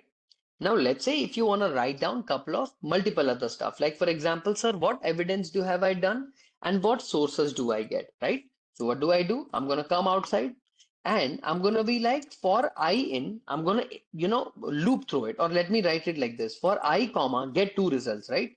Result in, enumerate, and inside the enumerate part, I'm going to take the search results, okay? And within the search results, whatever my search results are, within this, I'm going to search for the keyword called results. Okay. If I get the results, awesome. If results are not provided to me, I will take the empty list, as in it will return empty list by default. Okay. And slice it to the top five window and be done with it, or bracket it to the top five window. So take the bracket inside. So let's say five. Okay. Until five. Now, everybody, what I'm basically doing here is I'm looping through the whole program through multiple different, I'm going through it and I'm looping through it, but I only want three things. I only want the title. So I will have to say result dot title. And inside the title, I just want you, or result dot get, not title, sorry. Inside the get part, you pass in title title. If title is not returned, you need to pass something called unknown. So unknown will return. After title, I want the content of that website. Okay. Inside that, oh, title, right? Title, title. Inside the content, I want result.get. What do you want from the website also? Do you want the content of that website? That what this website's content is? Yes. If the content is not returned by default, can you say no content? No content returned. Okay. This is going to be one of the error. And the last thing I want is the URL because that will become my source. So result.get, and inside the get, what do you want? You want the URL. And if the URL is not returned, you can say no URL found, and I can return this message. And all these messages, okay, that I have taken and that I have found, I can make them add into my website. I can say that evidence, okay, whatever evidence that you wanted me to find. And rather than taking it like a list, you can also take it like an empty array, like this, or an empty string. I can say evidence plus equal to, I can write it down in a much more neater and a proper way. I can say that the source of the website, okay, for the first index or I plus one is going to be having this title. This is the name of the title that I found. The first title I found is this. And the content of that website, okay, the content of this website is this much. And because I don't want to dump the entire page content, I will only print the first 400 characters so that it looks a little bit neater. And I will put down the content of the website. I will also then take the source or whatever my source empty array is. I'm going to write down append. And what am I going to write? Inside the append, I will say that the title under which you are trying to find is going to be the title. So this is the title that I have found so far. And the URL you wanted me to search is going to be this URL. So I'm going to pass in something called URL. So I'm going to pass in my URL here. Actually, let's take it like this, remove this colon here, part a colon here, and the URL that you wanted me to search is the URL right here. So what did I do in this piece of code? Have a look at this so far. Look at the piece of code. Have I taken the content from Tavli and split the data to give me title separately, content separately, URL separately? Am I asking Tavli to please return the title separately, the content separately, and URL separately? Agree, disagree, everybody? I want my Tavli API to return these values. Agree, disagree? Now, everyone, once you return this output or once you have printed this output, what is important for you or what becomes critical for you? What becomes critical for you is what? I mean, what is the most critical part in the try except, clause? Do you also need to analyze the claim, everyone? In the try and accept part, whatever analysis you are doing or whatever your try accept clause is, within the indentation of the try clause, you also need to perform the analysis, no? Because otherwise, does it even make sense? It does not make sense, right? So can I say within the try, I can analyze my claim? What do you mean by like? That's a very good question. If you want to do a search result for, let's say, something, are you not going to analyze the claim? For example, I'm going to come over here in the indentation and I'm going to say print analyzing claim. Analyzing, analyzing, or analyzing the claim. What do you mean by analyzing the claim? Am I going to run some prompt? Like, for example, come over here to the analyzing prompt and I'm going to write down a prompt of myself. And what am I going to do? I'm going to take a triple quote. Okay, I'm going to write down something called as a triple quote. Now, what am I going to take in my triple quote, my everyone? You are a professional, okay, fact checker, okay, checking, let's say, algorithm. Okay, you are a professional fact checking algorithm. Analyze this claim against the evidence. Okay, the evidence. You're gonna say that I will analyze the, the whole thing against the evidence, and whatever the evidence you pass would be written like this. The claim passed by the user is gonna be the claim. Now, how do you write it? Take two double quotes and pass your claim inside it. That this is the claim that my customer is passing. Now, what do you do after the claim is passed? You write down something called evidence. Now, you say evidence is going to be colon, and I will write it down. You can even write it down like this, double quote, you can pass in the evidence, right? So your evidences are passed. And then at the end of the day, what you're going to do? Once you have passed in your claim, okay, uh, and then once you proceed forward with that and you provide something like provide, or write down provide, provide, provide fact check analysis, okay, analysis with. Now everybody, in the analysis part, I'm going to write down certain rules, and what that rule is, you need to understand that the rules are very critical, because without those rules, I think making this code become, I don't know, to return a certain answer, I don't think you're going to get it back. So what we are going to do is we are going to run, but we are going to run with a certain tags or certain anchors. Okay, without these anchors, it becomes a little complicated. Now, sir, what are those anchors and how are we going to, work with these anchors? Any fact checking algorithm, okay? If you guys have seen it on the internet, you know for a fact that any fact checking algorithm has four variables that it needs to match, okay? Meaning, for example, if I come over here, the first anchor it needs to match is the verdict anchor, okay? So what do you mean by verdict anchor? Verdict anchor means choose one of these. Let me write it like this, right? Tab colon and say true. My people, can the verdict be true that the claim is factually correct? Can I say it like this, right? Or factually accurate, right? Accurate. That the claim passed by the user is factually accurate. I can also say that the claim is false, right? So the claim is factually, okay, is factually incorrect, okay, is incorrect. I can pass something called incorrect. So incorrect is done. Then the next claim that you pass is something called partially true. Now, why do you think it is partially true, everybody? Because the claim has some truth, okay? It has some truth, but is misleading, okay? Misleading. Can I pass it like this? This is one of the anchors. We can also pass something called unverified, okay? Unverified. Here in the unverified part, what can you write? Things like insufficient, right? Insufficient evidence to determine accuracy. And what is the last one? I will say outdated. My people, can I have outdated information also? Claim was true, right? Like the one that I mentioned. but circumstances uh, changed, right? Can I mention that the circumstances have changed? Lovely.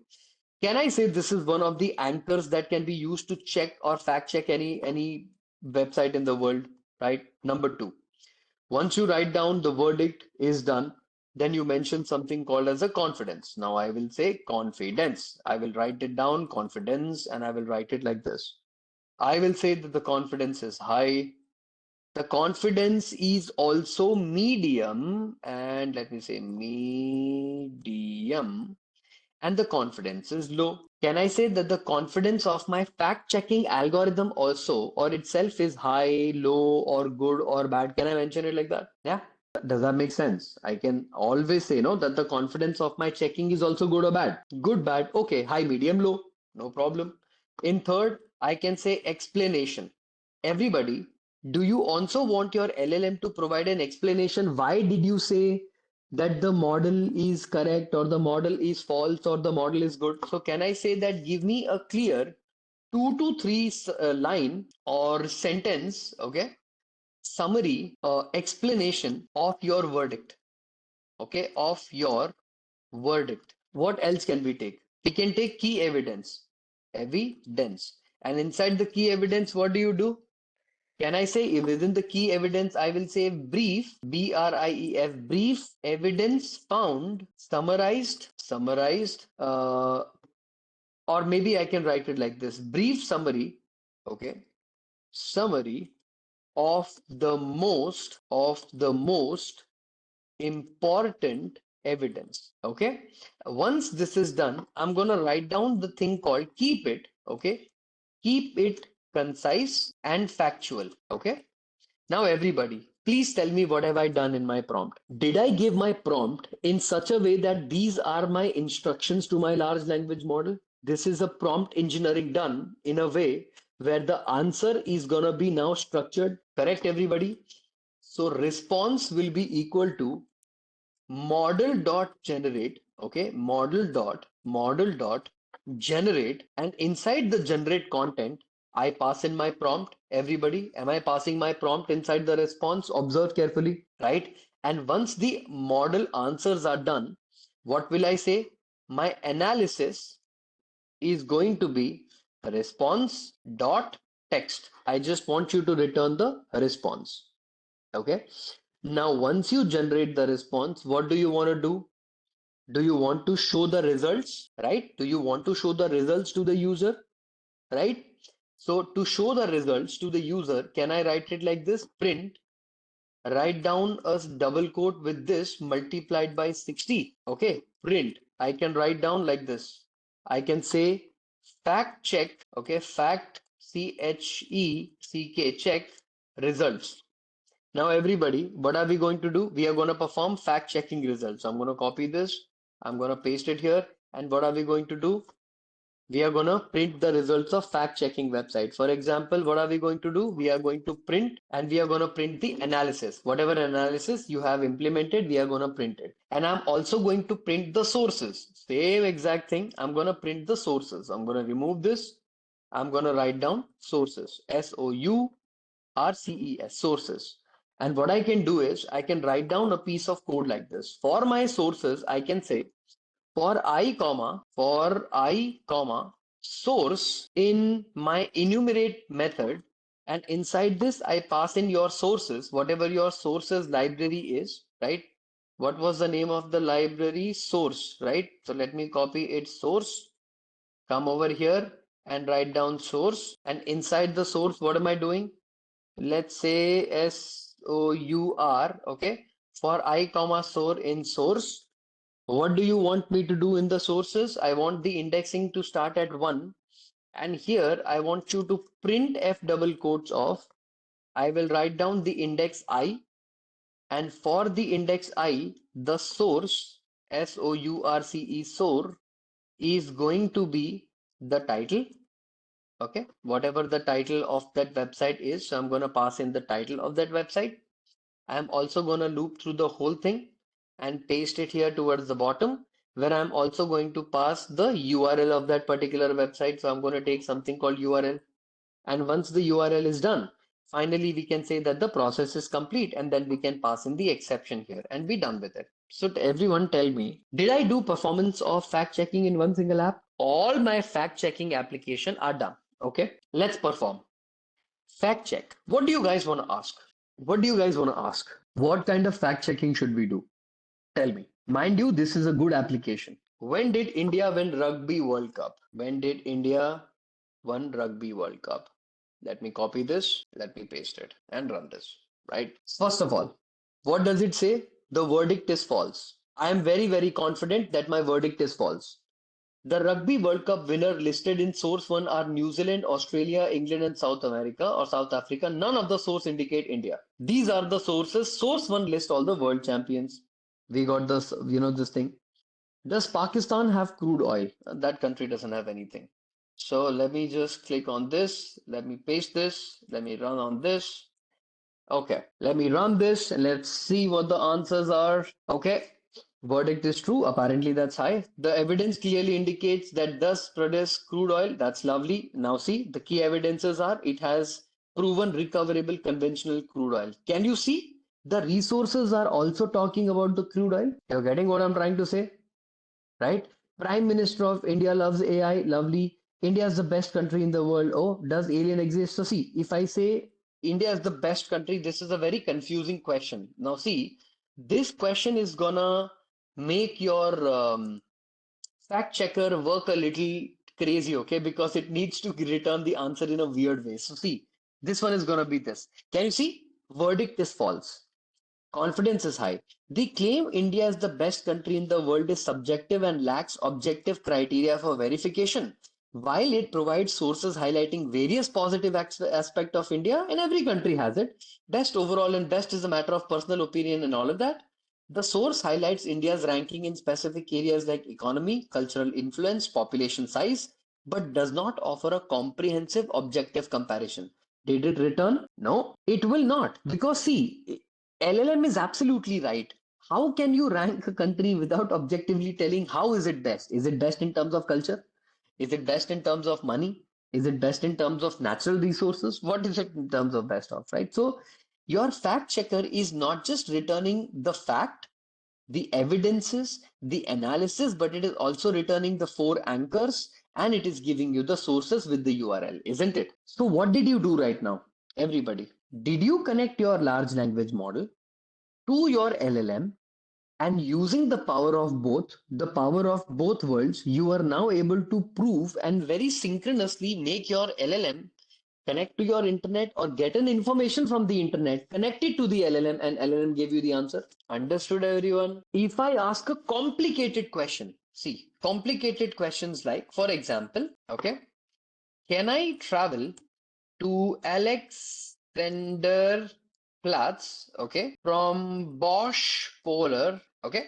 Now I'm gonna run this and it's gonna give me an answer with a little, how do I say this, unverified. See, now see why the reason it got unverified is because the questions you guys are asking are very generic, and I'm asking a very specific question, right? The provided sources establish that the existence of Bosch Polar Straße and public transportation option in the area. However, none of the sources directly confirm or deny that traveling to Alexanderplatz from Bosch Polar Straße, meaning this is where my office is and this is where I stay, right? The sources mention that Bosch Polar Straße as a bus stop and provide information about public transport. Believe it or not, from my house to my office, I have every single 5 minutes, I have a train.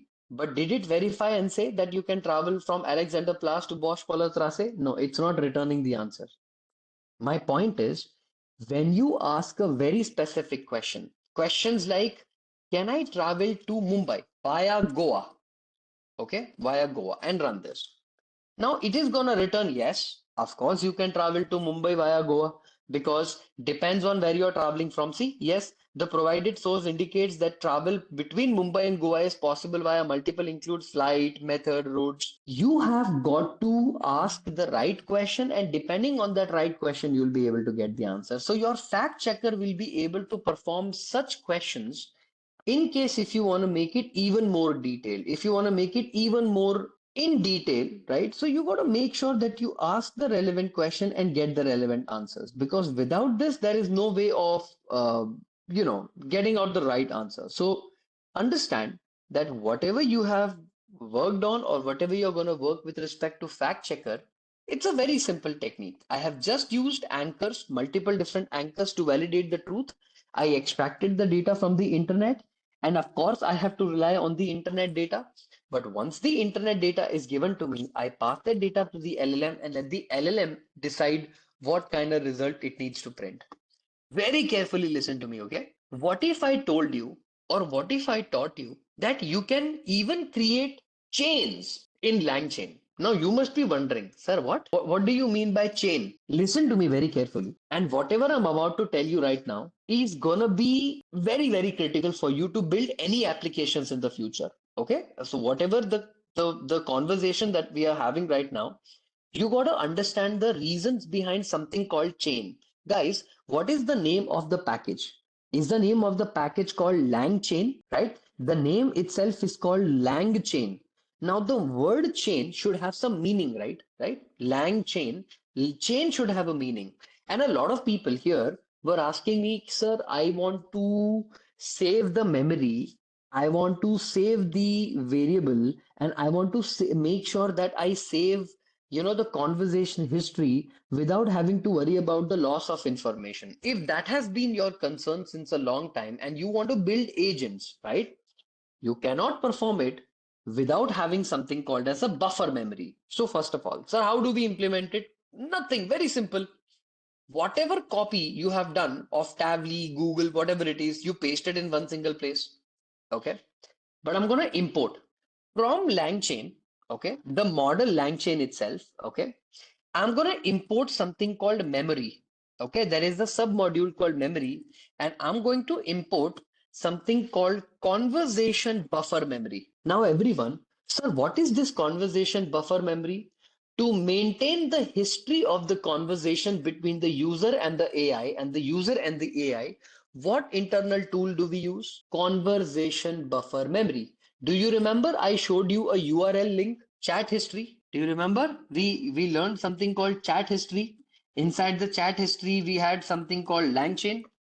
And click on this, and I showed you this particular link that you have multiple different types of chat history available.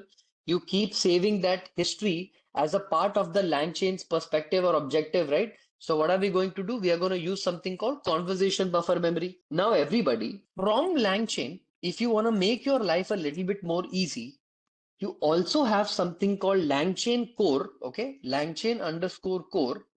And from the core, you also have certain variable called prompts. And from that prompts, you can import something called chat prompt template and message placeholder. Now, sir, why do you need this message placeholder? Because any agent or LLM application that you build, you need to separate the responsibilities, right? You need to separate them out, and that's how you're going to be using it, right? If you look at the first program that we wrote, do you remember we passed the actions as a JSON, right? Here towards the end, do you remember we passed in the known actions as JSON? Think of it like this: long-term memory, short-term memory, think it like this, right? Think of it like this as a JSON value that you're passing inside the model. Think of it the same way, right? You can pass in a longer JSON if you want to, but message placeholder. I'm also going to call something called LangChain, and again, I'm going to call something called core. And this is the important topic that I wanted to teach you, everyone. Runnables. Import two of the most important runnable called runnable lambda and runnable pass through. Now you must be thinking, sir, what in the world are you teaching us? And sir, runnable branch, runnable assign, runnable binding, runnable config, runnable map, runnable parallel, runnable pick, runnable sequence, runnable throughput, runnable serializer, runnable fallback, and runnable with message history. How in the world should somebody know which one is important? To make your life easy, okay, I'm only teaching you the most important runnables. First of all, the question you should be asking me is not what is runnable lambda? What is runnable? Sir, what in the world is this thing called runnables, right? Okay.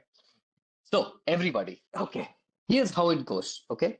I'm gonna explain it to you in a way where it will become slightly easy for you to understand.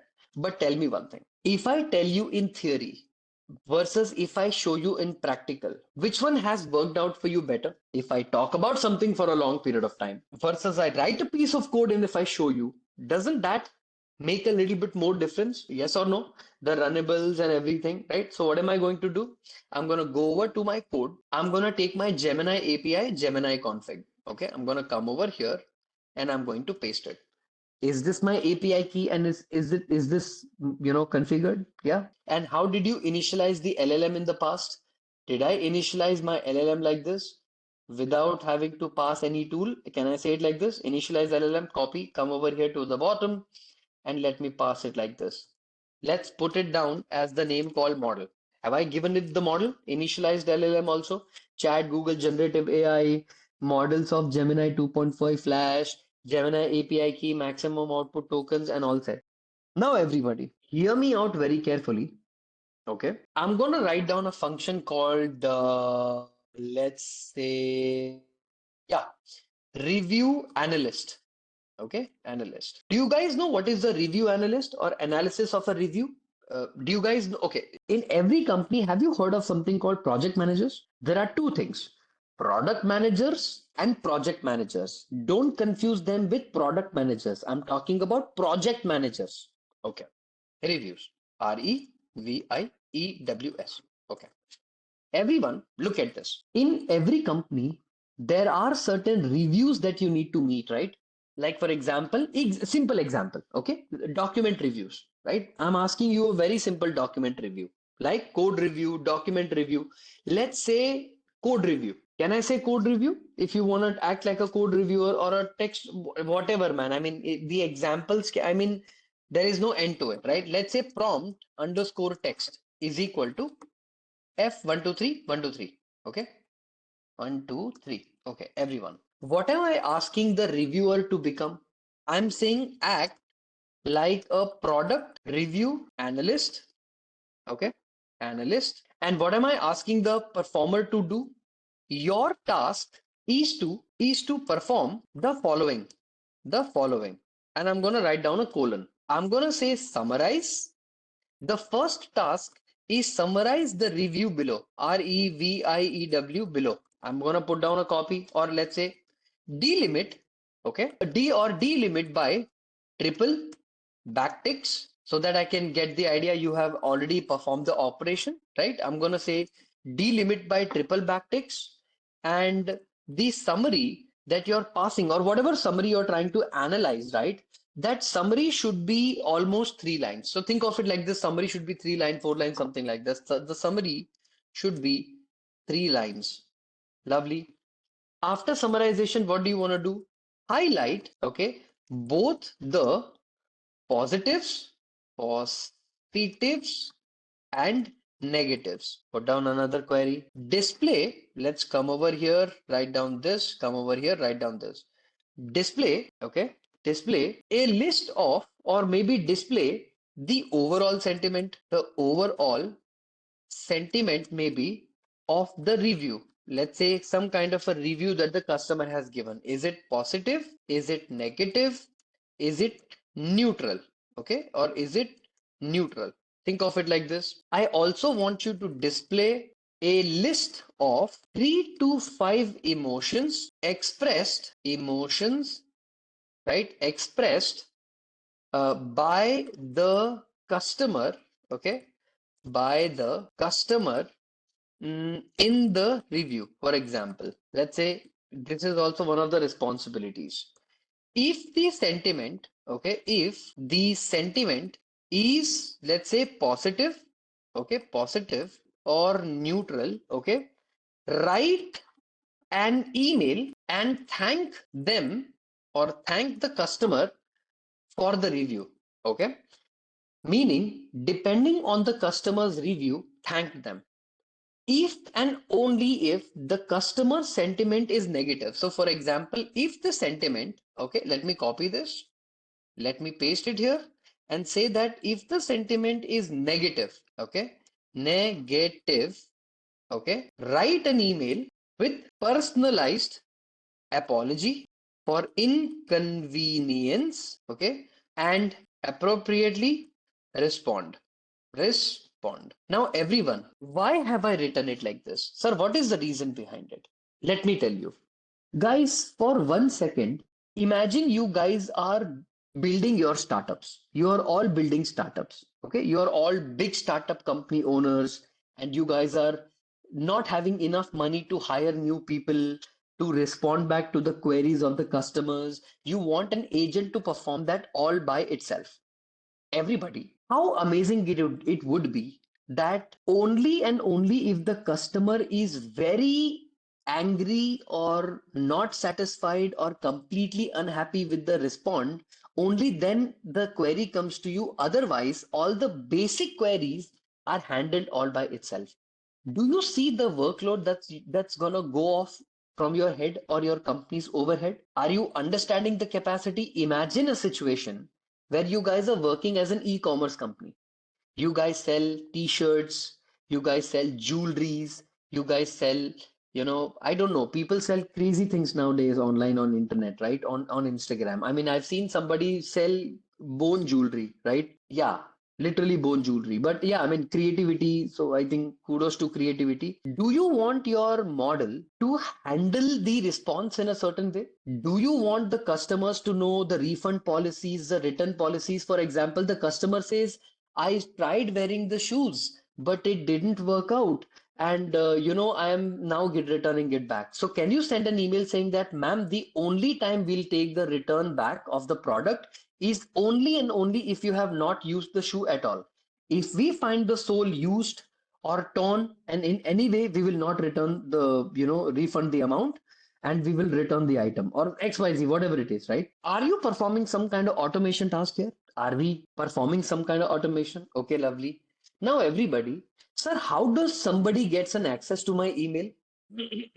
Everyone. IMAP and POP3. Everyone. What is IMAP and POP3? IMAP and POP3 are the protocols that will allow you to access and manage your email on multiple devices, keeping them synchronized on the server while POP3 is downloading email on a single device. These are email protocols.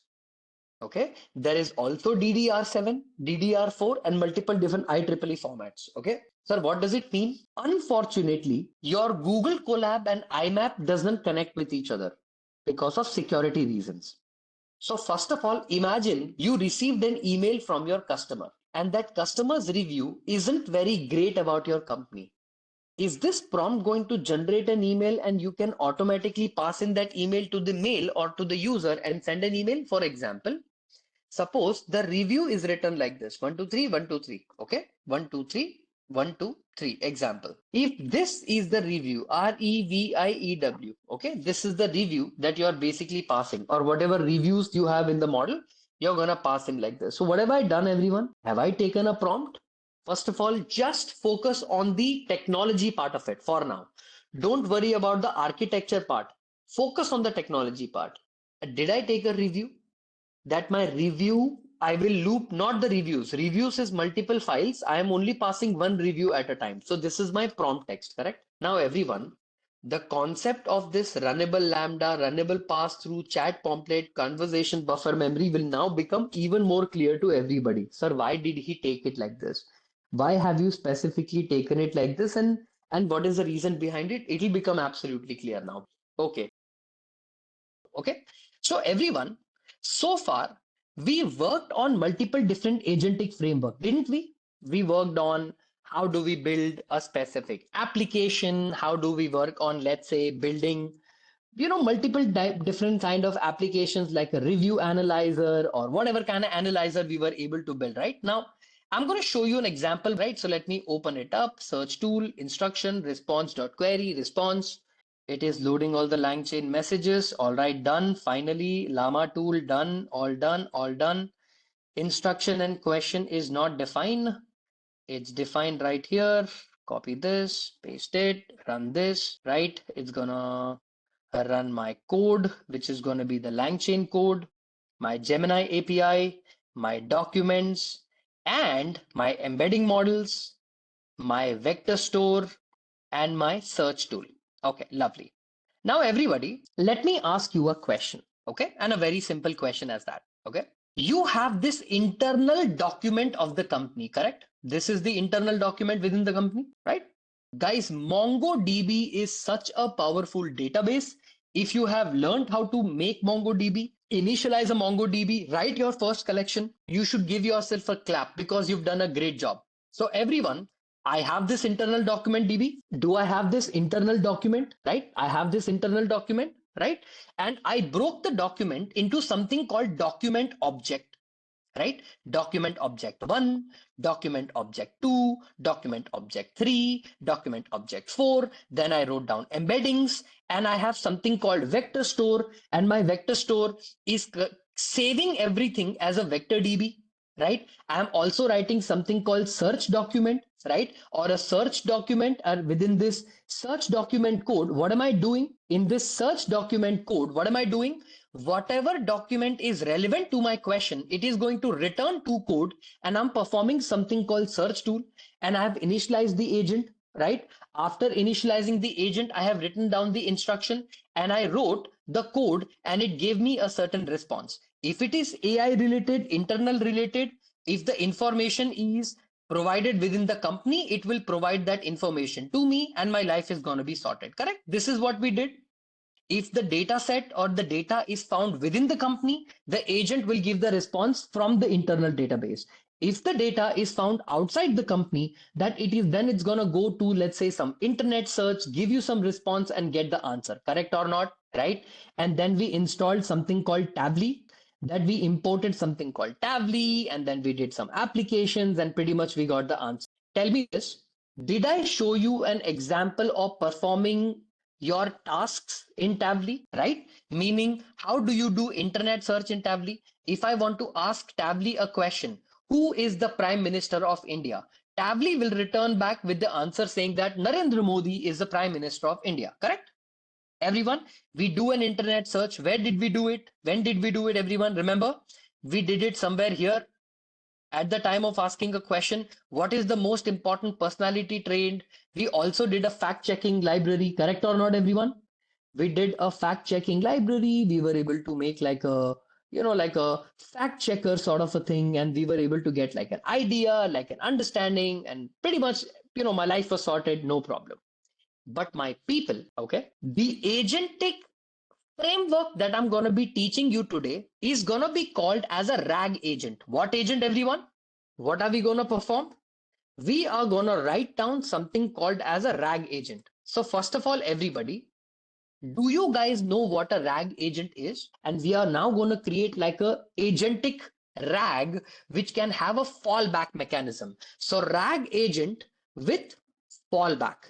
Okay, mechanism. We are performing a RAG agent with fallback mechanism. Sir, what do you mean by fallback mechanism? Fallback mechanism is nothing but my plan B. My plan A is to become a doctor, but if I'm not able to become a doctor, what will I become? If I don't want to become a doctor, I will become an engineer, a physiotherapist. I might become a influencer, because becoming an influencer is easy, right? Nowadays, I mean, influencers make so much money. I cry sometimes. I'm an AI developer, right? And here you have an influencer doing awesome stuff on internet, and then you make more money. So remember, your plan B should always be to become an influencer. Go to the market, start dancing in between. You're going to get at least 1 million views right there. Brand endorsements. Life is sorted. Okay. So plan B, become an influencer. So now you have a RAG agent with a fallback mechanism, right? Sir, when we converted document data into embedding and storing it into vector DB, was it not RAG? Yes, it was RAG. But did we have a fallback mechanism? We did not, right? If the information is within the code, we get the idea. But if it is not within the code or not within the internal tool, what will it do? Will it return anything? No. We extensively spoke about it. It returns the answer saying that, sorry, I cannot search for it. I'll give you an example. From LangChain, okay, what am I going to import, everyone? From LangChain, I'm going to import something called embeddings, and I'm going to import something called Hugging Face embeddings, correct? This is like my Hugging Face embeddings are like my thing that is going to help me create something called embedding part of it. Lovely. From LangChain, okay, from LangChain, okay, Here, I'm going to call something called vector stores and I'm going to import something called Fias. Fias is my vector DB. Okay. Again, from LangChain. Okay. I'm going to write down something from LangChain. And within this LangChain, I'm going to actually take LangChain community. It's a lightweight wrapper. I'm going to call something called tools. And inside this, I have something called Tavli search. I can also import something called Tavli search. Now, everybody, isn't this amazing? Rather than using the Tavli that we used, which was the official library of Tavli, can my LangChain or does my LangChain also provide Tavli? So that means LangChain is going to be this one tool that can provide everything. Understanding? You import LangChain, LangChain will give you everything you find in the AI industry. Everything will be given to you in one single thing. So what am I going to do? Google dot generative AI as Gen AI. And what am I going to do? From Google, okay, everyone, from Google, okay, dot API core, okay, dot API core, dot exceptions. I'm going to import one more thing called resource exhausted. Now, everyone, why am I importing something called resource exhausted? Let me ask you a question. Everybody, if you do not have petrol in your car, will your car work? Please don't tell me it's an electric car. It's a fuel car, a car with a petrol or a diesel. Okay, no. Tell me one thing. Your LLMs also work as long as you have paid money for the tokens, correct? If you exhaust the limit, then don't you think running anything in my code is a waste of my time and my energy? Running this does not make sense. I can just go directly and say that, boss, looks like you haven't paid anything and it is not gonna work out. So can I also say I have a resource exhaust error, or let's say resource exhaust message that I can pass? Lovely. Now what do I do, everyone? GenAI dot configure. So what do I do? Rather than writing this code, what am I going to do? Am I going to go ahead to my actual program right here and copy this and paste it all to the bottom, right? Lovely here. GenAI.configure, right? My API key is also sorted, right? Can you see this sign here? Tavli key and my API key, everyone. Can you see I have safeguarded my keys here? My Gemini API key and my this, right? What I'm going to do is I'm going to copy this, okay? The whole thing and erase this and delete this. And whatever my API key is here, I'm going to copy this and I'm going to paste it here. Okay, so now everyone tell me, did I update my API key with the newest API key? LYM, wait, let me open this up. Okay, notebook access open.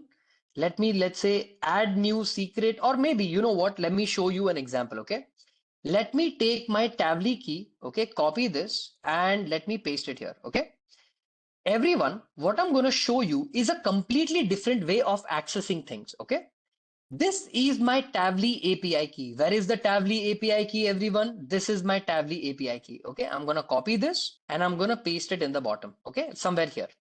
Is this Tavli API key and this Tavli API key matching or not? Are they matching? Are they the same thing? Yes. Okay, no problem. Let's keep the API key as it is. Okay, I'm just going to show you something awesome. Everyone, am I saving my API key separately in my secrets folder, where only I have an access to see the key? You as a developer don't have an access, correct? If you see, I have shared this file with you. Can you open this up? Are you able to open this lock icon? Can you see this lock icon, everyone? No, right? Meaning, am I hiding my API key from you? Yes or no? Am I hiding it from you? So see, everyone, how do we use it? Import OS, okay? Import OS, okay? Observe, everyone, os.environ, okay? os.environ, okay? Inside the environment, what is the name of your key, everyone? What is the name of the key? The name of the key is called Tavli API key, okay? If you want to save your Tavli API key in a Tavli API key bundle, you can also do that. No harm in saving it like that. But what I'm going to do is I'm going to pass my Tavli API key. I'm going to show it to you, but you can save it and keep it separately. Okay, so what am I going to do? I'm going to pass it like this: Tavli, Tavily, underscore API, okay, underscore key.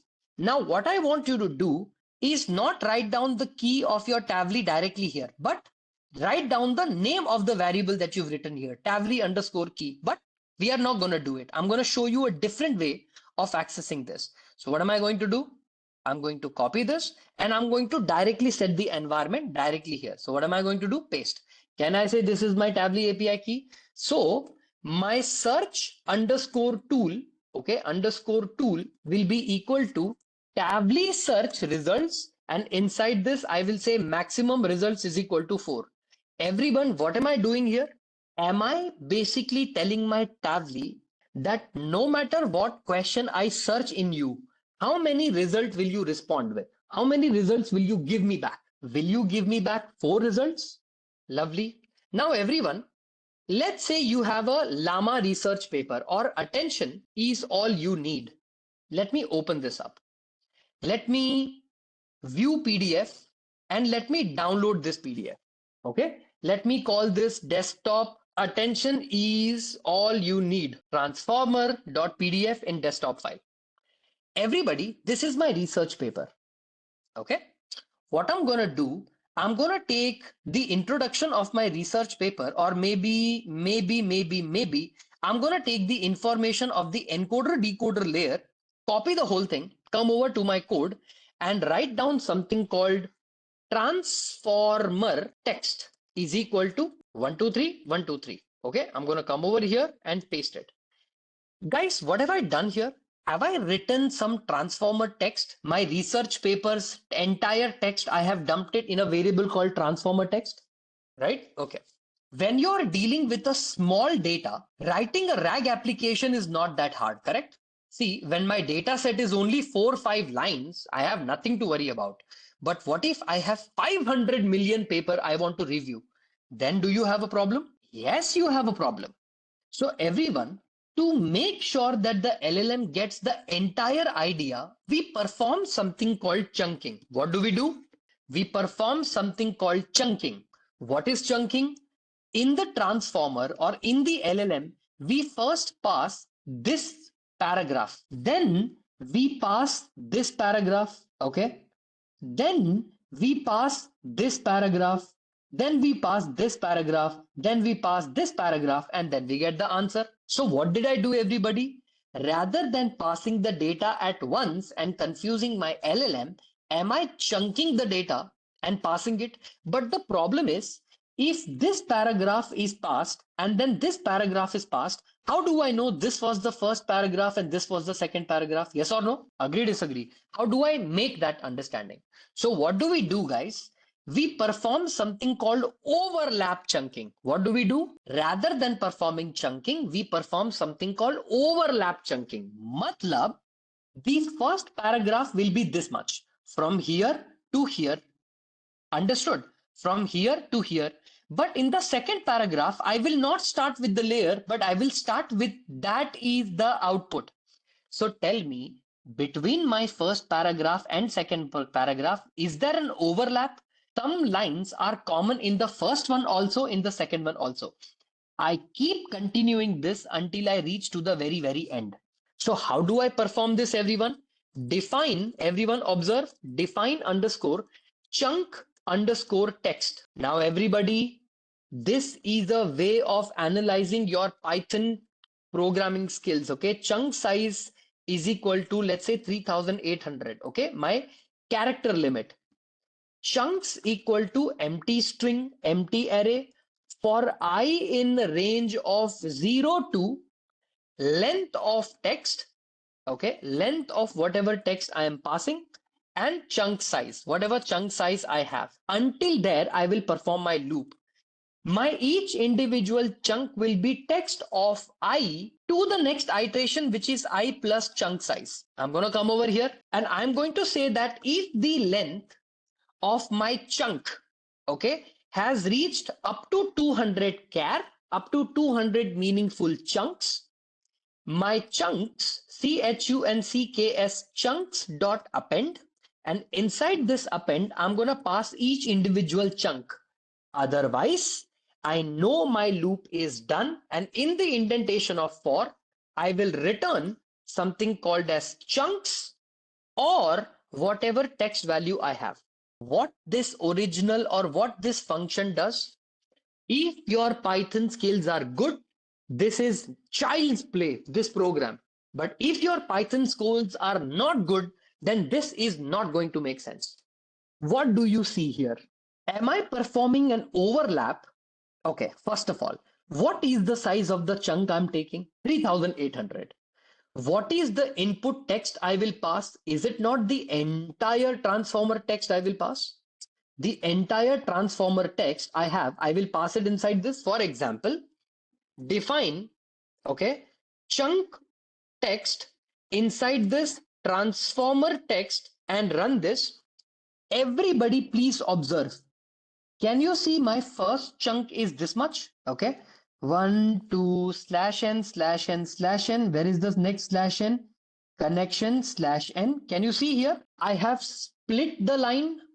The encoder is composed of the stack. Can you see this new line is starting here? Okay, so let me give you an understanding. Okay, let me give you guys a simple idea. Okay, what is the difference between this text and this text? Ignore the slash n. Okay, ignore the each layer has a 2. It might get it from the each layer has 2 has a slash n. Ignore that.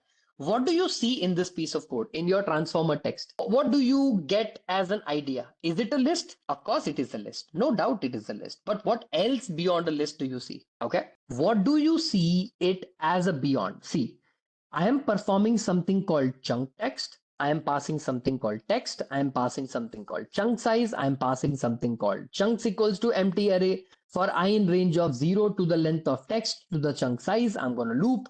Chunk will be text of whatever I to I plus chunk I am passing. Okay, chunk size. If length of chunk is up to 200 meaningful chunks, chunks.append chunk and return chunks or the original text value that I have. Now tell me, if I return chunks, only and only chunks, okay, any changes do you see in the program? No? Okay. I'm going to go over here and I'm going to write down something called text, okay, or text. If I make it 50 and run this, what do you see in this program? Any changes?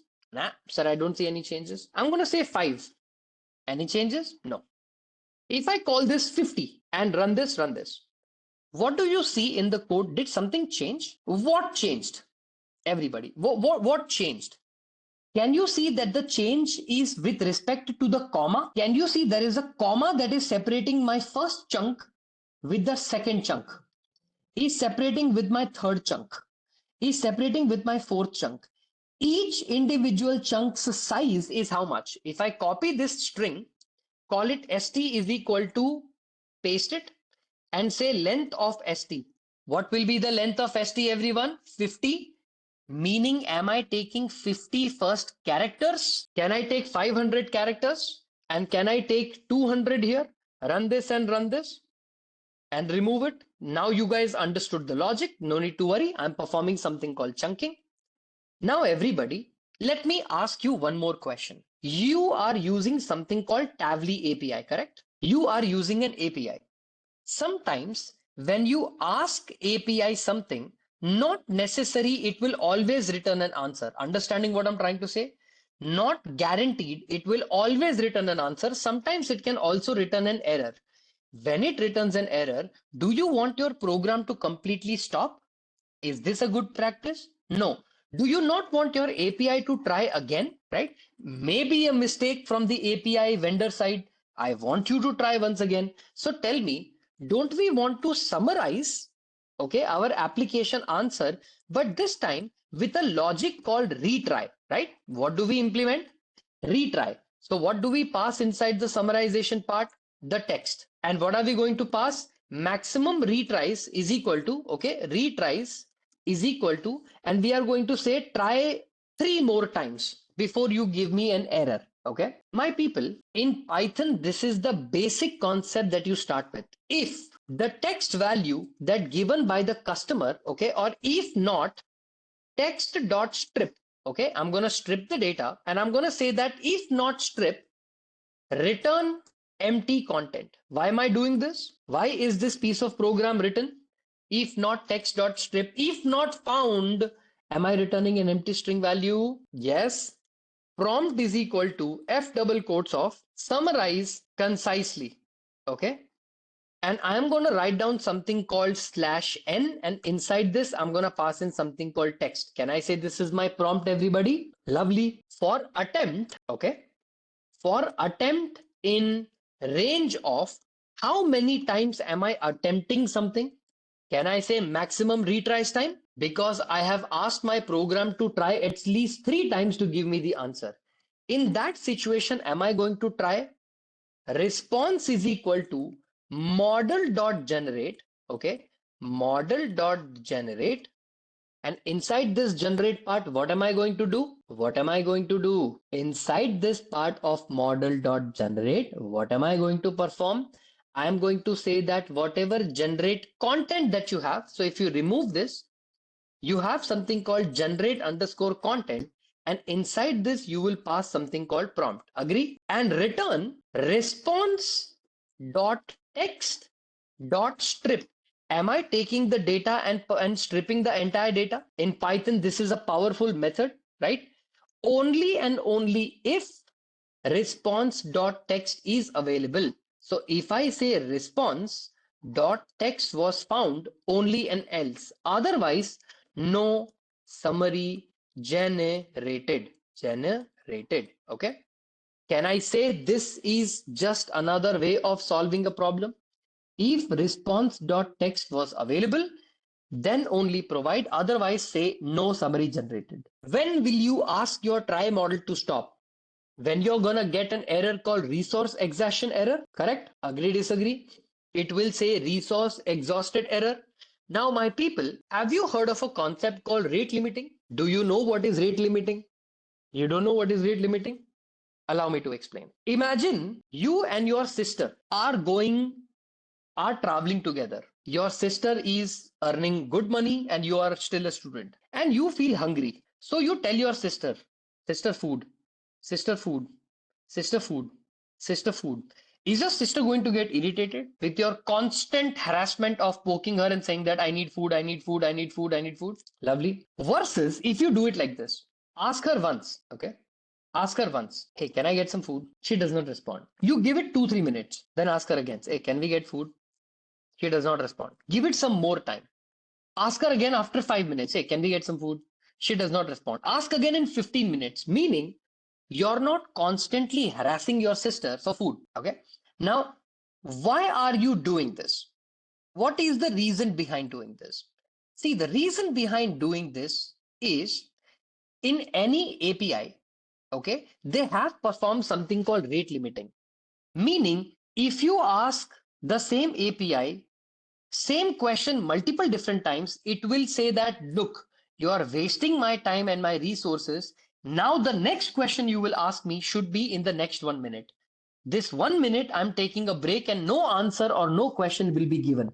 So, what am I basically doing is, okay, in this code, if attempt, okay, or if my attempt value is less than maximum retries or whatever maximum retry I have tried, -1, because Python works in a very mysterious ways, then I'm going to create a wait time. Okay, I'm going to create a wait time that if I have already hit the API once, I'm going to wait a little bit more time and create the 2 times of attempt, meaning I'm going to wait twice as longer before I make the next call.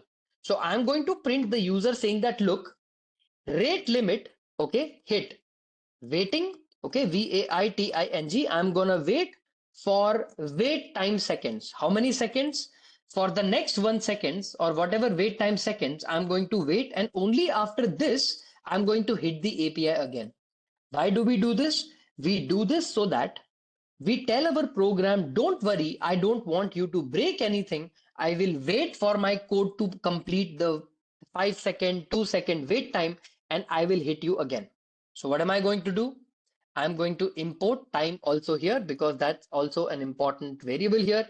There is nothing called timer. There is something called time. Run this. Lovely. And we have something called time here. So everybody, what did we do? In this case, otherwise, in the else condition, we can just go ahead and directly say that return, I'm going to pass in error, and I can say that API quota exceeded. Okay, quota exceeded. Okay, my quota for that particular API is done. I'm going to come outside. In the final for loop indentation, I'm going to finally return one error. Error, ERROR, I can say that failed. Okay, failed after retries. Okay, after retries, I failed. Okay, this particular retry, I tried multiple different times, did not work for me. I'm sorry, it is not for me. Okay, I'm trying multiple times, did not work, and I'm done. Can you see this function summarize with retry is gonna summarize everything, right? But this time it's gonna try. If the API returns a certain error, it will try something and it'll give you an answer. It'll not just randomly go ahead and do something. Understood what I'm trying to say? Now that is done.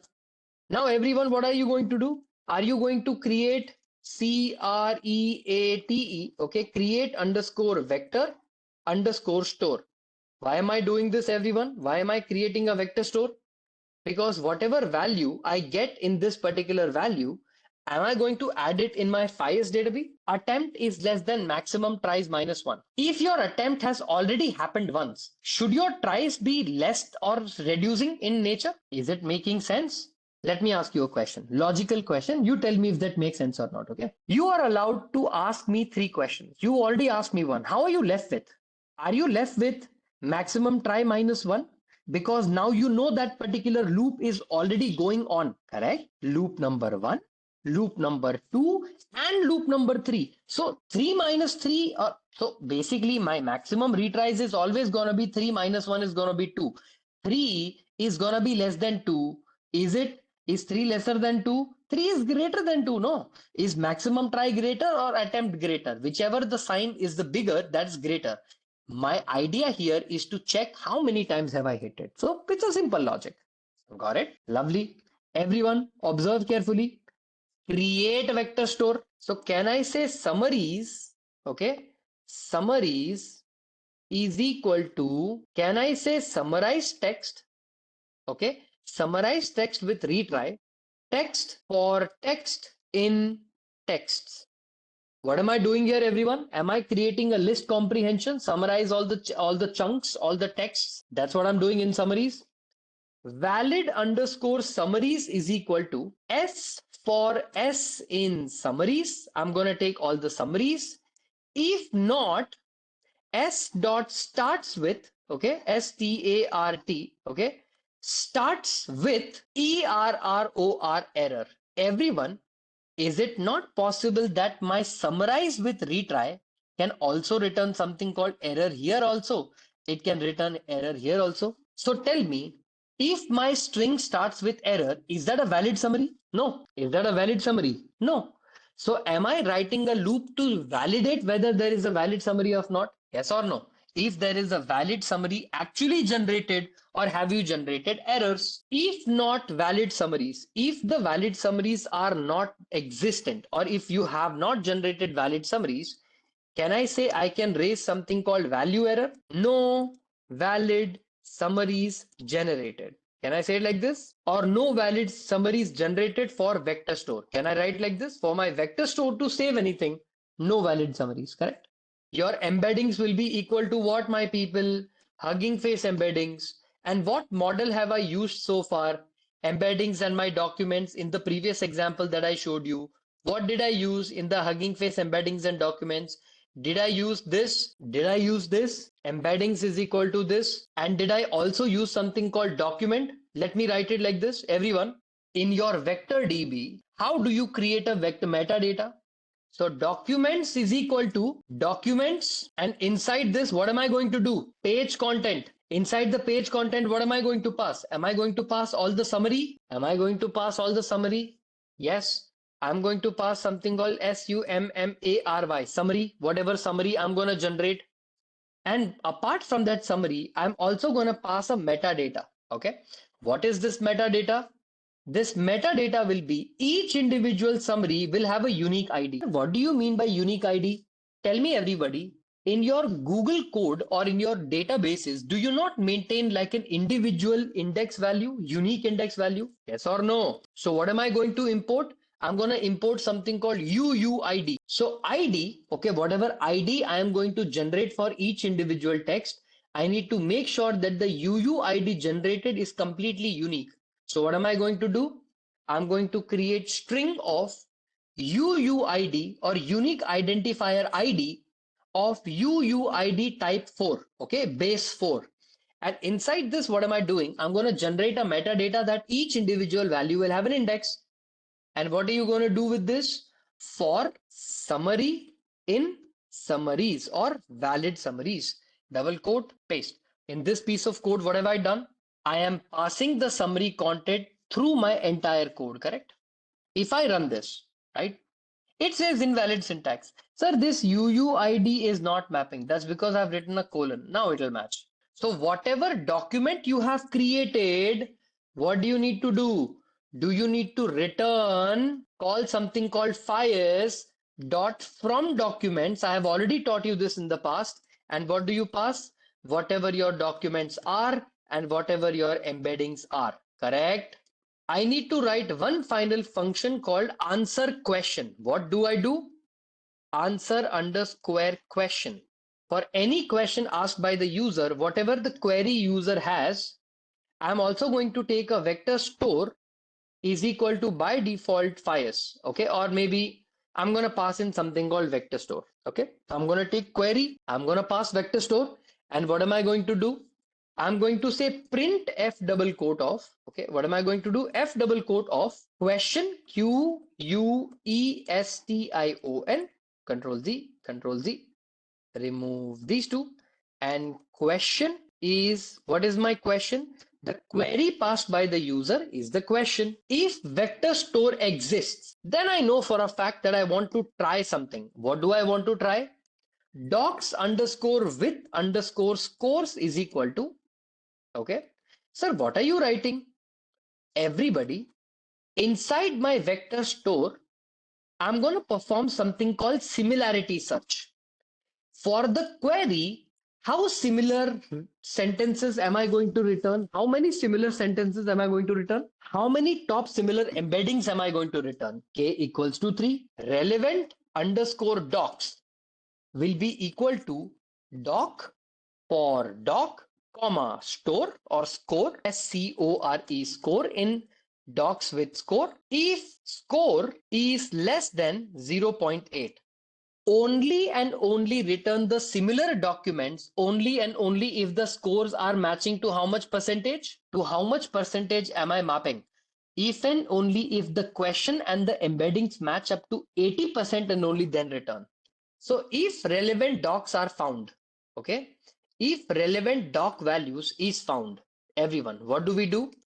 Can I say that the context of the application will be double quote slash n, okay, inside this slash n dot join score greater than. First of all, remember one thing. Why not greater than? Why less than? What is the reason behind it? What are you doing here? The selection criteria is on the basis of values lesser than that. Oh, you're gonna understand. Wait a second. Dot join. Let's say doc dot page content. Okay.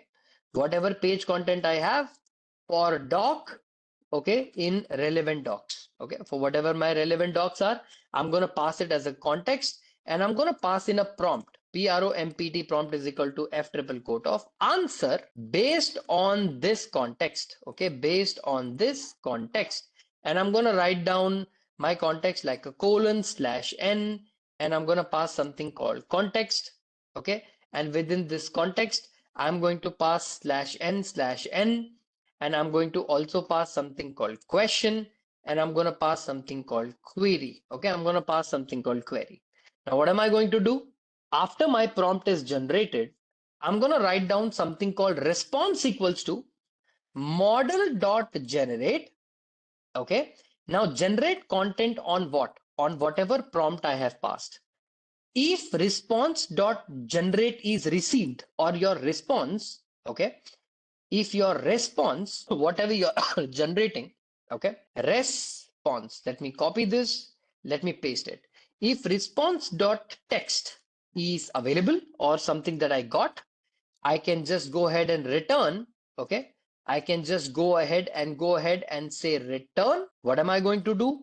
Answer is going to be, let's say, a colon, and inside this colon I'm going to say response, okay, response dot text dot strip. Whatever my answer are, strip, you get it. And whatever the source is, the source of this particular data, okay, is directly from the internal document, okay, internal document, okay. The source is internal document, lovely, okay. So my source is my internal document if my response.txt is done. Otherwise you can just go with directly to the outside clause and write down something called except or accept exception, okay. Exception as e, you're going to write down a message saying that, print my rag failed, okay, rag failed, and the error is str string of e. Now everyone, what do you see in this particular example? What is the idea in this particular example? Why are you understanding or learning this, right? Are you writing this piece of code to look within the internal data set of the company? If the internal data set does not work out, can I also perform one more try clause? What does it say? Must have at least one except or finally. Yes, I do have an except and finally. I have a try and an except here. Give me 1 second. Control all, control X, try pass, right? Except something, try pass. I'm going to write down except, exception as E, right? Exception as E. And I'm going to write down print F double quotes of, I can say error, and I'm going to write down something called str, and let me just remove this and I'm going to write str of e. Lovely. Now what am I going to do? I'm going to come over to the try and I'm going to paste this code. So I'm going to come over to the proper indentation. Please remember, Python is an indentation programming language. If you don't pass it in a code practice, then pretty much you can say tata goodbye to your program. It's not going to work out. Okay, control Z and come over here, and I'm going to write down here. Again, this is the prompt context, right? Write it down here. And if I make sure that the indentations are proper, I come over here and I say return. And in the try clause, I say accept. Now, everyone, otherwise, I want to fall back to the internet mechanism. So can I say search underscore results equal to search tool dot invoke, and I'm going to invoke something. And what is that invoke? Inside the invoke, I'm going to pass in the query of the customer, and the query is nothing but query. So whatever the query of the customer is, I'm literally passing that, and whatever answer I get, I'm going to return. So I'm going to say return, I'm going to say double quote answer, and this answer is whatever string value of search results answer that I got. Otherwise, if this is not the case, then the source using which this data has been outputted is my internet search. I'm going to write it like this. I'm going to write down my exception as E and pretty much be done with it, right? Your answer query part of it. Everyone, what do I want my code to do? I want my code to run at once. So I'm going to say define main, okay?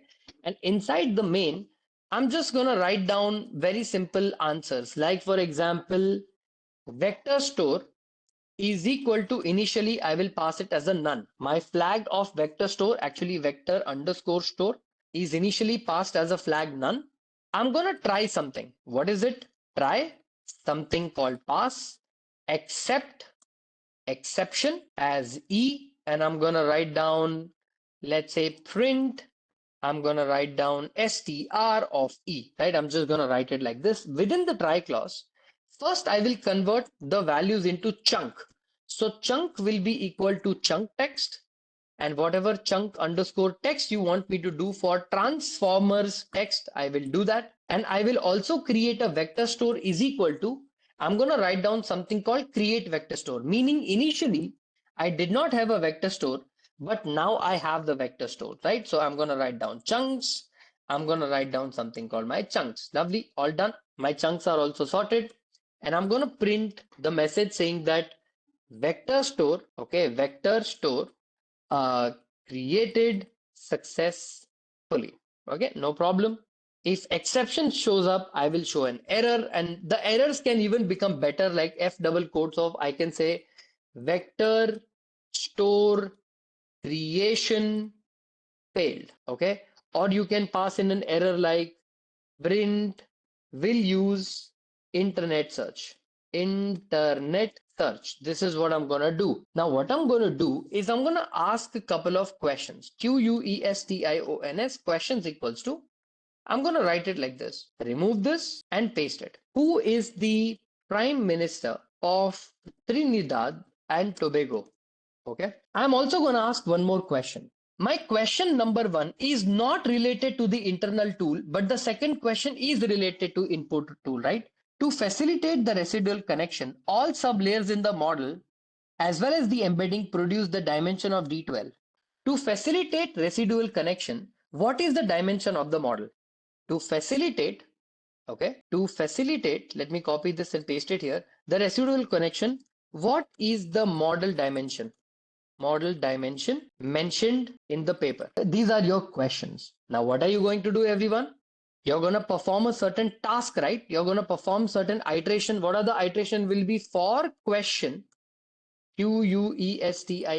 Question, questions, whatever my questions are. I want to loop through it one by one, and my result value will be answer question because that's my main function. And inside this, whatever my question is, I'm going to pass, and I'm also going to pass something called vector store, and I'm going to remove this. What am I going to do? Print F double quote of answer colon. I'm going to write down something called result. And for that result, I want answer. Okay. If not, I'm going to copy this. I'm going to paste it here. And what am I going to do? I'm going to write down something called, let's say, source. And within the source, I want the source, SOURC. Now, everybody, if I run this piece of code and write down something called main and run this, what is happening with the main function? First vector store created. Who is the prime minister? It says rack failed. Too many A and S W E R. Where did we write answer, answer, answer? I have written some kind of a mistake here. Answer. Where is the answer? Let me copy this, okay, and paste it here. Lovely. Okay. What kind of mistake has been made? It says I'm getting a keyword error called answer. Key return. Basically, what is happening here is the answer code or the answer key is not being returned well. And where have I used the answer? ANSWER. Can you see? Answer. It should be small here, right? ANSWER. Answer. Let's run this from the very beginning, all the way from a UID and run it. You can even perform something called .get, no problem. Did I also mess it up once again? I don't think so. Let's see it. Let's check it. It is running my main. ANSWER. Did I also mess it up somewhere else? Where did I make this mistake? Essentially, it will first try to search the internet code, right? Okay, lovely. I think that would be the fix. Okay, let's try it again. So let's say it sets up my internet connection or my, again, little list of Prime Minister Trinidad Tobago is the incumbent Prime Minister of is Kamala Prasad Baisir. Okay. Too many values to unpack. That's okay. In deep neural networks, it gave a URL. Each layer is a set verb in a dimension of a model output size. Dimensions are manipulated. This also is internet search. No, we need to ask a question in a much better manner. To facilitate this residual connections, let me ask dimension of the model is what? Let me copy this and let's also check once if this is the answer it gives me.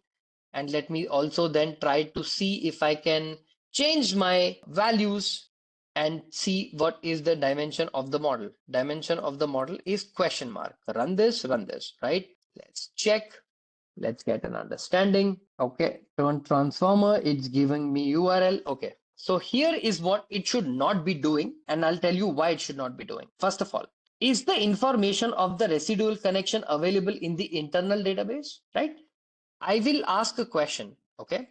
The decoder, okay, of my model, okay, let me remove this and let me remove this, okay, from here till here and paste it. The decoder is also composed of a stack of how many identical layers, run this and run this. Now, every single time I'm going to run this code, it's going to give me some or the other answer, okay? And the answer is going to be because from the application of how my similarity score have been matched. Okay. If I take it 0.3, okay, everyone, just observe the behavior. 1, 2, 3, and see. Let's try it out. We got to fine tune it. Let's say 12 is unpacked. Again, URL. Okay. Greater than 0.8 kar dete hain. Okay. Let's run it. What answer are you getting? Is it still searching the internet connection? Is it still the decoder stack of the transformer model, has something called n is equal to something and xyz something? It gave me a big response and I got this answer. What I want you guys to do is look at this less than 0.8. First of all, tell me what do you mean by 0.08? For example, let me try something called 0.03. Okay, give me 1 second. 03. Control S. Let me run this, run this, run this, run this, and run this. Give me 1 second. Let's see what happens. I gotta try multiple different values and see how the whole operation works. Again, it search for URL. Okay. Let me try 0.01 or let me start with 0.1. 10% is way too low, I know for a fact, but let's just see if we can fine tune it or what is that right number. We can look at it. Okay. The decoder stack, I don't want the URL, man. I did not want it lesser. Okay. I want it to be as closer to the input query that I've generated. And my embeddings are also passed in my vector DB. No problem. Let me say 0.4. Run this, run this, run this. And if it generates a URL, then I know I will have to use some kind of optimization technique to find out the answer. Okay, it's still doing the internet search. Okay. The intention here is a very simple intention. If the data already exists within the code or within the internal data, it is not going to go the internet search. But what is the problem? Can you see my bigger problem is this, my relevant documents, correct or not? Why is this a relevant document, everyone? Why is this piece of code very critical for my understanding? See, what this piece of code is doing is it is looping through the entire code, okay? And similarity matrices of keep only documents where the score is less than 0.4. If and only if the score is less than 0.4, keep it.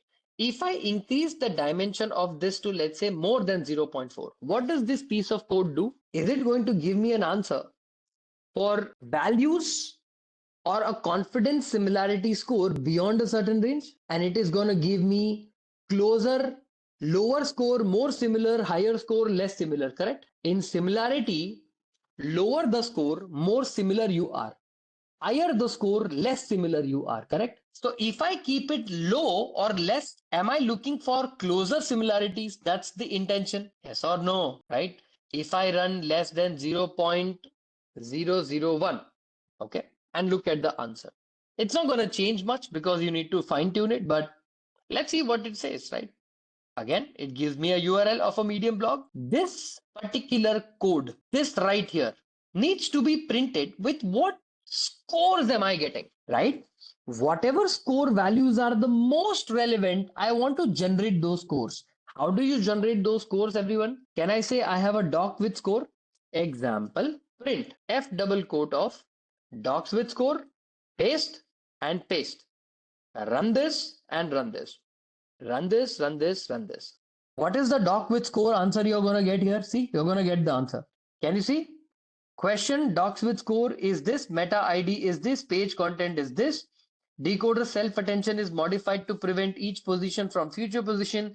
The masking is shift along with is giving me another kind of value. The encoder is a stack of 6 identical layers. Can you see? It gave me the answer, no?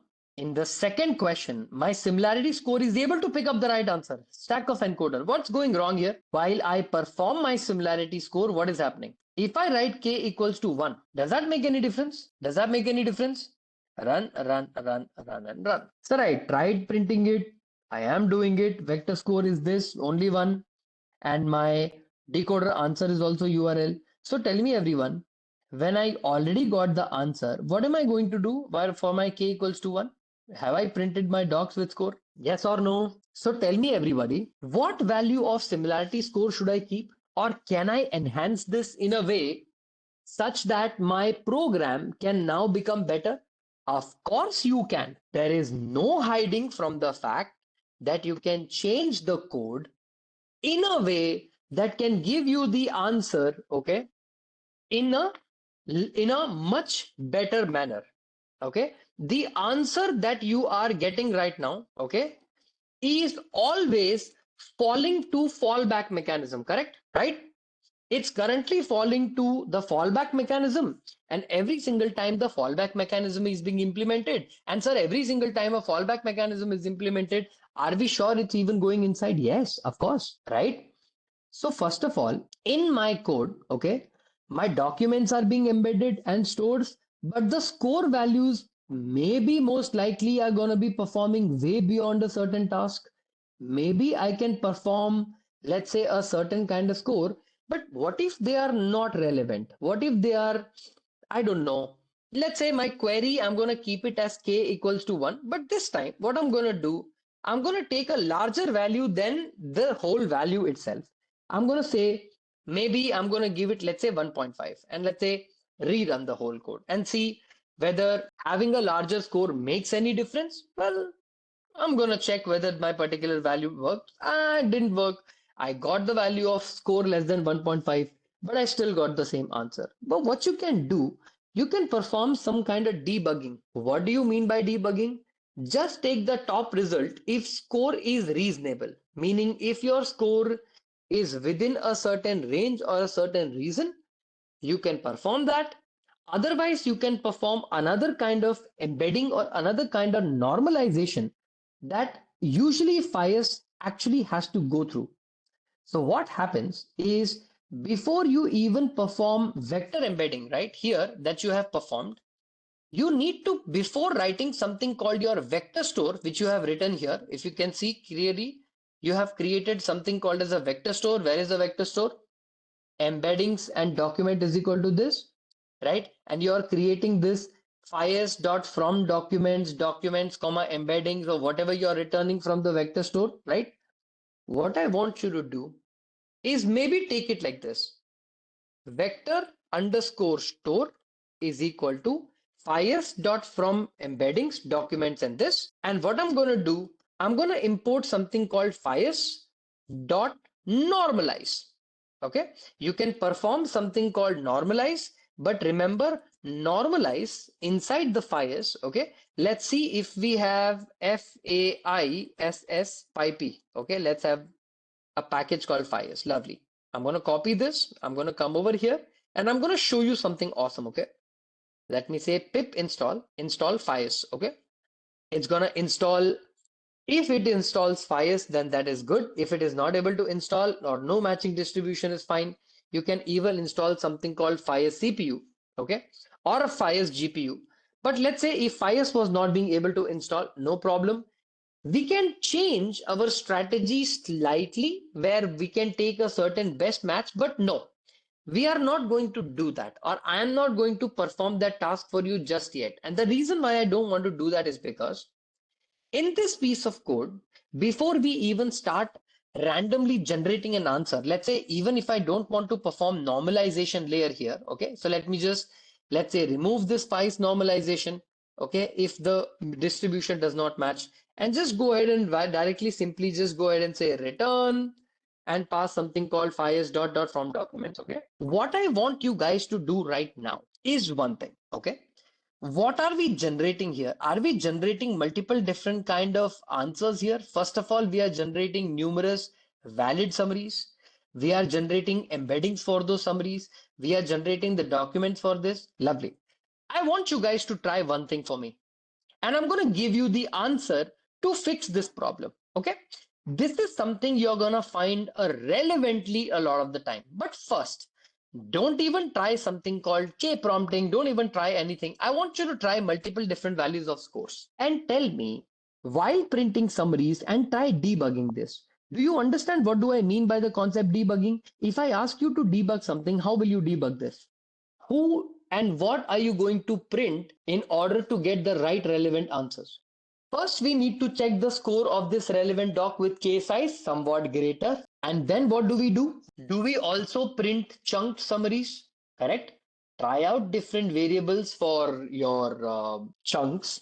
check which score generates higher probabilities or what score values am I generating for the chunks, and based on those chunk value decide what kind of answers I need to generate. Correct?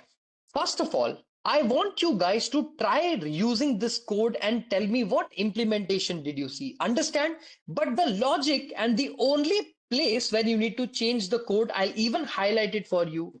It is here, and believe it or not, it is here. Did I highlight it for you? Did you guys get the understanding? Which part and which piece of the code are you going to change it? Okay, now tell me one thing. What changes are you going to make with respect to this? Are you going to perform certain debugging operations? And within this debugging operations, you are going to get an understanding on how exactly debug operation works? Yes.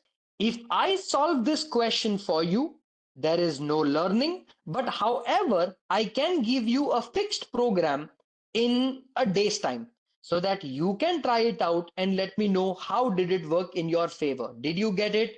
Because real learning is not sitting in the class and listening to every single piece of code that I write. Sometimes it is also trying things that break your perception of what AI is and how AI works. Understood? What did this agentic application do or this agentic RAG do? I have not passed any prompt for agentic frameworks. Then what does it do? You can convert this into an agent. Did I teach you something called as a React agent to think, to act, to instigate, to try? Have I asked you and taught you multiple different concepts of reiterating, of thinking, reasoning plus acting? So don't you think within one of those prompts you can try giving an answer? Within one of those prompts, there can always be a guaranteed answer that can give us a certain understanding, like reasoning and acting. So I am going to leave this to your best capability to try this, because I am no longer teaching you Python for loop, Python if else while loops so that I can solve the problem for you right there and then and be done with it. There is only two lines of code that I need to change in order to get the answer, but you guys are going to try it out first.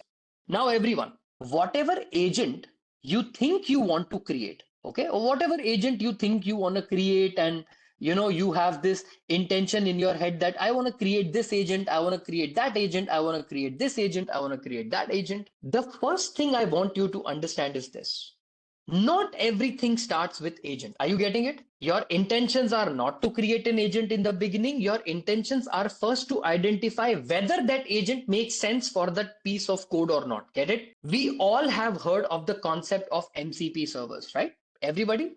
You guys have all heard of the concept of MCP servers, no? There is an MCP server, it performs a certain task, and that MCP server is this fancy little magical pill that can solve all my problem. Let's forget your MCP servers, right? What your MCP servers are capable of doing is just making sure your AI code or your AI is able to now extract a certain information from the external tool. Allow me to give an example. Everybody, so far we have been extracting everything with APIs, correct? We have been working with APIs, we have been extracting data with APIs, we have been able to perform a certain task with an API. But tell me one thing, guys. What if suddenly the person who created that tool called Slack or WhatsApp or whoever who is created, if they change their SDK or API, do you also have to change your SDK or your API? So now that your AI can now extract the data from your WhatsApp chats, from your Google Drive, from your other applications, correct or not? Meaning, if there is a small change in a third party vendor's code, your code also needs to change. It's not like you write the piece of code once and you can forever start using that code. No, that is a problem, sir. We can't do that. Why do we do this and how do we fix this? See, to fix this problem, okay, agentic frameworks had created or have created something called as MCP servers. Okay. Now, sir, if I have to understand MCP servers, do I need to get an understanding of something called MCP servers? Yes, it's actually very, very simple. It's not at all complicated. Let me explain something. Can you see that if your large language model, let me show you this diagram, makes a little bit more sense. Initially, you had to write a single API to get the answer from your Slack to your LLM. your Google Drive to your LLM, and unique API of GitHub to the LLM. But can you see now these APIs now connect to something called as an MCP, called Model Context Protocol? What MCP is doing is collecting the information from all the other portal and making it so standard that your AI has to not put an effort and can directly get the access from the data. Now you must be thinking, sir, but how does this work? I mean, I am confused. And sir, how does an MCP server actually solve my problem? Because I have heard about MCP servers a lot, and I believe it's very, very important. MCP servers are important concept, but please remember MCP servers are not used in major companies because there is no necessity. MCP server knowledge is important, no denying that fact, but it doesn't mean that you're going to be creating your own MCP server in the future and you're going to be using it. It doesn't work like that. If there is no requirement, then there is no need of creating something called MCP server. So first of all, so what is an MCP server? See guys, MCP server or Model Context Protocol, okay, the name of this particular tool is called Model Context Protocol, okay, protocol, okay. So see, Model Context Protocol, my people, was released by Anthropic, which is the company that has created a large language model called Claude. Okay, these are the people who came up with this Model Context Protocol architecture. Okay, now, so what does this mean? See, in an MCP server, you have a host, you have a client. Okay, mostly there are three things. You have a host, client, and a schema, but focus on the host and the client. Okay, in a very simple way, allow me to explain something. You have Google Drive, okay, and this Google Drive has your data, okay, and your AI agent, or you know what, let's say Google Calendar, okay, you have Google Calendar and you have signed up using some Gmail account. Now your AI agent wants to schedule a meeting.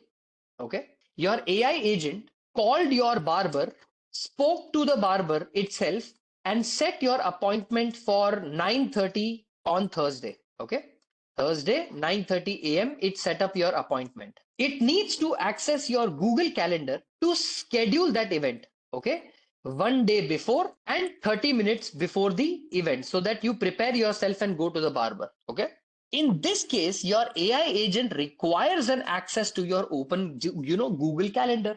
Now your AI agents, okay, your AI agent is always going to be the host, okay? And you also have a client server, which is your MCP server that's going to connect to it. It's going to give some answer, okay? So think of it like this. Your AI agent will first tell your Google Colab or Google Calendar that I am in the need of customers' information. Do I have the permission, necessary permission? The Google Calendar will then test and check whether this AI agent has a permission to access my data. Then Google Colab or Google Calendar will return another response to the agent saying that yes, you have the response. What do you want? AI agent will be like, on 2025 March Thursday, I want to add a calendar, and because I'm an AI agent, I will send you the data in a specific manner that Google Calendar can consume. And now Google Calendar will consume that data, add it in their event, and now the AI agent was scheduled the event. So what did you understand in this example? What did you get from this example?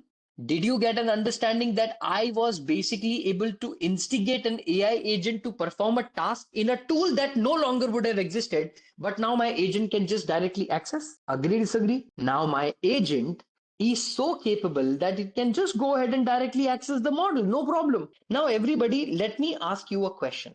A very simple question. Where do you see the advantage of MCP servers? Like, in which condition do you see that, oh, sir, MCP server is a great thing, right? Like, if I show you a simple example of an MCP server, okay, and show you fast MCP, okay, and open up fast MCP very quickly for you, okay, and show you the quick start, okay.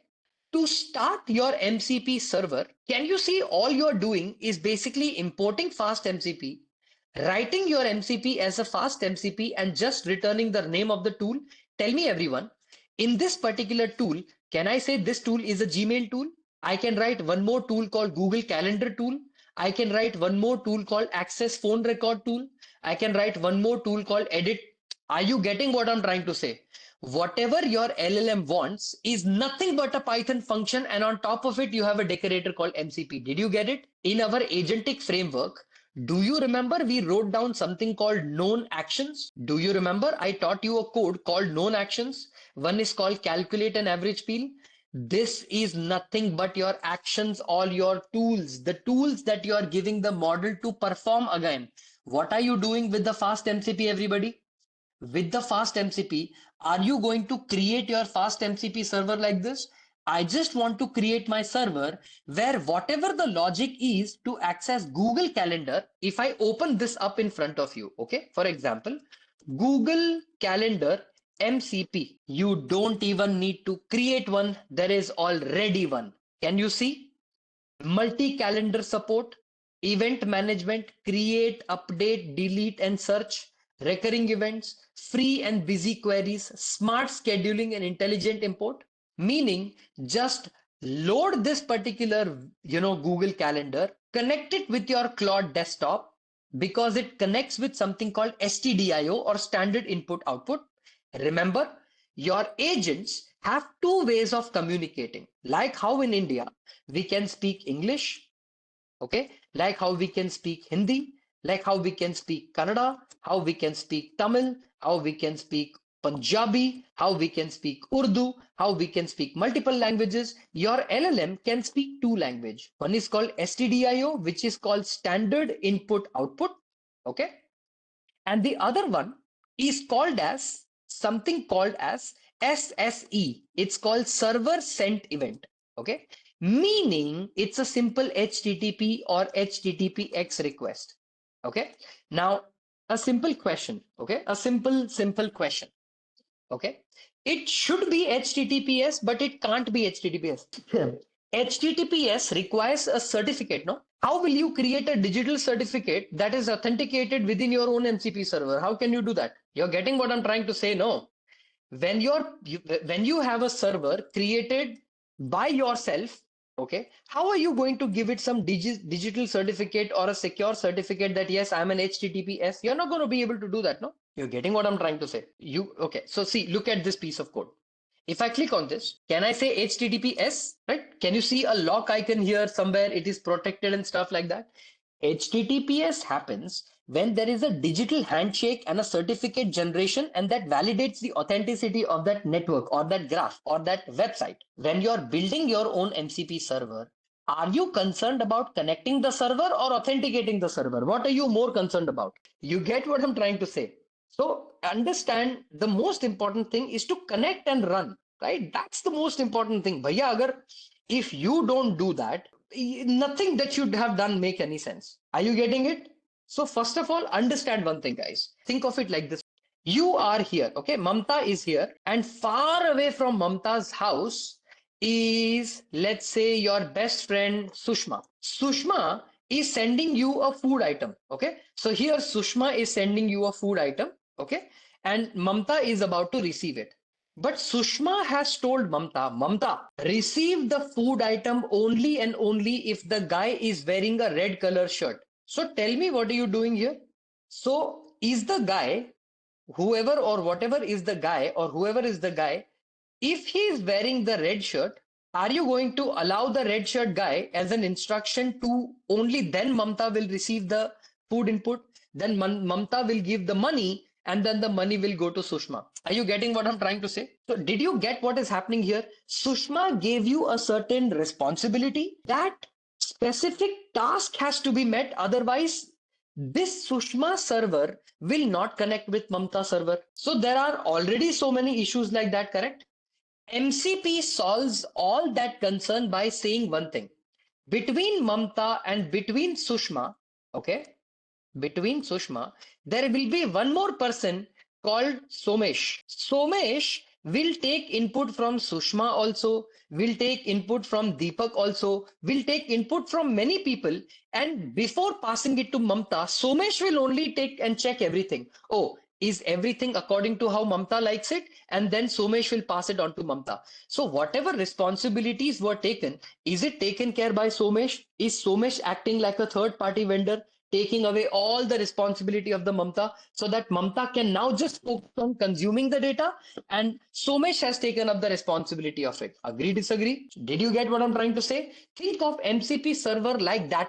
What it is doing, no? It is taking away the responsibility of data loading, data sanitization, data issues, and MCP itself creates like a standalone unified API, standard API, no matter what data you're consuming in the world, Gmail, Google Calendar, whatever it will allow every data to pass in one standard format.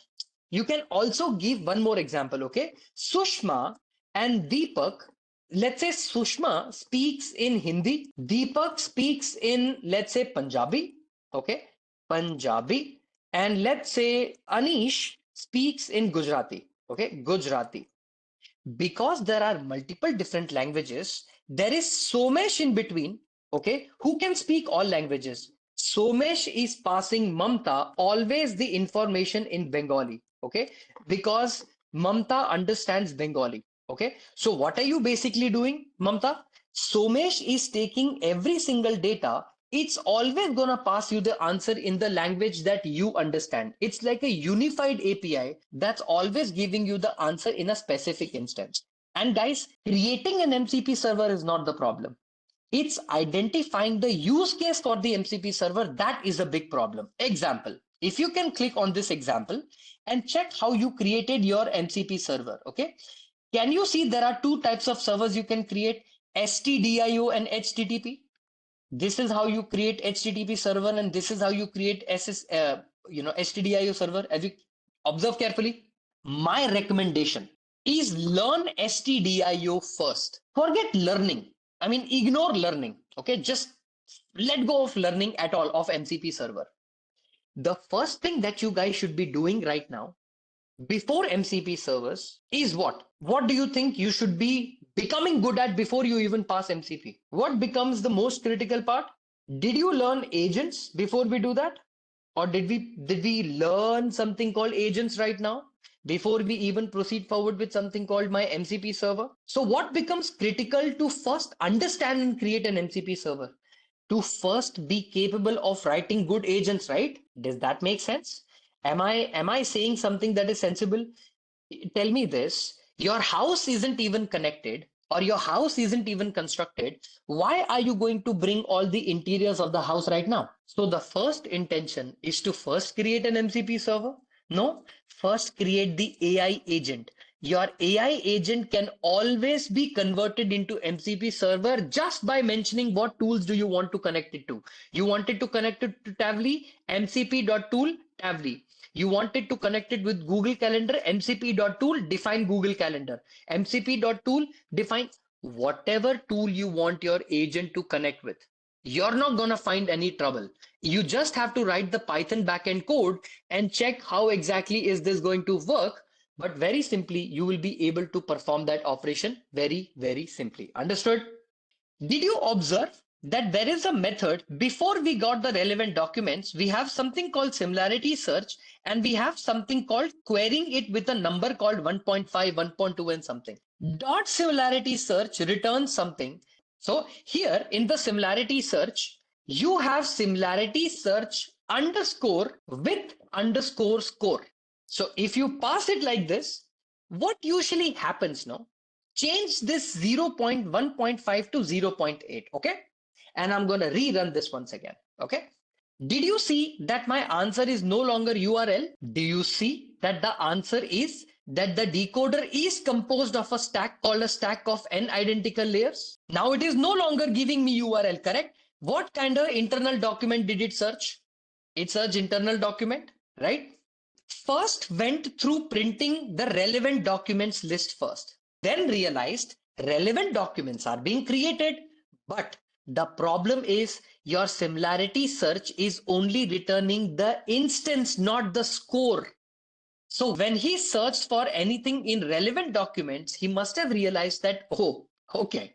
So when I'm looping the score in docs with doc score, there is nothing called score generated, just the doc instance generated. Now then realize that the name of the method will be something called with scores.